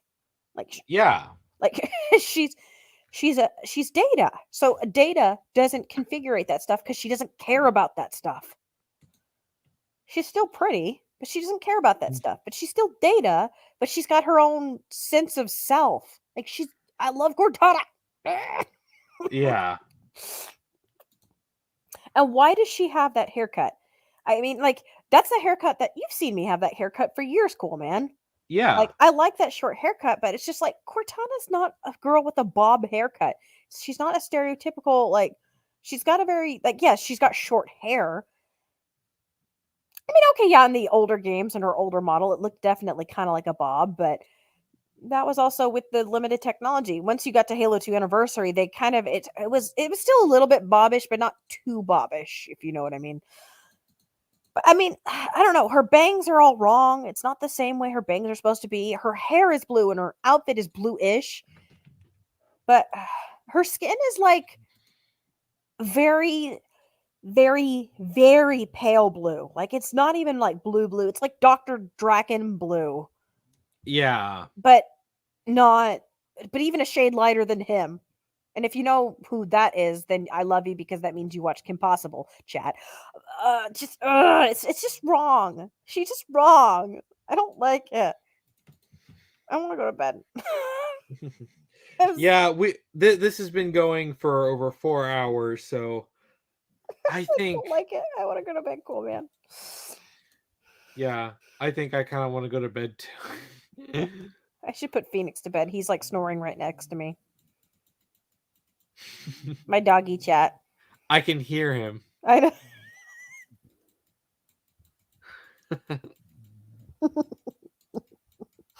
He's so cute. I love my doggy. Oh, slightly woke up. Hi, baby. So, chat. I love you. Yeah. Yeah. So, yeah, thank everyone for coming. This was a great turnout, especially for our first stream. And especially thank you, Charlie, for your super chats. They are much appreciated, Mr. Financier. Oh, okay, cool, man. You got to say it right. This program was made possible by Charlie Yeah. Spur and viewers like you. This program was made possible by viewers like you and our support by Charlie Spur. Oh, Phoenix is snuggling. That's so cute. Okay, I'm gonna go All right. snuggle and put my dog to bed. All right, But first, so I'm gonna snuggle him. yeah. So thanks for watching and see y'all later. And congrats on the 1,000 subs. Yeah, that's what this is about. Yay. Yeah, he was using the 1,000 subs as an excuse to just rant about Halo. I mean, you know. Yeah, but really, yeah. Thanks, and good morning, good evening, and good night.